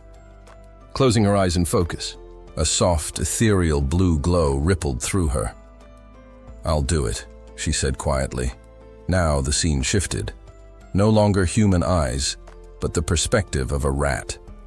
The tiny creature skittered through the hollow, echoing tunnels of the subway, the cold air thick with dust and silence. It stopped abruptly. Ahead, something stirred. The rat's gaze lifted slowly. There, emerging from the darkness, a hulking figure loomed. It was dragging the lifeless body of an orc as if it weighed nothing. Then, the full horror revealed itself. Want to stay ahead of the story? Get up to 16 episodes early, only on Patreon. Support the channel, unlock exclusive content, and be the first to know what happens next. Click the link in the description, and we'll see you way ahead. In the story. Now, back to the video. The creature wasn't humanoid. It was a snake, massive beyond reason, its scales slick with a ghostly sheen. With one fluid motion, it devoured the orc whole, swallowing the body effortlessly. The rat trembled, trying to remain still. It hadn't made a sound, hadn't moved. But somehow, the snake noticed. Its head turned, slow, deliberate, precise, its eyes locked onto the rat's position. It had sensed something. Without a moment's delay, the serpent finished its meal and shifted entirely toward the tiny observer. The rat bolted behind a nearby pillar, its heart thundering, legs trembling. For a split second, it thought it was safe. Then came the sound, soft, sliding, inescapable. The snake was already in motion. With terrifying speed, it lunged toward the pillar. Its jaws opened wide, fangs glinting like knives, ready to tear through anything in their path. The rat hesitated, frozen by fear. A chill gripped its tiny body. Death was moments away. And yet somehow, in that final breath before impact, instinct kicked in. The rat leapt. Just barely, it dodged the strike. The serpent's mouth snapped shut where the rat had been only a heartbeat before. Now, there was only one thought left in the creature's mind. Run, or die. The serpent would not stop. With terrifying persistence, it pursued the rat, each movement more menacing than the last. Just when it seemed there was no escape, the enormous creature paused, only for a moment. But a moment was all the rat needed to bolt, vanishing into the shadows in a desperate bid for survival. Back in the apartment, Jun watched in absolute silence, his ultimate eye's ability fully engaged. The sheer size and force of the snake made his pulse quicken. Judging by its aura alone, he guessed it was easily above level 40, maybe even stronger. Behind him, Eugene's voice quivered slightly. "Did you see that thing?" she asked, though she didn't wait for a reply. "This is exactly why Kamayan Station is out of the question. We can't go there." Without missing a beat, she offered. A new suggestion: skip the station entirely and aim for the next one. She had witnessed the strength of Jun's allies and was confident they could reach the next checkpoint without too much trouble. Jun considered her words. It didn't take long for him to nod in agreement. "You're right, that's a solid plan," he said with a small smile. Then, turning more serious, he added, "Head to Unit 2701. That'll be your new base. But you'll need to do some cleaning up first." Yenny accepted the instructions with a respectful nod. She rose to her feet and gave him a grateful look. "Understood. I'll go now," she said, already turning to leave. "Be careful out there," Jun reminded her gently. As she disappeared down the hallway, Jun sat quietly for a moment, deep in thought. Strangely enough, had he been alone, this might have been the exact plan he would have come up with. A faint smile tugged at his lips. Somehow she was always one step ahead. Snapping out of it, he opened the system interface and gave the next command. "Install solar power generators." A confirmation message blinked on the screen. Installation will take 24 hours. Outside, solar panels immediately began assembling themselves. Across the building rooftops, the system working with uncanny efficiency. Jun watched the process from the window. It was impressive, yes, but it still wasn't enough. 800 people. That was how many now depended on him. Power alone wouldn't sustain them. If they were going to survive and expand, they needed more manpower, more work shifts, more structure. 3 shifts, minimum. The same logic applied to the newer communal systems, the training center, the solar energy grid, the marketplace. "Now," Jun said under his breath, "this is where the real challenge begins."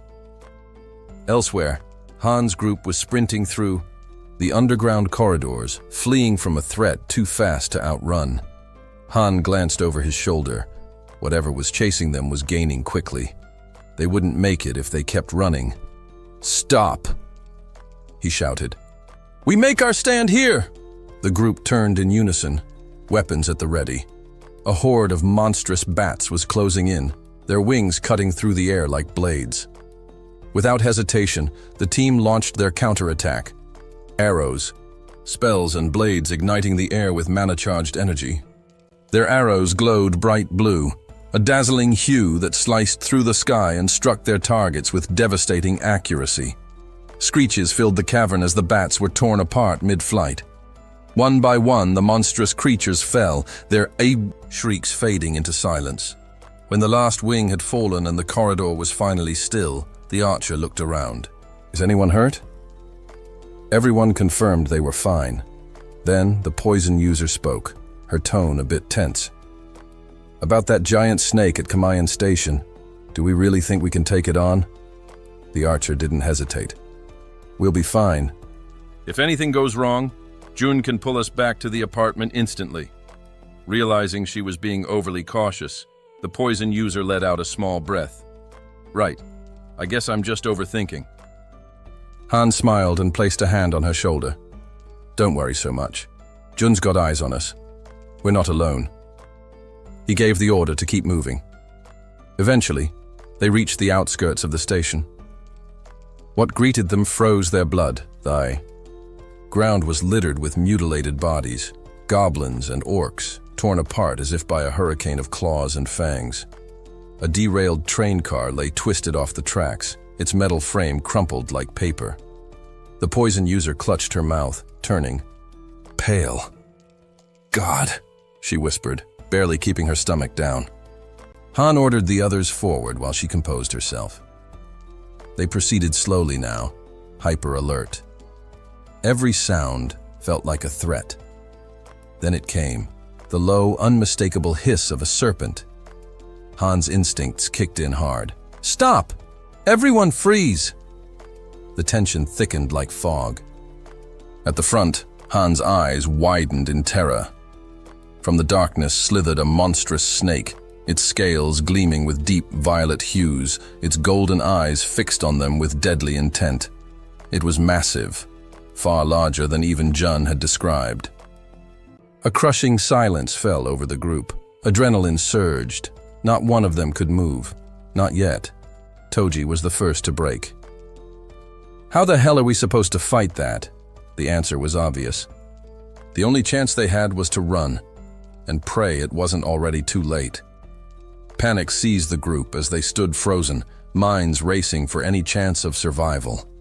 The air felt heavier, charged with something lethal, something unseen but fast.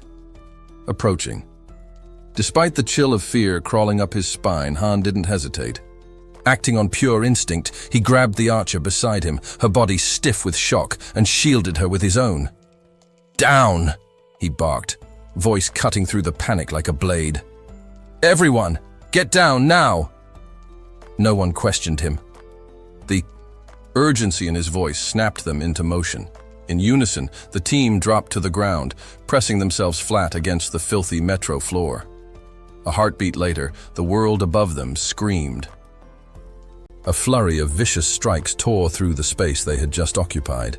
Blades of air, too fast to see, sliced overhead with shrill, whistling violence. The walls around them shuddered and cracked from the force of the invisible onslaught, chunks of concrete exploding from the impact. They couldn't see the attack. They could only feel it pass and hear the aftermath. Then came the chime. A cold, mechanical tone echoed in each of their minds, followed by the flicker of a system notification projected before their eyes. New party. Quest activated. Target: eliminate the giant serpent. Time limit: 10 minutes. Reward: high XP bonus penalty. None. But the final line was a lie, and they all knew it. There would be no respawn, no second chance. If they failed this fight, there would be no one left to collect the reward, only death. Even as Han continued to shield the archer with his body, he couldn't shake the grim certainty growing inside him. This might truly be their end. Around him, the others slowly began to stir from the shock, murmurs of confusion passing between them like a chill wind. No one could quite explain what they'd just witnessed. Was it an earthquake? Did the massive serpent cause it? The tremor had rattled more than the ground. It had cracked their resolve. Then, without warning, a glowing system message appeared before Han's eyes. His breath caught in his throat. New party quest. Eliminate the giant serpent. Han stared, stunned. Eliminate? Why not fight or defeat? The word choice struck him as oddly final. His eyes returned to the serpent, and that's when he saw it. Something was wrong. Blood soaked its scaly body, and its massive form convulsed with strange, uneven shudders. Pieces of its flesh were sloughing off as though it were rotting from the inside out. Still crouched beside the archer, Han whispered, "What the hell is happening to it?" Across the clearing, the werebear woman locked eyes with him. No words were needed. They both nodded, understanding that they had to act. "I don't know what's going on," Han muttered, frowning, "but we can't waste this chance." Weapons shimmered into existence on his back, summoned by the system. Gripping his spear, Han stepped forward, gathering all his strength, and hurled it with deadly precision. The weapon soared through the air and slammed into the serpent's skull, burying itself deep in the soft, already wounded tissue. The serpent let out a final strangled cry. In that moment, the system gave us insight into the beast's nature. Giant serpents are known to consume prey alive, a terrifying practice. They usually inject venom or strangle their victims first, ensuring no struggle after swallowing. However, this only applies to prey large enough to pose a threat. Smaller creatures, like mice, not a concern. That's why no one anticipated what came next. A flashback revealed a tiny mouse leaping with pinpoint accuracy into the serpent's open maw, vanishing into its throat in a heartbeat. It wasn't an accident. It was a calculated suicidal gambit, and Jun had been the mastermind. Watching from afar, Jun chuckled to himself. "Open the warehouse," he commanded. With his ultimate eyes activated, Jun observed the mouse's location, inside the serpent. Two skills were now available, warehouse and shop.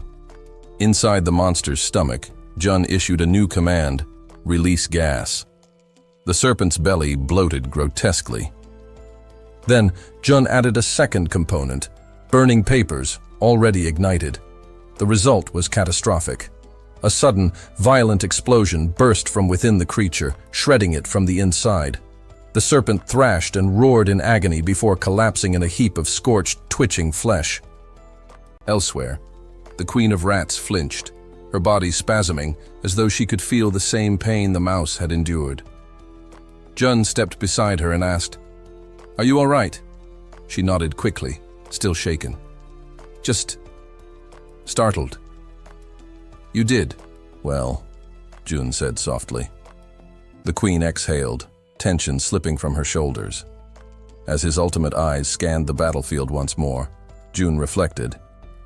He hadn't landed the finishing blow, but that was intentional.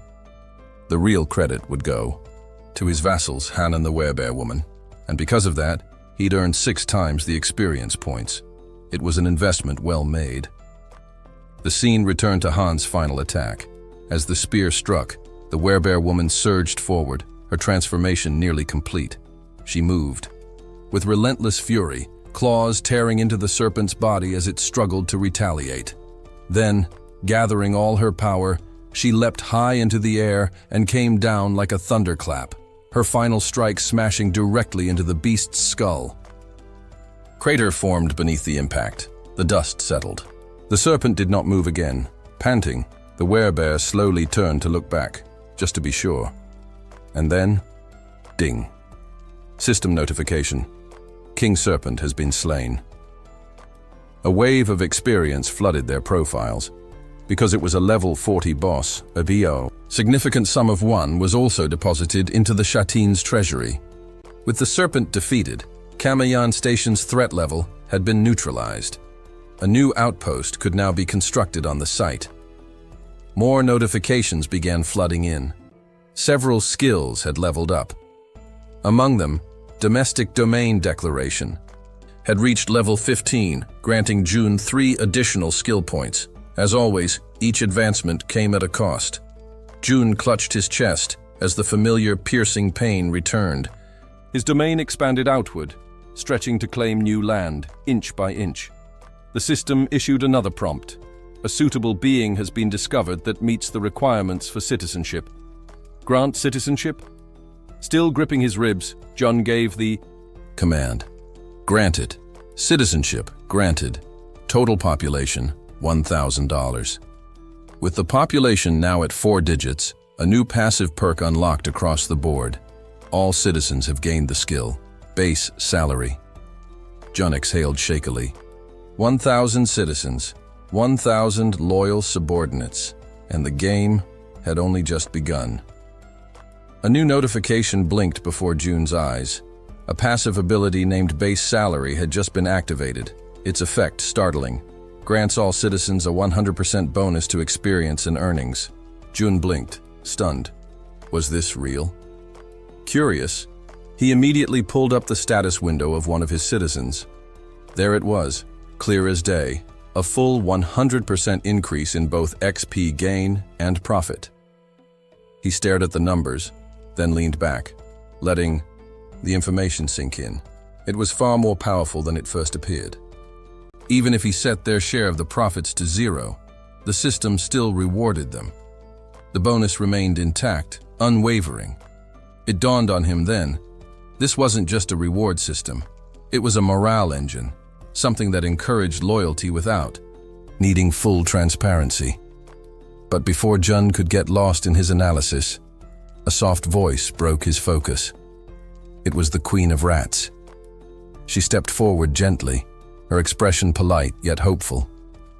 "Forgive the timing," she said. "But is there any chance you could bring my people to that place as well?" Jun paused, letting the question hang in the air. Then a small smile touched his lips. "Of course," he replied warmly. "I'll make sure of it." Her eyes lit up instantly. She raised her hands near her face in delighted disbelief, cheeks tinged with pink as she tried to suppress the sheer joy bubbling within her. Jun then asked, "Can you still guide them with another rat?" Now energized and confident, she nodded. "Yes, I'm ready. I can do it again. No problem." "Great. I'll inform the others to follow its lead," he said. "You guide from here." Back at the metro station, the massive corpse of the slain serpent remained coiled across the broken floor. Its lifeless form loomed like a monument to the group's earlier struggle. Then, from the shadows, a small mouse emerged, quick, alert, and carrying purpose in its tiny steps. It was their new guide. The group, standing at the edges of the scene, watched it scurry forward. One by one, they began to follow, careful not to drift too far from their unlikely scout. They stepped past pools of blood and bodies of fallen monsters, weaving through the remnants of battle. Han, trailing behind, struggled to process what he was seeing. The werebear woman glanced at him. "You all right?" she asked. "Was this your group's doing?" Han quickly shook his head. "No, not us," he replied, then turned the question back at her. She shrugged. "Same here. When I arrived, it was already like this." A brief silence passed between them before a chilling thought surfaced. Someone or something else had wiped out this orc territory. And whatever it wasn't part of their group. They moved on, stepping over shattered weapons and twisted bodies. Blood painted the path ahead. The air still hung heavy with the scent of battle. Han finally spoke again. "The giant serpents. Gone. That was our biggest threat." "Maybe," the archer chimed in, eyes scanning the shadows. "But don't let your guard down. We don't know what else is out there." Just then, the mouse leading them paused. It turned around, squeaked loudly, and waved its little paws as if to say, "Come on, keep moving." Toji raised an eyebrow, amused. "That rodent's got personality." Moon tilted her head, curious. "Is this part of June's skill set?" They kept moving, the mouse confidently guiding them deeper into unknown territory. Meanwhile, Jun observed everything from afar. His gaze swept over the group as they followed the tiny guide through the ruin-strewn landscape. So far, no additional threats had appeared. The area seemed stable. Then, his attention shifted to a glowing notification in the corner of his vision. 3 skill points were now available for use. A passive ability, base salary, was now fully active. And in that moment, Jun realized his influence was only just beginning to take shape. Jun stared at the system message glowing in front of him, a flicker of anticipation lighting up his eyes. Now came the question, where to invest his newly acquired points? With his territory recently expanding, the decision was clear. He needed to enhance his ultimate eyes, a skill that had already proven invaluable, especially when combined with the Queen of Rat's unique abilities. Without hesitation, he issued the upgrade command. The effect was immediate and agonizing. Unlike the familiar sting in his chest from previous skill enhancements, this time a violent, skull-splitting headache crashed down on him like a tidal wave. He clutched his head, gritting his teeth as waves of pain tore through his mind.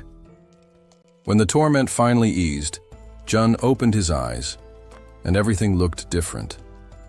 The upgraded skill allowed him to perceive more than ever before. Over each monster's head, detailed data floated. Levels, yes, but also height, behavior, patterns, intelligence ratings, and individual traits that made each creature unique. It was as if the world had opened a new layer, revealing all its secrets at once. He nodded to himself, reassured.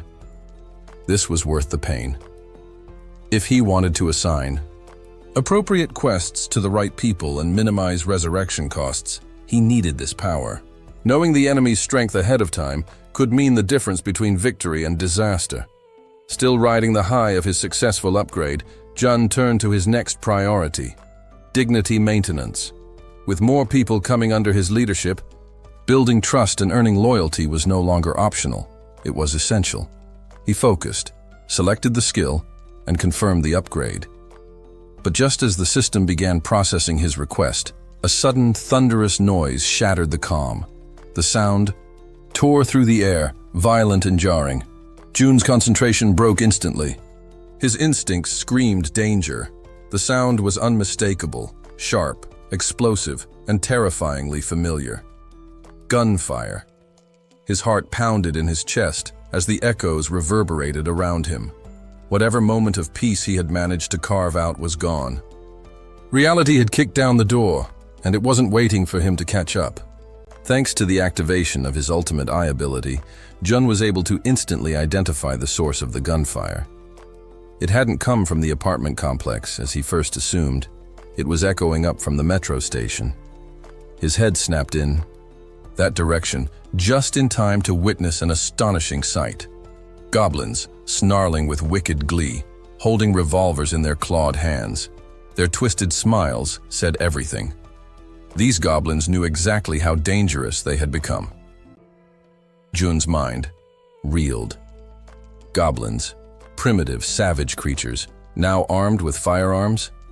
That alone defied every expectation. But it wasn't just one or two. A full squad of them were firing recklessly into the crowds, bullets ricocheting through the underground corridors, sending commuters screaming and scrambling for safety. Han and his team had battled monsters, beasts, and even dungeon bosses. But this was something else entirely. The speed at which the threat escalated left no room for hesitation. Without missing a beat, Han shouted a command, his voice cutting through the chaos. "Take cover! Now!" The group scattered behind pillars, benches, and vending machines, anything that could provide a shred of protection. The sound of gunfire thundered on, drowning out everything else.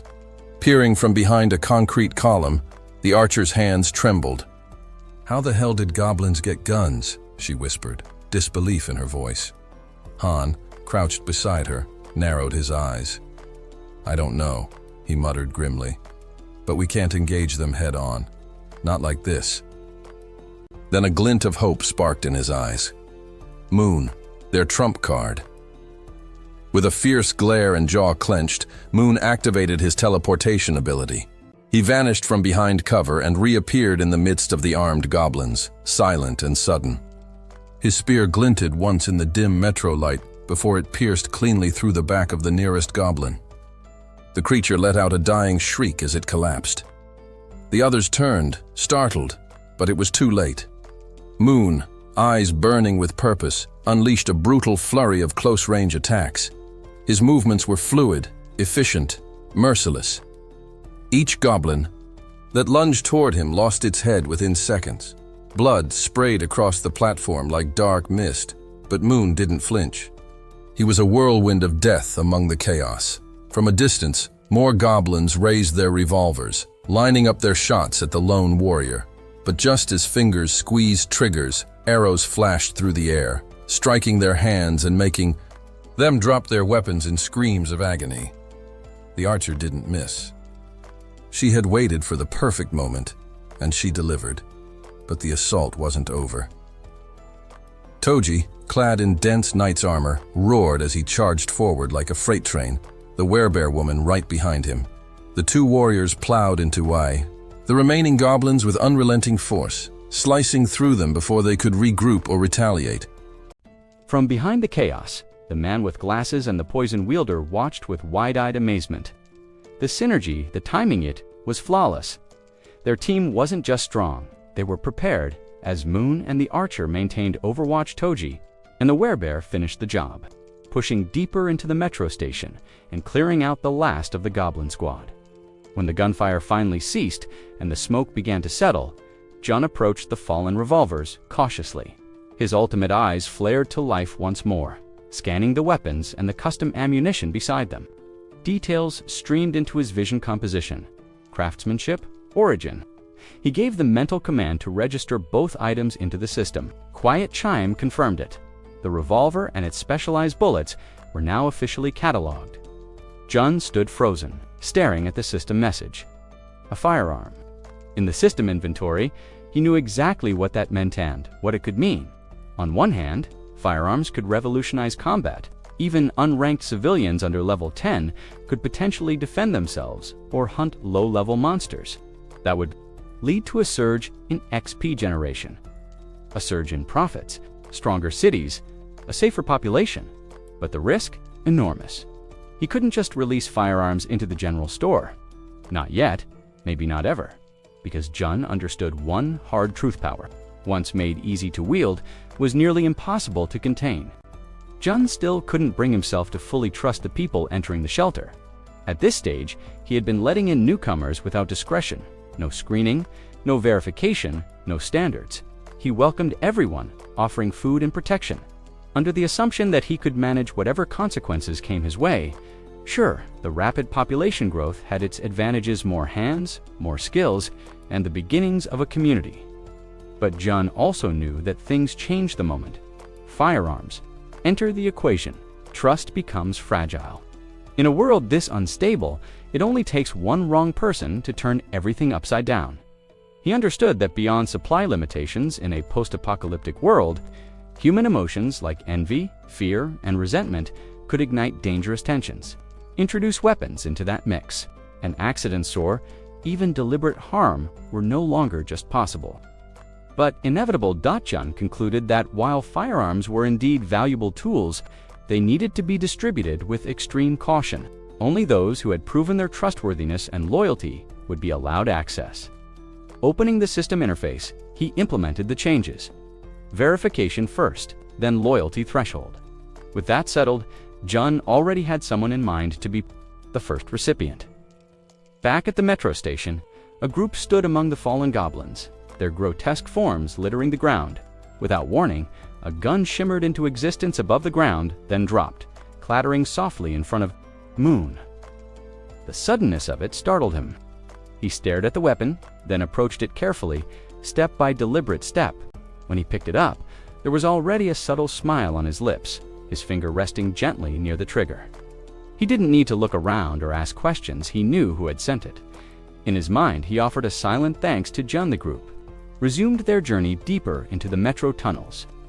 Following the small mouse that scurried ahead of them, leading the way toward the Rat Queen's domain. After navigating the damp, dimly lit corridors for some time, the mouse finally stopped near a massive sealed door, clearly meant to shield whatever lay beyond from the dangers outside. The group hesitated for a moment, unsure of what awaited them behind the barrier. Then Han, ever the leader, stepped forward and opened the door without pause. As it creaked open, the light from their side spilled into the room, illuminating the startled faces of several people inside. Those inside recoiled in fear at first, not knowing who or what was coming through the door. For all they knew, it could have been another wave of goblins or worse. Meanwhile, the day above ground had turned calm and bright, surprisingly ideal for a walk. Jun noticed this and decided it was the perfect moment to step outside and breathe in some fresh air. He wandered along the sidewalk near the apartment complex, quietly appreciating how the walking trail had now been absorbed into their protected territory. It had been far too long since he enjoyed something so simple. Yejun walked beside him, and Jun gave her a warm glance. "Thanks for coming along," he said, just as they were settling into the peace of the moment. The system chimed in with a notification. An unregistered entity was approaching. Chen's eyes narrowed slightly, but a smile crept across his face. "They're here," he said calmly. Yejun looked at him, puzzled. "Who?" The system brought up a profile, an individual who fully met the requirements for citizenship.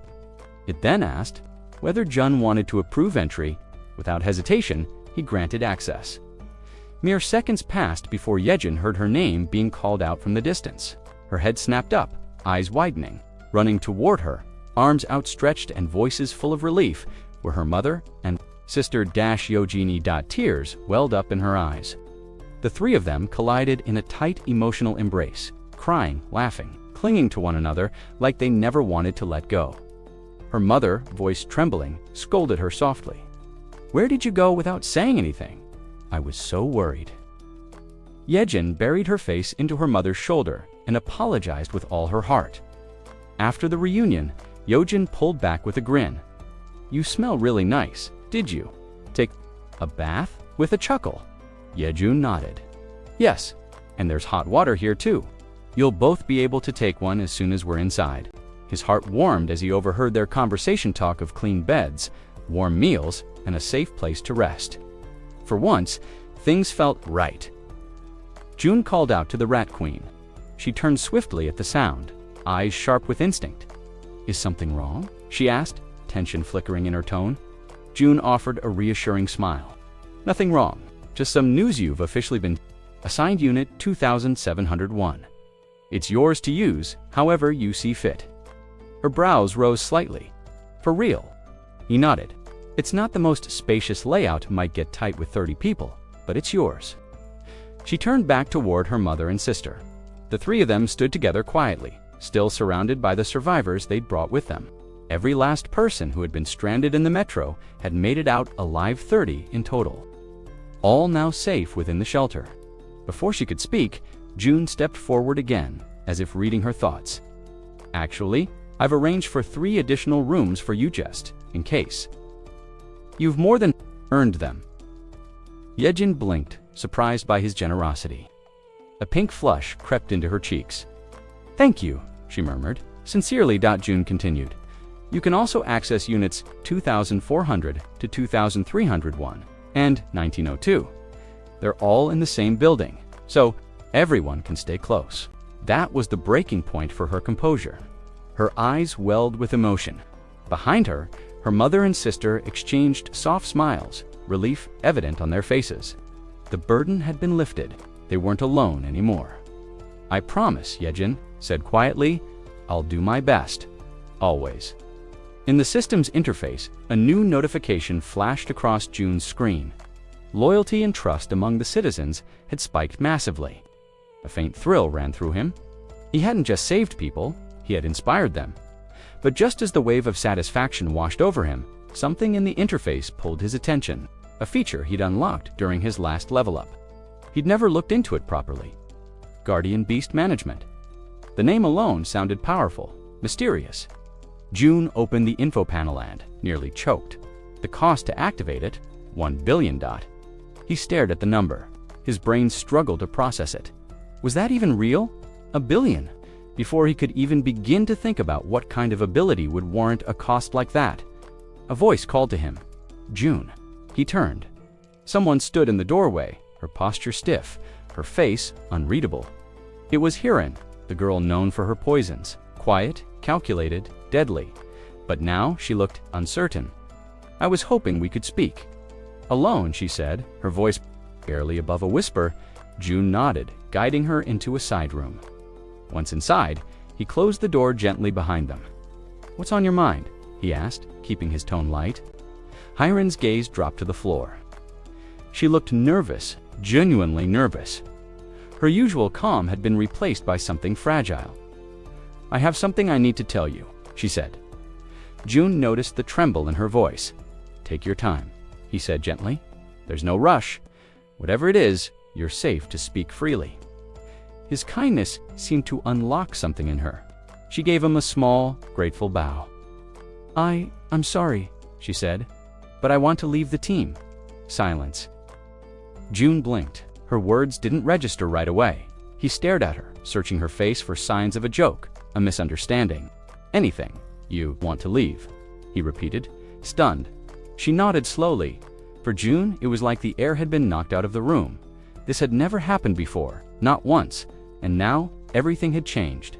With guilt shadowing her expression, the poison-wielding girl lowered her eyes and whispered once again that she was sorry, but she had made up her mind. She needed to leave the party. Jun heard her voice, but he said nothing at first. The moment hung in the air, thick and heavy. It had all happened so suddenly that he struggled to process what she was really saying. Before he could speak, she continued, trying to explain. Her voice wavered with doubt. Her power, she said, had always made her feel like a burden. It wasn't just about strength, it was the sense that she contributed nothing that really cut deep. Whether she was there or not, she truly believed the outcome would have been the same. Jun reached out gently, his voice soft but steady. Take a breath. It's okay. You can speak freely. Whatever you're feeling, don't hold it back from me. She clenched her teeth, as if physically bracing against her own confession. A deep breath later, the truth finally broke free. I'm scared, she said, barely above a whisper. The fear in her voice caught Jun off guard. Her body trembled, and her eyes filled with tears. I'm really scared, Jun. The goblins, the ORCS, the giant snake. All of it. Even the red tiger that chased us. Remembering it makes my whole body shake. Tears spilled freely now as she broke down, her words tumbling out between gasps. "You've saved me so many times." And I just stood there, frozen. I couldn't do anything. I was useless. She tried wiping her face with trembling hands, ashamed. "I don't deserve to be part of this team. I've failed you. I've failed everyone." Jun listened in silence, his heart heavy. In truth, a part of him had sensed this for some time. He recalled how terrified she had been when they went to rescue Moon's grandmother, how her hands had trembled while they hunted orcs, and how close she had come to dying during the Red Tiger's pursuit. Yes, she had struggled. Yes, her impact in battle had been limited. But none of that made her worthless. Her ability Poison Mist wasn't easy to wield. It was dangerous, volatile. If misused, it could harm the very people she was trying to protect. That alone made it difficult for her to use it freely. Still, despite the risks and the fear, she had stayed. She had fought. She had stood beside them every time Jun looked at her crying face and made his decision. "Actually," he said gently, "this works out. There's something I've been meaning to ask you," she sniffled, blinking back more tears. "What? Do you know Dabin? He lives on the 21st floor of the shared housing facility. He's overwhelmed. Too much responsibility. Too little support." Jun stepped a little closer, his tone calm but sincere. "I'm working on expanding that setup.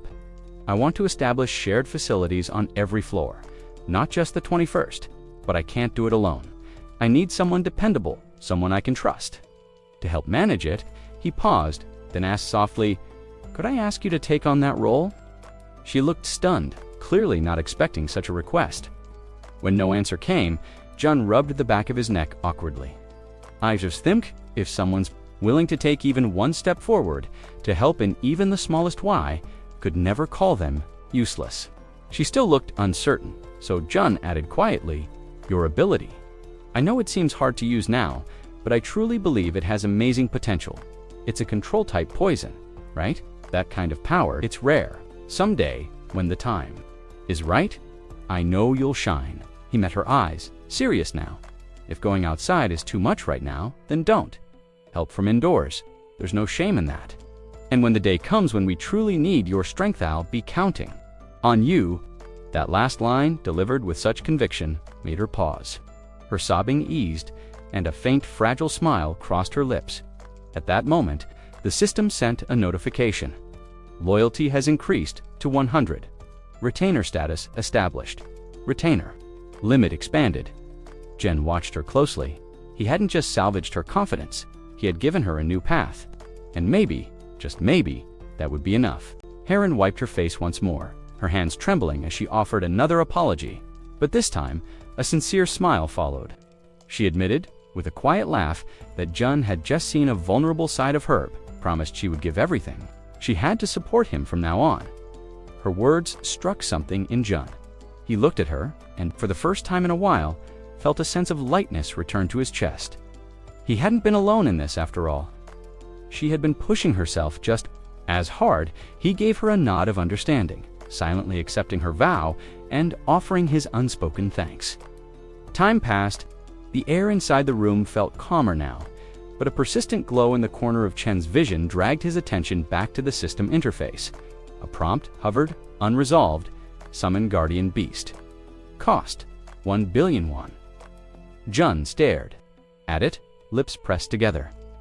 The price was outrageous, absurd, even, but something about the option tugged at his instincts. Maybe it was reckless. Maybe it was desperate. Still, he tapped the confirmation. The system chimed instantly. 1 billion won deducted. Summoning initiated. Before Jun could second-guess himself, a blinding light erupted from beneath his feet. He jumped, startled, as a glowing, magical circle flared to life on the floor, painted in radiant yellow sigils. The brightness forced him to shield his eyes. And then from the center of that blazing circle, something began to emerge. Jun opened his eyes, a crack just in time to see it. An enormous egg, pulsing with magic, hovering just above the runes. It shimmered unnaturally, humming with energy.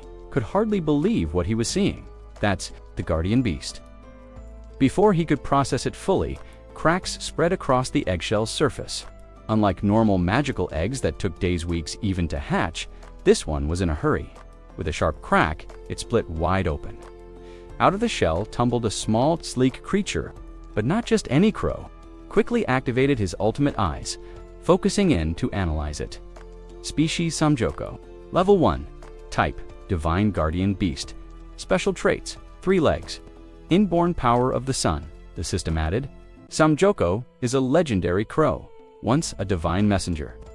Though currently a hatchling, it possesses latent power, requires consistent exposure to high-quality sunlight to grow. Jun stared at the little bird, struck by its innocent, almost regal presence. A warm smile tugged at his lips. He raised a hand and gave a gentle wave. "Hey there," he said softly. "Welcome." The crow chirped brightly in response, its oversized eyes gleaming with joy. It hopped in place, excited and animated, as though trying to talk back. Jun chuckled, then rubbed his chin in thought. "Now what should I call you?" He studied the bird again, its deep black feathers gleaming like polished obsidian. "You're really jet black, maybe Cammy." The moment the name left his mouth, the bird froze, then burst into ecstatic chirping. Its eyes shimmered with delight, and it spun around in happy little circles. Jun leaned closer. "You like it?" More excited chirps, as if shouting, "Yes, that's my name." A sense of joy welled up in Jun. He reached out and gently stroked Cammy's head. "All right then, Cammy, it is." But it wasn't long before Cammy's nonstop chirping turned into a small crisis. Jun tilted his head, trying to understand. "Are you hungry?" He rummaged through a drawer and pulled out a small packet of snacks. Cammy pounced on the offering, devouring every bite with lightning speed. After the final crumb disappeared, Cammy let out a satisfied burp and waddled over to the edge of the table, eyes drooping. Jun laughed. "You fall asleep that fast." Sure enough, within seconds, Cammy was curled up and dozing, chest rising and falling in tiny rhythmic puffs, watching the tiny creature nap. Jun felt something stir inside him, a sense of pride, hope, and curiosity. For what this little being would someday become, a real guardian beast, he thought. Someday, a soft ping from the system broke the moment. A new message appeared.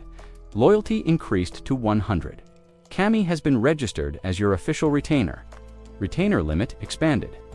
Jun blinked, then smiled, eyes never leaving the peacefully sleeping Cammy. Jun crouched beside Cammy, watching the little creature sleep soundly, belly full, and completely at peace. With a sigh, Jun muttered, "I wish I could fall asleep that easily after a meal." Before he could wallow further in envy, something blinked into view. An unexpected system notification hovered in front of him. It stated, quite plainly, that Cammy had leveled up. Not only that, but the efficiency of the solar generator had just increased by a full 100%. Jun blinked. "Wait, what?" Another window popped open, offering more details. The solar generator, it explained, harnessed sunlight to produce power, generating between 80,000 to 100,000 units daily. Even more importantly, any unused energy would be automatically credited to the user's Schutten wallet. Jun read. A new idea began to take shape in his mind, sharp and exciting. He suddenly remembered the 10 newly acquired buildings sitting unused. None of them had solar generators installed yet. At the time, the steep cost 130 million units per installation, for a modest 30 million. Annual return had seemed unjustifiable. He had funneled his budget into other ventures instead, but now, seeing the numbers shift right before his eyes, Jun couldn't help but chuckle. The equation had changed. Cammy's level continued to rise steadily, and with each level gained, another alert chimed in. Generator efficiency was increasing again. Watching in awe, Jun saw the system recalculate what was once a 30 million annual return was now projected at 90 million, a triple increase. A wide grin broke across his face. This changes everything. Without another moment of hesitation, Jun opened the system interface and issued a command. Install solar generators in all 10 buildings. The confirmation came almost instantly that installations would be completed within 24 hours. Later that day, Jun found himself standing outside room 3001. He rang the doorbell. A voice called out from inside. "Who is it?" "It's me," Jun answered calmly. The door opened, revealing Fatty's eyes, scanning Jun with mild concern. "What's going on? Something happened?" Jun didn't answer right away. His face was serious, uncharacteristically so. "I need a favor," he said, his tone heavy. Fatty raised an eyebrow. "A favor from me? What kind?" Jun glanced around, then leaned in slightly. "I need you to hold on to my money." They spoke quietly for a few moments, their words hidden from us, the audience, but when the conversation ended, Fatty stood, frozen in the doorway, completely stunned. Whatever Jun had told him, it had been no small matter. Before anything else, Jun had come to an important realization after reflecting deeply on the mechanics of tax collection. If he entrusted a large sum of money to a reliable citizen and simply let it sit, that wealth would steadily generate returns. The system would deduct a one-time 10% tax upon the initial donation.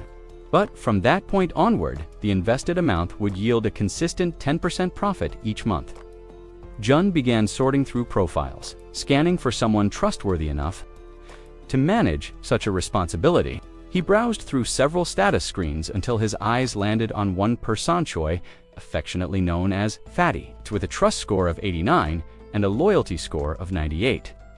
Fatty stood head and shoulders above the rest. There was no doubt in Chin's mind this was the person the moment he made his decision.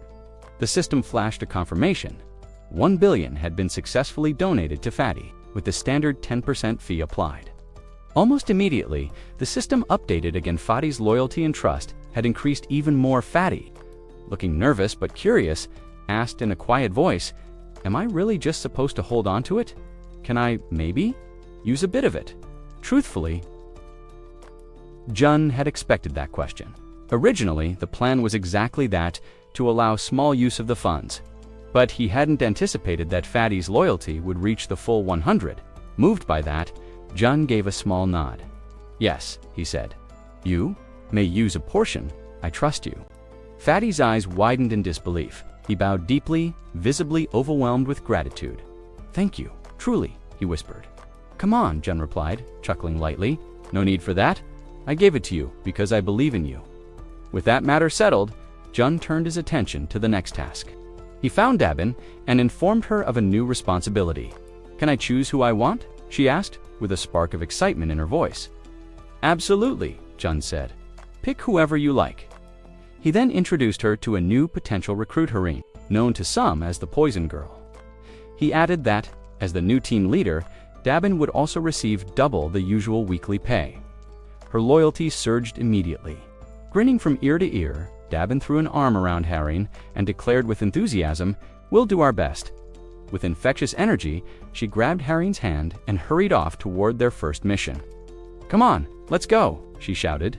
"Back, wait, slow down," Hareen called out, trying to keep pace. Watching them rush off together, Jun felt a sense of reassurance. The two seemed like a perfect match. He had no doubt they'd make a great team. Then came a tougher part of the day, a conversation he'd been putting off. Jun headed over to Wu, Apartment 2, Unit 109. The group there had been through a lot. When they saw him arrive, they came out to greet him. "How are you all feeling?" Jun asked. Han stepped forward. "We're doing all right," he said. "But what brings you here, Jun?" Chen's expression turned serious. "It's about Kamayan Station. After the last monster incident, the area is now officially clear. The subway tracks and surrounding zones are safe for now." He paused, making sure everyone was listening. "From Kamion to the next stop, there are barely any monsters left. This is our chance to move, to claim the area before something else does." The crowd was quiet. Everyone understood what he was saying. Jun continued, voice steady. "This kind of opportunity doesn't come often. We act now, or we risk losing it." A memory flashed in his mind, Hareen pleading through tears, desperate for a chance. That moment had stuck with him. And that was when Jun truly realized how urgent it had all become. Watching the group now, Jun couldn't help but feel a strange mix of guilt and awe. These people, his companions, his responsibility, were literally putting their lives on the line to carry out his plans. And it hadn't been luck that saved them last time. It was Yejin, the Queen of Rats. Thanks to her, they had detected the presence of the monstrous snake near the station in advance. had. They walked into that unprepared heat. He didn't even want to imagine the consequences. In a world where death lurked around every corner, Jen knew his desire to protect his makeshift family might seem selfish. But despite that, he made his decision. He issued the command. Han's team would advance to Jagali Station tomorrow. He couldn't afford to retreat, not now. The next morning, Cammy yawned and stretched with cat-like laziness as the sun peeked through the windows. Jun was already awake, finishing his breakfast and scanning the latest updates from the system. The solar generator's efficiency had improved, and to his surprise, Cammy's level had risen again. She'd reached level 5. The notification continued. Cammy had started channeling fragments of the sun's divine power. And more importantly, Jun himself had unlocked something new: basic elemental fire magic. The news caught him off guard. Magic? Actual magic? He held up one hand, frowning in thought. So how does this even work? As if in response, a flickering flame curled to life on his fingertip. It floated gently like a candle's flame, yet somehow alive. Was oddly familiar. It reminded him of how it felt when using his dignity maintenance skill. Intrigued, Jun headed outside to test his new ability further. The area was eerily silent, no people, no distractions. A perfect place to experiment. He closed his eyes and let his imagination take over. Picturing a roaring inferno, a firestorm large enough to consume everything in sight. Slowly, heat coalesced in the center of his palm, a fireball taking form. The power surged through him, igniting something primal inside. With a focused motion, he hurled it forward, and it fizzled. The flame sputtered out midair, unimpressive and small. Jun stood there, shoulders slumping. That was it. His face twisted in disappointment. Is this really the limit of what I can do right now? It wasn't powerful, not yet, but it was something. He wasn't empty-handed anymore. Then an idea sparked. What if he combined this new fire magic with his gas produced by the dignity maintenance skill? Fire and gas. Now that could be dangerous. The possibilities began to unfold in his mind. It wouldn't be flashy at first, but the potential was there. Energy to power his tools, fuel to keep things running, and eventually profit. With the surplus energy converted into currency, the earnings would be deposited straight into his Schutten wallet. That's when a familiar melody drifted toward him, light and carefree. He turned to see Yejin approaching, humming a tune as if she hadn't a care in the world. The Queen of Rats smiled, her posture relaxed. "I really appreciate the break you gave me," she said, bowing her head. "It helped a lot. I was able to get some real rest." Jen offered a small smile in return. "You earned it.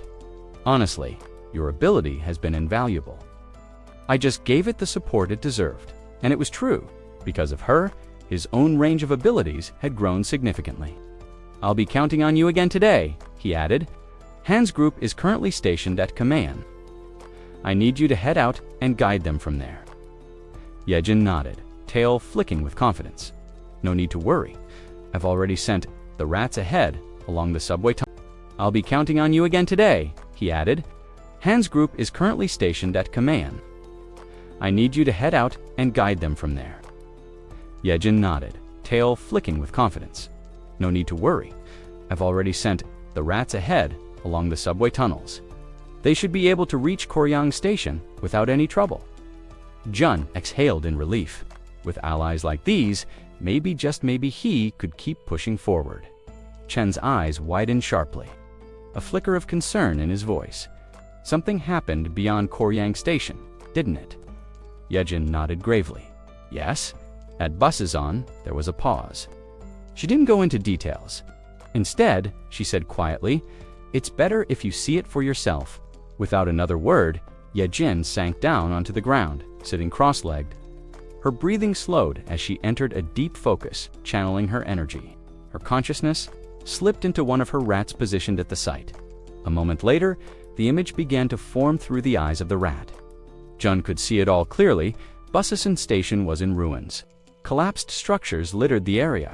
Rubble was piled high in every direction, rendering paths completely impassable. Worse still, large portions of the station appeared to be flooded dark. Murky water pooled where platforms should have been. Viewing it through his ultimate perception, Chen's expression grew tense. "There's no way we're getting through that," he muttered. Yejin gave a faint nod, her voice calm but firm. "That's why I sent the rats ahead.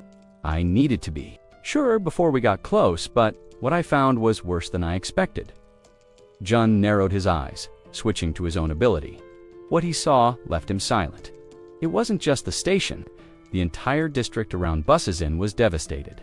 Not a single structure was left standing. It was as if something had wiped the entire area off the map. "What could have done this?" he asked under his breath, stunned. "What happened there?" Just then, one of Yejin's rats crept forward and peered into a dark hollow in the ground. At first, John assumed it was just another crater. But as the rat adjusted its angle, the truth became apparent. It wasn't a crater. It was a footprint, and it was enormous. Jun froze realization, slamming into him. That wasn't just a disaster, Saitit was a battlefield. Something massive had walked through there. That explained the broken roads, the collapsed buildings, the sheer scale of destruction. He didn't have time to dwell on it. The ground beneath them trembled. At first, subtle, like a pulse through the earth bud, quickly growing into a violent shake. Jun and Yejin locked eyes, instantly alert. The tremor escalated. Dust shook loose. The earth roared beneath them like something alive. Yejin shrieked and collapsed forward, her connection to the rat severed as she clutched the ground. In terror, her composure cracked. She curled in on herself, overwhelmed by the quake. Jun dashed to her side, reaching for her. Yejin? But even as he moved, he felt Itan unsettling pressure building in his chest, like the very air was warping. The tremors weren't natural. This wasn't just an aftershock if it didn't stop soon. The buildings around them would begin to fall one by one. Everything was coming apart, and despite the growing chaos, Chen's only thought was this: we need to reach Koryang Station before this spreads further. The tremors intensified, rattling the buildings with terrifying force. Dust rained from cracked ceilings, and distant booms echoed like thunder through the streets. Still reeling, Jun turned to Yejin, concern etched into his face. "Are you okay?" he asked. Yejin nodded, though her eyes were uneasy. "I am, but Jen, what is this? What's really going on?" Jun opened his mouth to respond, just a tremor, but his words were cut short. By a thunderous voice screaming his name from somewhere outside, the two of them froze. Then, without needing to say a word, Jun gave Yejin a subtle nod. She understood instantly, and they moved toward the door. Down the hall, Fatty was pacing, visibly rattled and mumbling under his breath. "What the hell is all this chaos? Junwi need to get to my place now." Wasting no time, the three dashed out into the trembling streets, their footing unstable with every step. Fatty, puffing from the run but focused, explained between breaths, "From my balcony, we can see the station you tell, give us a clear view, might help us figure out what we're dealing with." As they ran, Jun couldn't shake the memory of the earlier crash. Something deep down told him that whatever was happening now had everything to do with that dot eventually. They reached Fatty's apartment. The moment the door opened, Jun was met by the pale, panicked faces of Fatty's wife and a few neighbors. Fatty pointed urgently toward the balcony. "Go look!" Jun stepped outside, and his breath caught in his throat. There, towering over the city skyline, was a monstrous cyclops, fangs like blades, horns like jagged towers. Each footstep sent buildings toppling, its roars drowning out every other sound. The creature tore through the streets like a force of nature, wild, unstoppable, and utterly ruthless. Frozen in place, Jun could only mutter, "Why is it always something insane?" Behind him, the others had followed. One by one, their faces turned from confusion to horror as they too caught sight of the beast. Han and Moon exchanged glances, trying to connect the dots between the quake and this creature's appearance, but no theory could prepare them for what they saw next, the Cyclops. Now stomping directly toward their sector of the city, Fatty pointed, trembling. "June, it's coming, it's heading right for us." Jun clenched his fists, panic tightening in his chest. We have to do something, but what?" He glanced down at his hands, searching for any sign that his powers, whatever they were, could help, but they only trembled. Then a voice cut. Through the chaos, Jun-hee turned. It was the werebear woman. Her gaze was calm but unshakably fierce. "I want a chance to fight it," she said. Jun blinked, taken aback. "You what?" "I'm ready. Let me take the lead." Her confidence was overwhelming, even soothing. Jun hesitated, then nodded slowly, offering a faint smile. "Are you absolutely sure?" She stepped forward. "One way or another, I'm doing this." In that moment, a glowing interface flashed into view. A system mission alert. Objective: defeat the Cyclops within 24 hours. Reward: 1 day of resurrection for the sun. Penalty if failed: 24 hours of intense pain. Jun turned to the others. His voice was firm now. "Everyone assemble. I'll explain the plan." Once they had gathered in the room, Jun laid it out. "We're splitting into 3 teams. Listen carefully. Team 1, Han, the werebear, our healer, and Toji. Team 2, Moon, the archer, and Jian. Team 3, Yejin, and me. I'll manage the defense of this area. The rest of you get to your posts fast. We're out of time." The teams nodded in unison and scattered into the streets, each heading toward their assigned sectors with purpose and urgency. As Jun was checking the perimeter, a voice called out to him again. He turned to see Hien. Approaching Ai did a sweep, she reported. "Military-trained fighters are covering the gate. Everyone else has taken shelter in the underground parking area." Jun exhaled in relief. "Good work, Hien. You should head there too. Help manage the others." But she didn't move. Her eyes remained fixed on him. "No," she said. "I want to stay. I need to contribute." Her hands were trembling, clearly betraying her fear. But her words were steady. Jun looked at her for a long moment, then gave a slow nod in the face of terror. Even the smallest act of courage carried weight. Jun was caught off guard by her sudden declaration. He studied her face for a moment, concern flickering in his eyes. "Are you sure?" he asked gently, his voice laced with worry. Hin looked down, her shoulders trembling as tears pooled in her eyes. "No," she admitted softly. "I'm scared." But then, almost as if something shifted inside her, she lifted her head. Her voice, though shaky, carried strength. "But I'll try to be brave."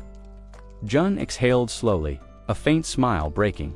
Through his otherwise stern expression, he nodded. That courage, however fragile, was enough.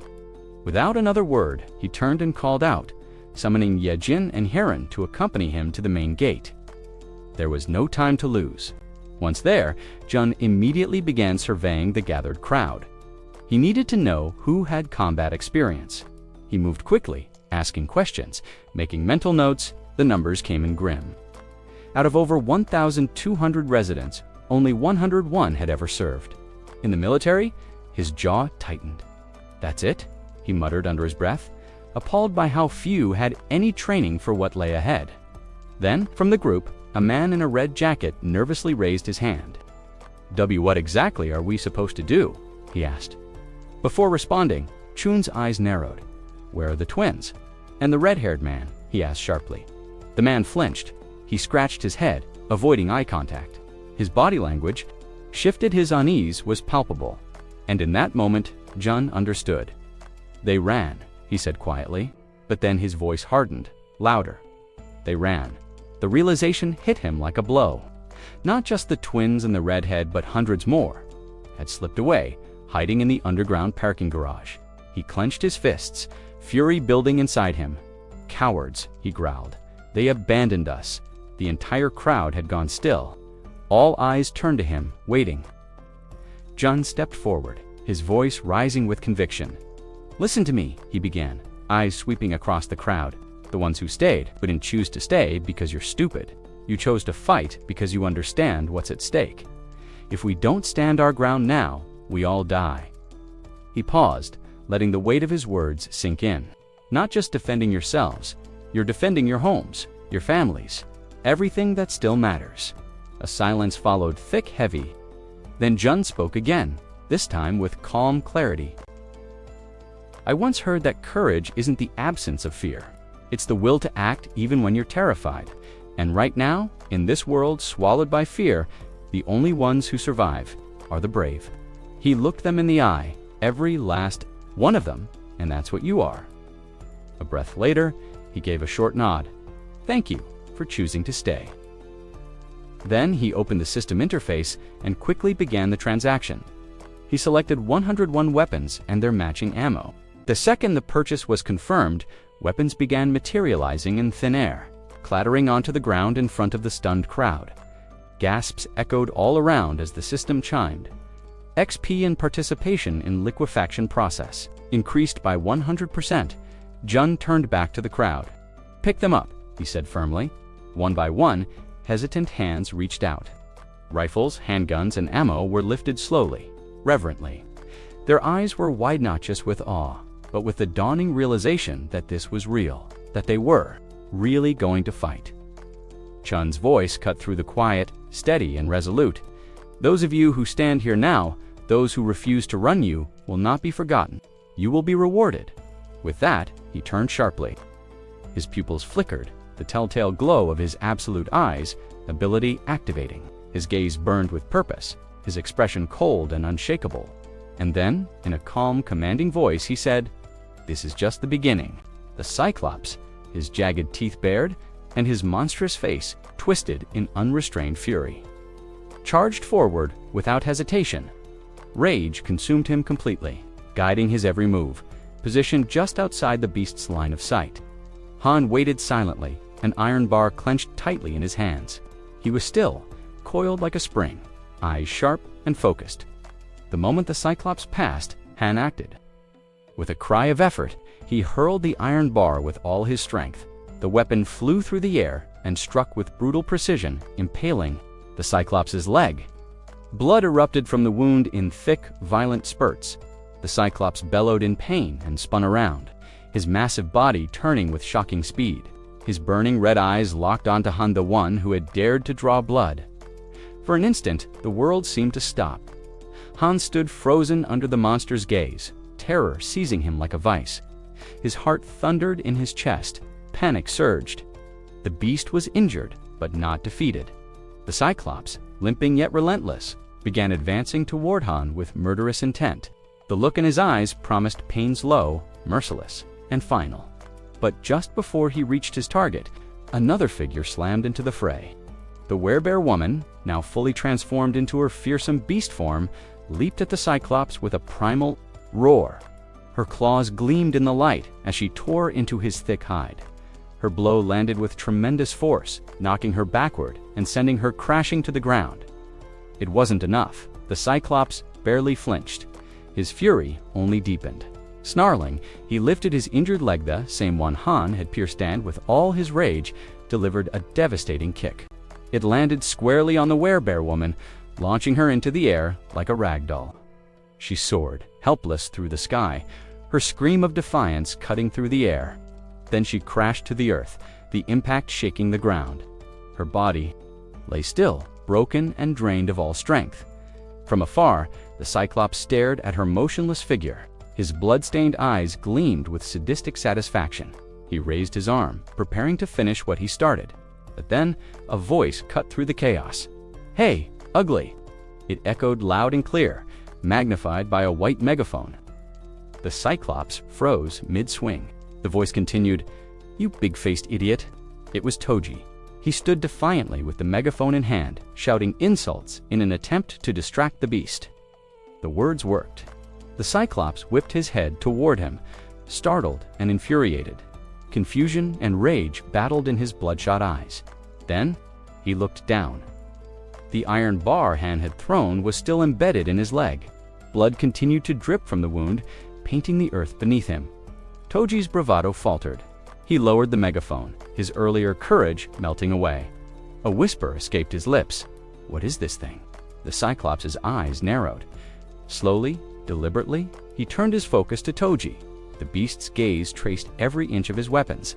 Analyzing, calculating, he looked less like a rampaging monster now and more like a wounded predator, preparing its final strike.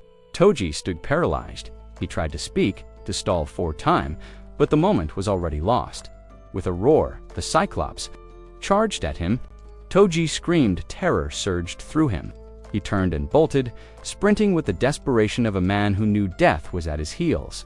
Elsewhere, Jun observed the scene through his ultimate eyes. his expression sharpened as he spoke. "Toji's on his way here, and the Cyclops is right behind him." He turned to his team, voice steady but urgent. "Get ready, we don't have much time." Once again, he activated Ultimate Eyes, his jaw clenched, tension radiating from him. "Toji's nearly here, and he's bringing the biggest monster I've ever seen." Moments later, they heard Toji's frantic screams in the distance. His voice echoed through the air, growing louder and more desperate by the second. Then he appeared, bursting past the edge of the barrier, breathless, soaked in sweat, wild-eyed and yelling incoherently. Behind him, the earth trembled. The Cyclops was coming beyond the protective barrier. The towering Cyclops loomed its single massive eye, scanning the battlefield with unnerving stillness. Then, without warning, a dark silhouette cut through the sky. It was black, the crow belonging to the man with glasses, soaring with fierce intent directly toward the monster. The bird darted and twisted in front of the Cyclops' face, pecking with relentless aggression, disrupting the creature's vision. No matter how the Cyclops swatted or roared, Black would not retreat. Driven by instinct or command, the crow stayed locked on target, denying the giant even a moment of clarity. Frustrated and disoriented, the Cyclops finally squeezed its eye. Shut in agony, that was the signal. The archer woman was already poised, her stance rock solid, every muscle aligned in perfect discipline. She raised her bow, her breathing slow and steady, eyes narrowed as she locked onto her marked dot. As if on cue, Black flew away and returned to his master's arm, landing with a quiet grace, without hesitation. The archer released. The arrow tore through the air like lightning. The Cyclops, reacting too late, raised its massive hand in defense, but the arrow pierced straight through the palm and embedded itself deep into the monster's forehead with brutal precision. At that moment, Moon descended from above, gliding. Overhead with calculated grace, he reached inside his robes and pulled out 4 live rats, writhing and restless. Without a flicker of doubt, he hurled them one by one toward the Cyclops' gaping mouth open, wide in a howl of pain from the arrow. Lodged in its skull, Moon's voice cut through the battlefield. The shout rang like a command. Had gone according to plan up to this point. Now, the next step belonged to Jun. His ability, already primed, activated instantly. A toxic gas secretly implanted inside the Cyclops via the rats began to stir. The Cyclops' eye flew open despite the pain, blood trickling down its cheek. It tilted its head downward, frowning in confusion at its own stomach, as if sensing a strange foreign presence within. Then Jun raised his arm. Calm, unwavering, his face betrayed no fear, only a cold, focused resolve. His fingers curled as he summoned a fiery magical attribute. Flames sparked and danced along his palm, crackling like lightning in a bottle. A single heartbeat passed. Then came the eruption.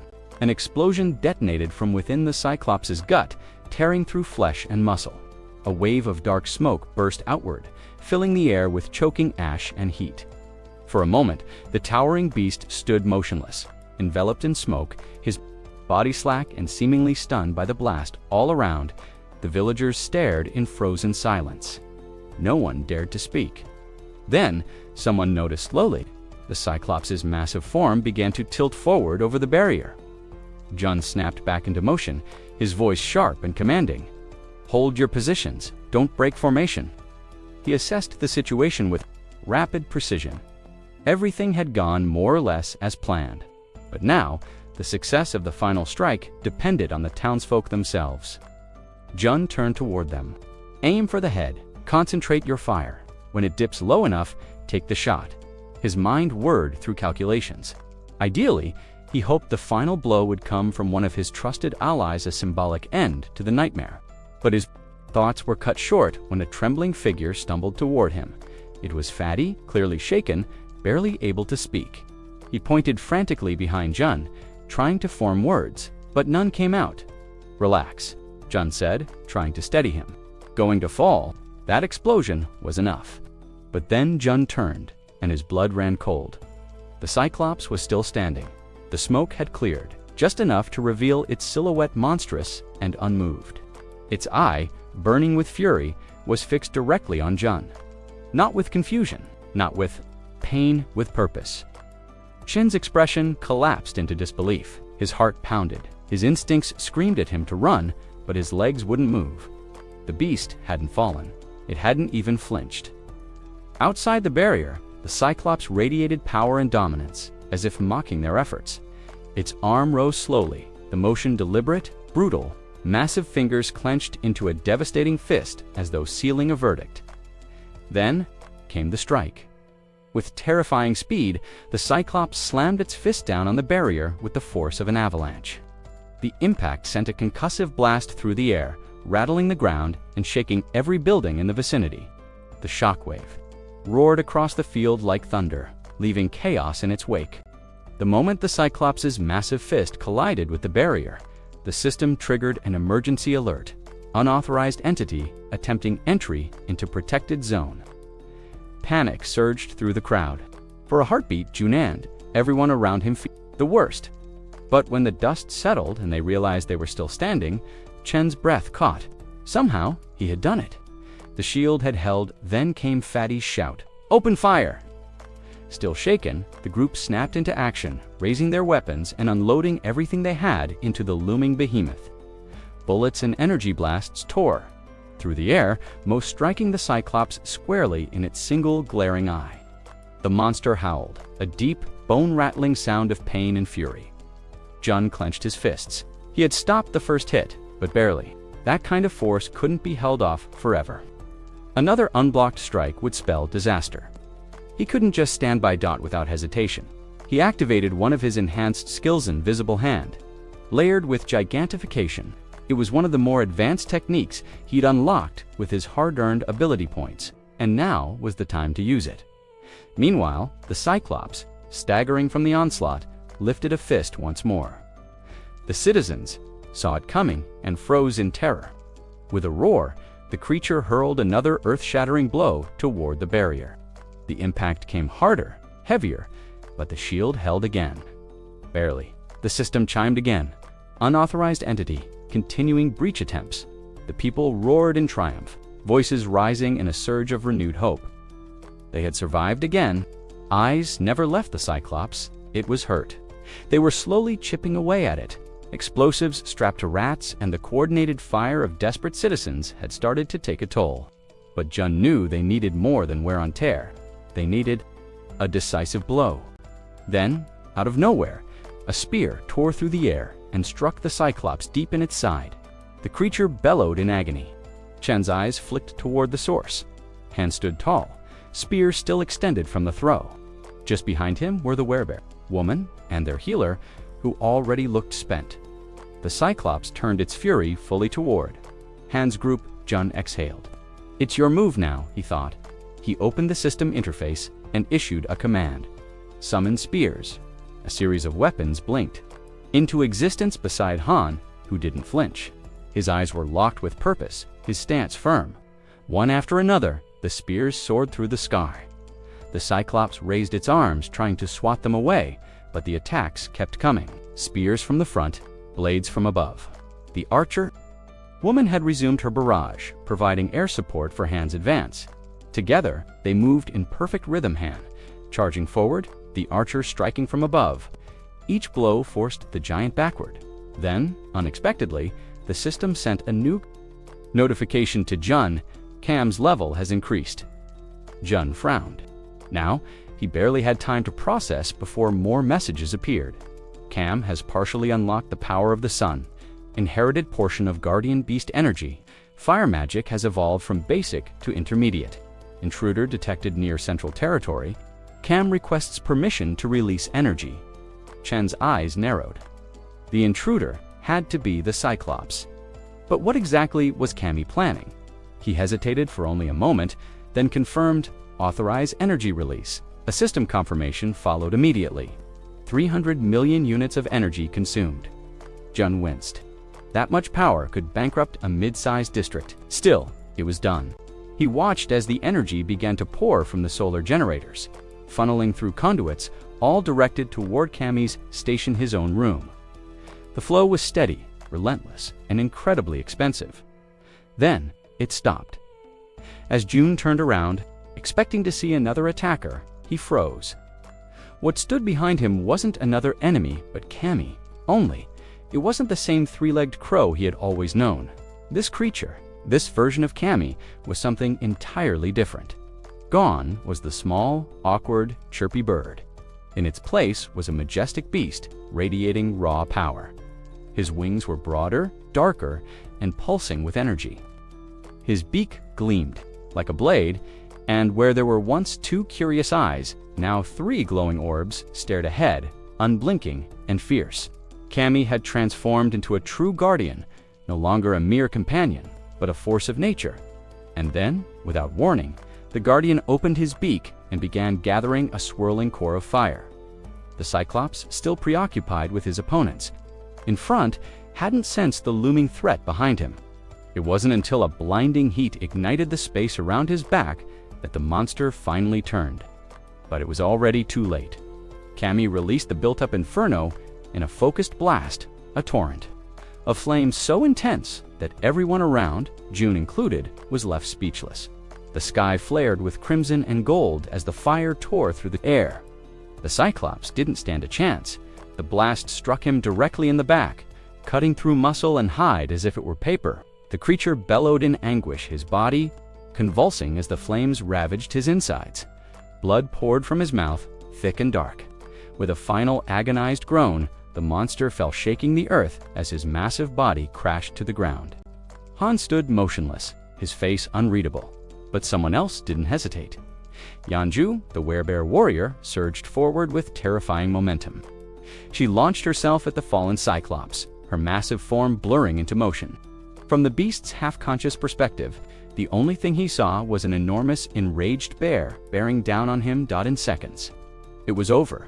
Yanju delivered the killing blow with brutal efficiency. The threat was gone. Almost immediately, the system issued a broadcast, level 51 Cyclops eliminated. Massive EXP and currency awarded. Multiple skills have leveled up. Jun braced himself. He knew what came next. The moment his abilities evolved, the pain would begin. It hit like a tidal wave. His body tensed, seizing up as raw energy surged through his veins. His senses expanded, his perception of the world widening. His influence extended far beyond its previous limits. His skills now reached distances that would have been unthinkable before. But the cost was agony. Another system message appeared, congratulating him. You have officially claimed this entire apartment complex as a unified refuge. Funds have been deposited into your account. Jun collapsed to his knees, gasping. As the new power continued to flood in, every muscle screamed. It felt like his body was being reforged from within. At that moment, Cammy returned to his original form and fluttered down beside him. The small three-legged crow hopped proudly in place, puffing out his chest and chirping with triumphant glee, clearly boasting about his contribution. Still panting, Jun managed a shaky laugh. That blast cost me 300 million won. You know? Cammy froze, his proud chirps stopping instantly. He blinked, now visibly sheepish, clearly embarrassed by the staggering price tag. But Jun wasn't angry. Despite the cost, he was grateful. Cammy's strike had been the turning point. Without it, the Cyclops might still be standing. He reached out and gently stroked Cammy's head. You did well. Although the system indicated that guardian beasts couldn't be summoned again while inside the refuge, Jun reflected on what had just happened. He had spent 300 million won but earned 30 billion in return. That kind of return made him pause. What if he summoned all 10 guardian beasts? If even one could perform like Cammy, maybe it was worth it. Just as that thought settled in his mind, the system pinged again. Guardian. Beast summoning cost has been updated. 10 billion won. Jun blinked in disbelief. Wait, what? Why is it so much now? Before he could even begin to process the increase, another sound drew his attention, a faint, trembling voice. Laced with emotion, he turned his head, so did Cammy there, standing. At the edge of the battlefield was Yanju. The powerful werebear woman now stood perfectly still, her shoulders trembling ever so slightly. From where Jun knelt, he could hear her breathing, could see the tears gathering in her eyes. In that moment, something deep and unexpected stirred in him. The system notification still blinked at the edge of his vision. but the sound it made had shifted, no longer a sterile ping, but something gentler, something human. It echoed just faintly, like a wish finally heard. The sound of something Yanju had longed to hear, finally becoming real. Sometime before all the chaos unfolded, inside a dilapidated, long-abandoned building, a man quietly exercised his special gift drawing, fresh, clean water, into a small glass bottle. Around him, a handful of desperate people looked on with gratitude. Their lips were cracked, their eyes sunken from thirst, but for now, they had water and that was something. The man with the ability remained silent, though his thoughts raced. As he handed out the water, he couldn't ignore a looming dread. They were completely out of food. He had organized everyone into a careful line, rationing what little they had. The clean water was a miracle, yes, but it wasn't enough. Their stockpile had run dry. That was the harsh reality of this refuge. This brief sanctuary they had managed to hold on to had reached its limit. The resources were gone. The man's chest tightened with unease. Sooner or later, they would have to leave this place, no matter how safe it had once seemed. And then, the building shook. Everyone around him went rigid. Was it an earthquake? The man asked aloud, scanning the room for reassurance, but none came. Suddenly, a panicked voice burst in. A young man stumbled through the doorway, eyes wide, breath ragged. "You have to come up," he cried. "There's something huge outside." The word monster snapped the water bearer into stillness. His body froze, mind reeling, but then instincts kicked in. He bolted for the stairs. Taking them two at a time, he raced upward, desperate to see it with his own eyes. When he reached the rooftop, what he saw made his breath catch. Towering over the shattered landscape stood a massive cyclops, its single eye glowing with pure, seething rage. Its muscles rippled beneath thick skin, every movement a thunderous tremor of power. The air around it vibrated, death incarnate. Beside him, a pale-haired man trembled uncontrollably. "What do we do now?" he whispered, eyes locked on the beast. But another voice rose behind them, calm, deliberate. Jun-hook, the purple-haired strategist, was already moving. "Take everyone to the basement," he said, not looking away from the monster. Now Hyun, the silver-haired man, hesitated. "What about you?" "I'll think of something," Hook muttered, though his hands ran nervously through his hair. Truthfully, he had no plan, no trick, no tactic that could ever stand against a monster of that scale. He tried to sound reassuring, tried to keep everyone calm. "There's nothing we can do against that. Not now." And while they stood on that rooftop, voices low with fear, something in the distance began to shift. A glow, subtle at first, but growing concentrated energy forming into something terrifyingly precise. A beam of light, not from the heavens, but from a force rising below. Then it happened. Without warning, the Cyclops was struck, obliterated. Gone in a flash of sheer destruction that left no trace behind. The people on the rooftop reeled back, stunned into silence. None of them could comprehend what they had just witnessed, but Jun-hook knew. He stared at the fading light in the sky, heart thundering. That wasn't a weapon or a machine. That was power raw, unimaginable power. And it came from someone like him, an awakened, but not just any awakened, someone who had evolved into something unstoppable. "Hayon," he said suddenly, voice sharp. "Get the others, we're going." The silver-haired man blinked. "Going? Toward that thing? Are you insane?" "No," Hook said, already turning. "To leave? I don't know who they are, but it doesn't matter. If we want to survive in this world, we need to be beside that person." Hyun hesitated a moment longer, then followed. They gathered the others, a group of weary souls barely holding on to hope, and started walking. No one spoke much. They were too afraid, but not of the one they were approaching. They were afraid he might not be kind, because at this point, they had no more chances to gamble. They had to believe. Their survival hinged entirely on the unknown, the power they had just witnessed from afar. Eventually, the group reached an apartment complex. The buildings stood eerily intact, untouched, amidst a sea of ruin. It had to be the place. They stepped forward, hearts heavy with desperation, but flickering just faintly. With hope, Hyun walked ahead of the group, his eyes scanning the surreal landscape. The city, still full of towering structures, seemed untouched by the collapse of the world around it. He muttered in disbelief. How are these buildings still standing after everything that's happened? Before anyone could answer, he smacked face first into something invisible. He stumbled back, rubbing his forehead in confusion, just as a translucent system notification blinked into view. Access denied. Entry prohibited. The message was quickly followed by another.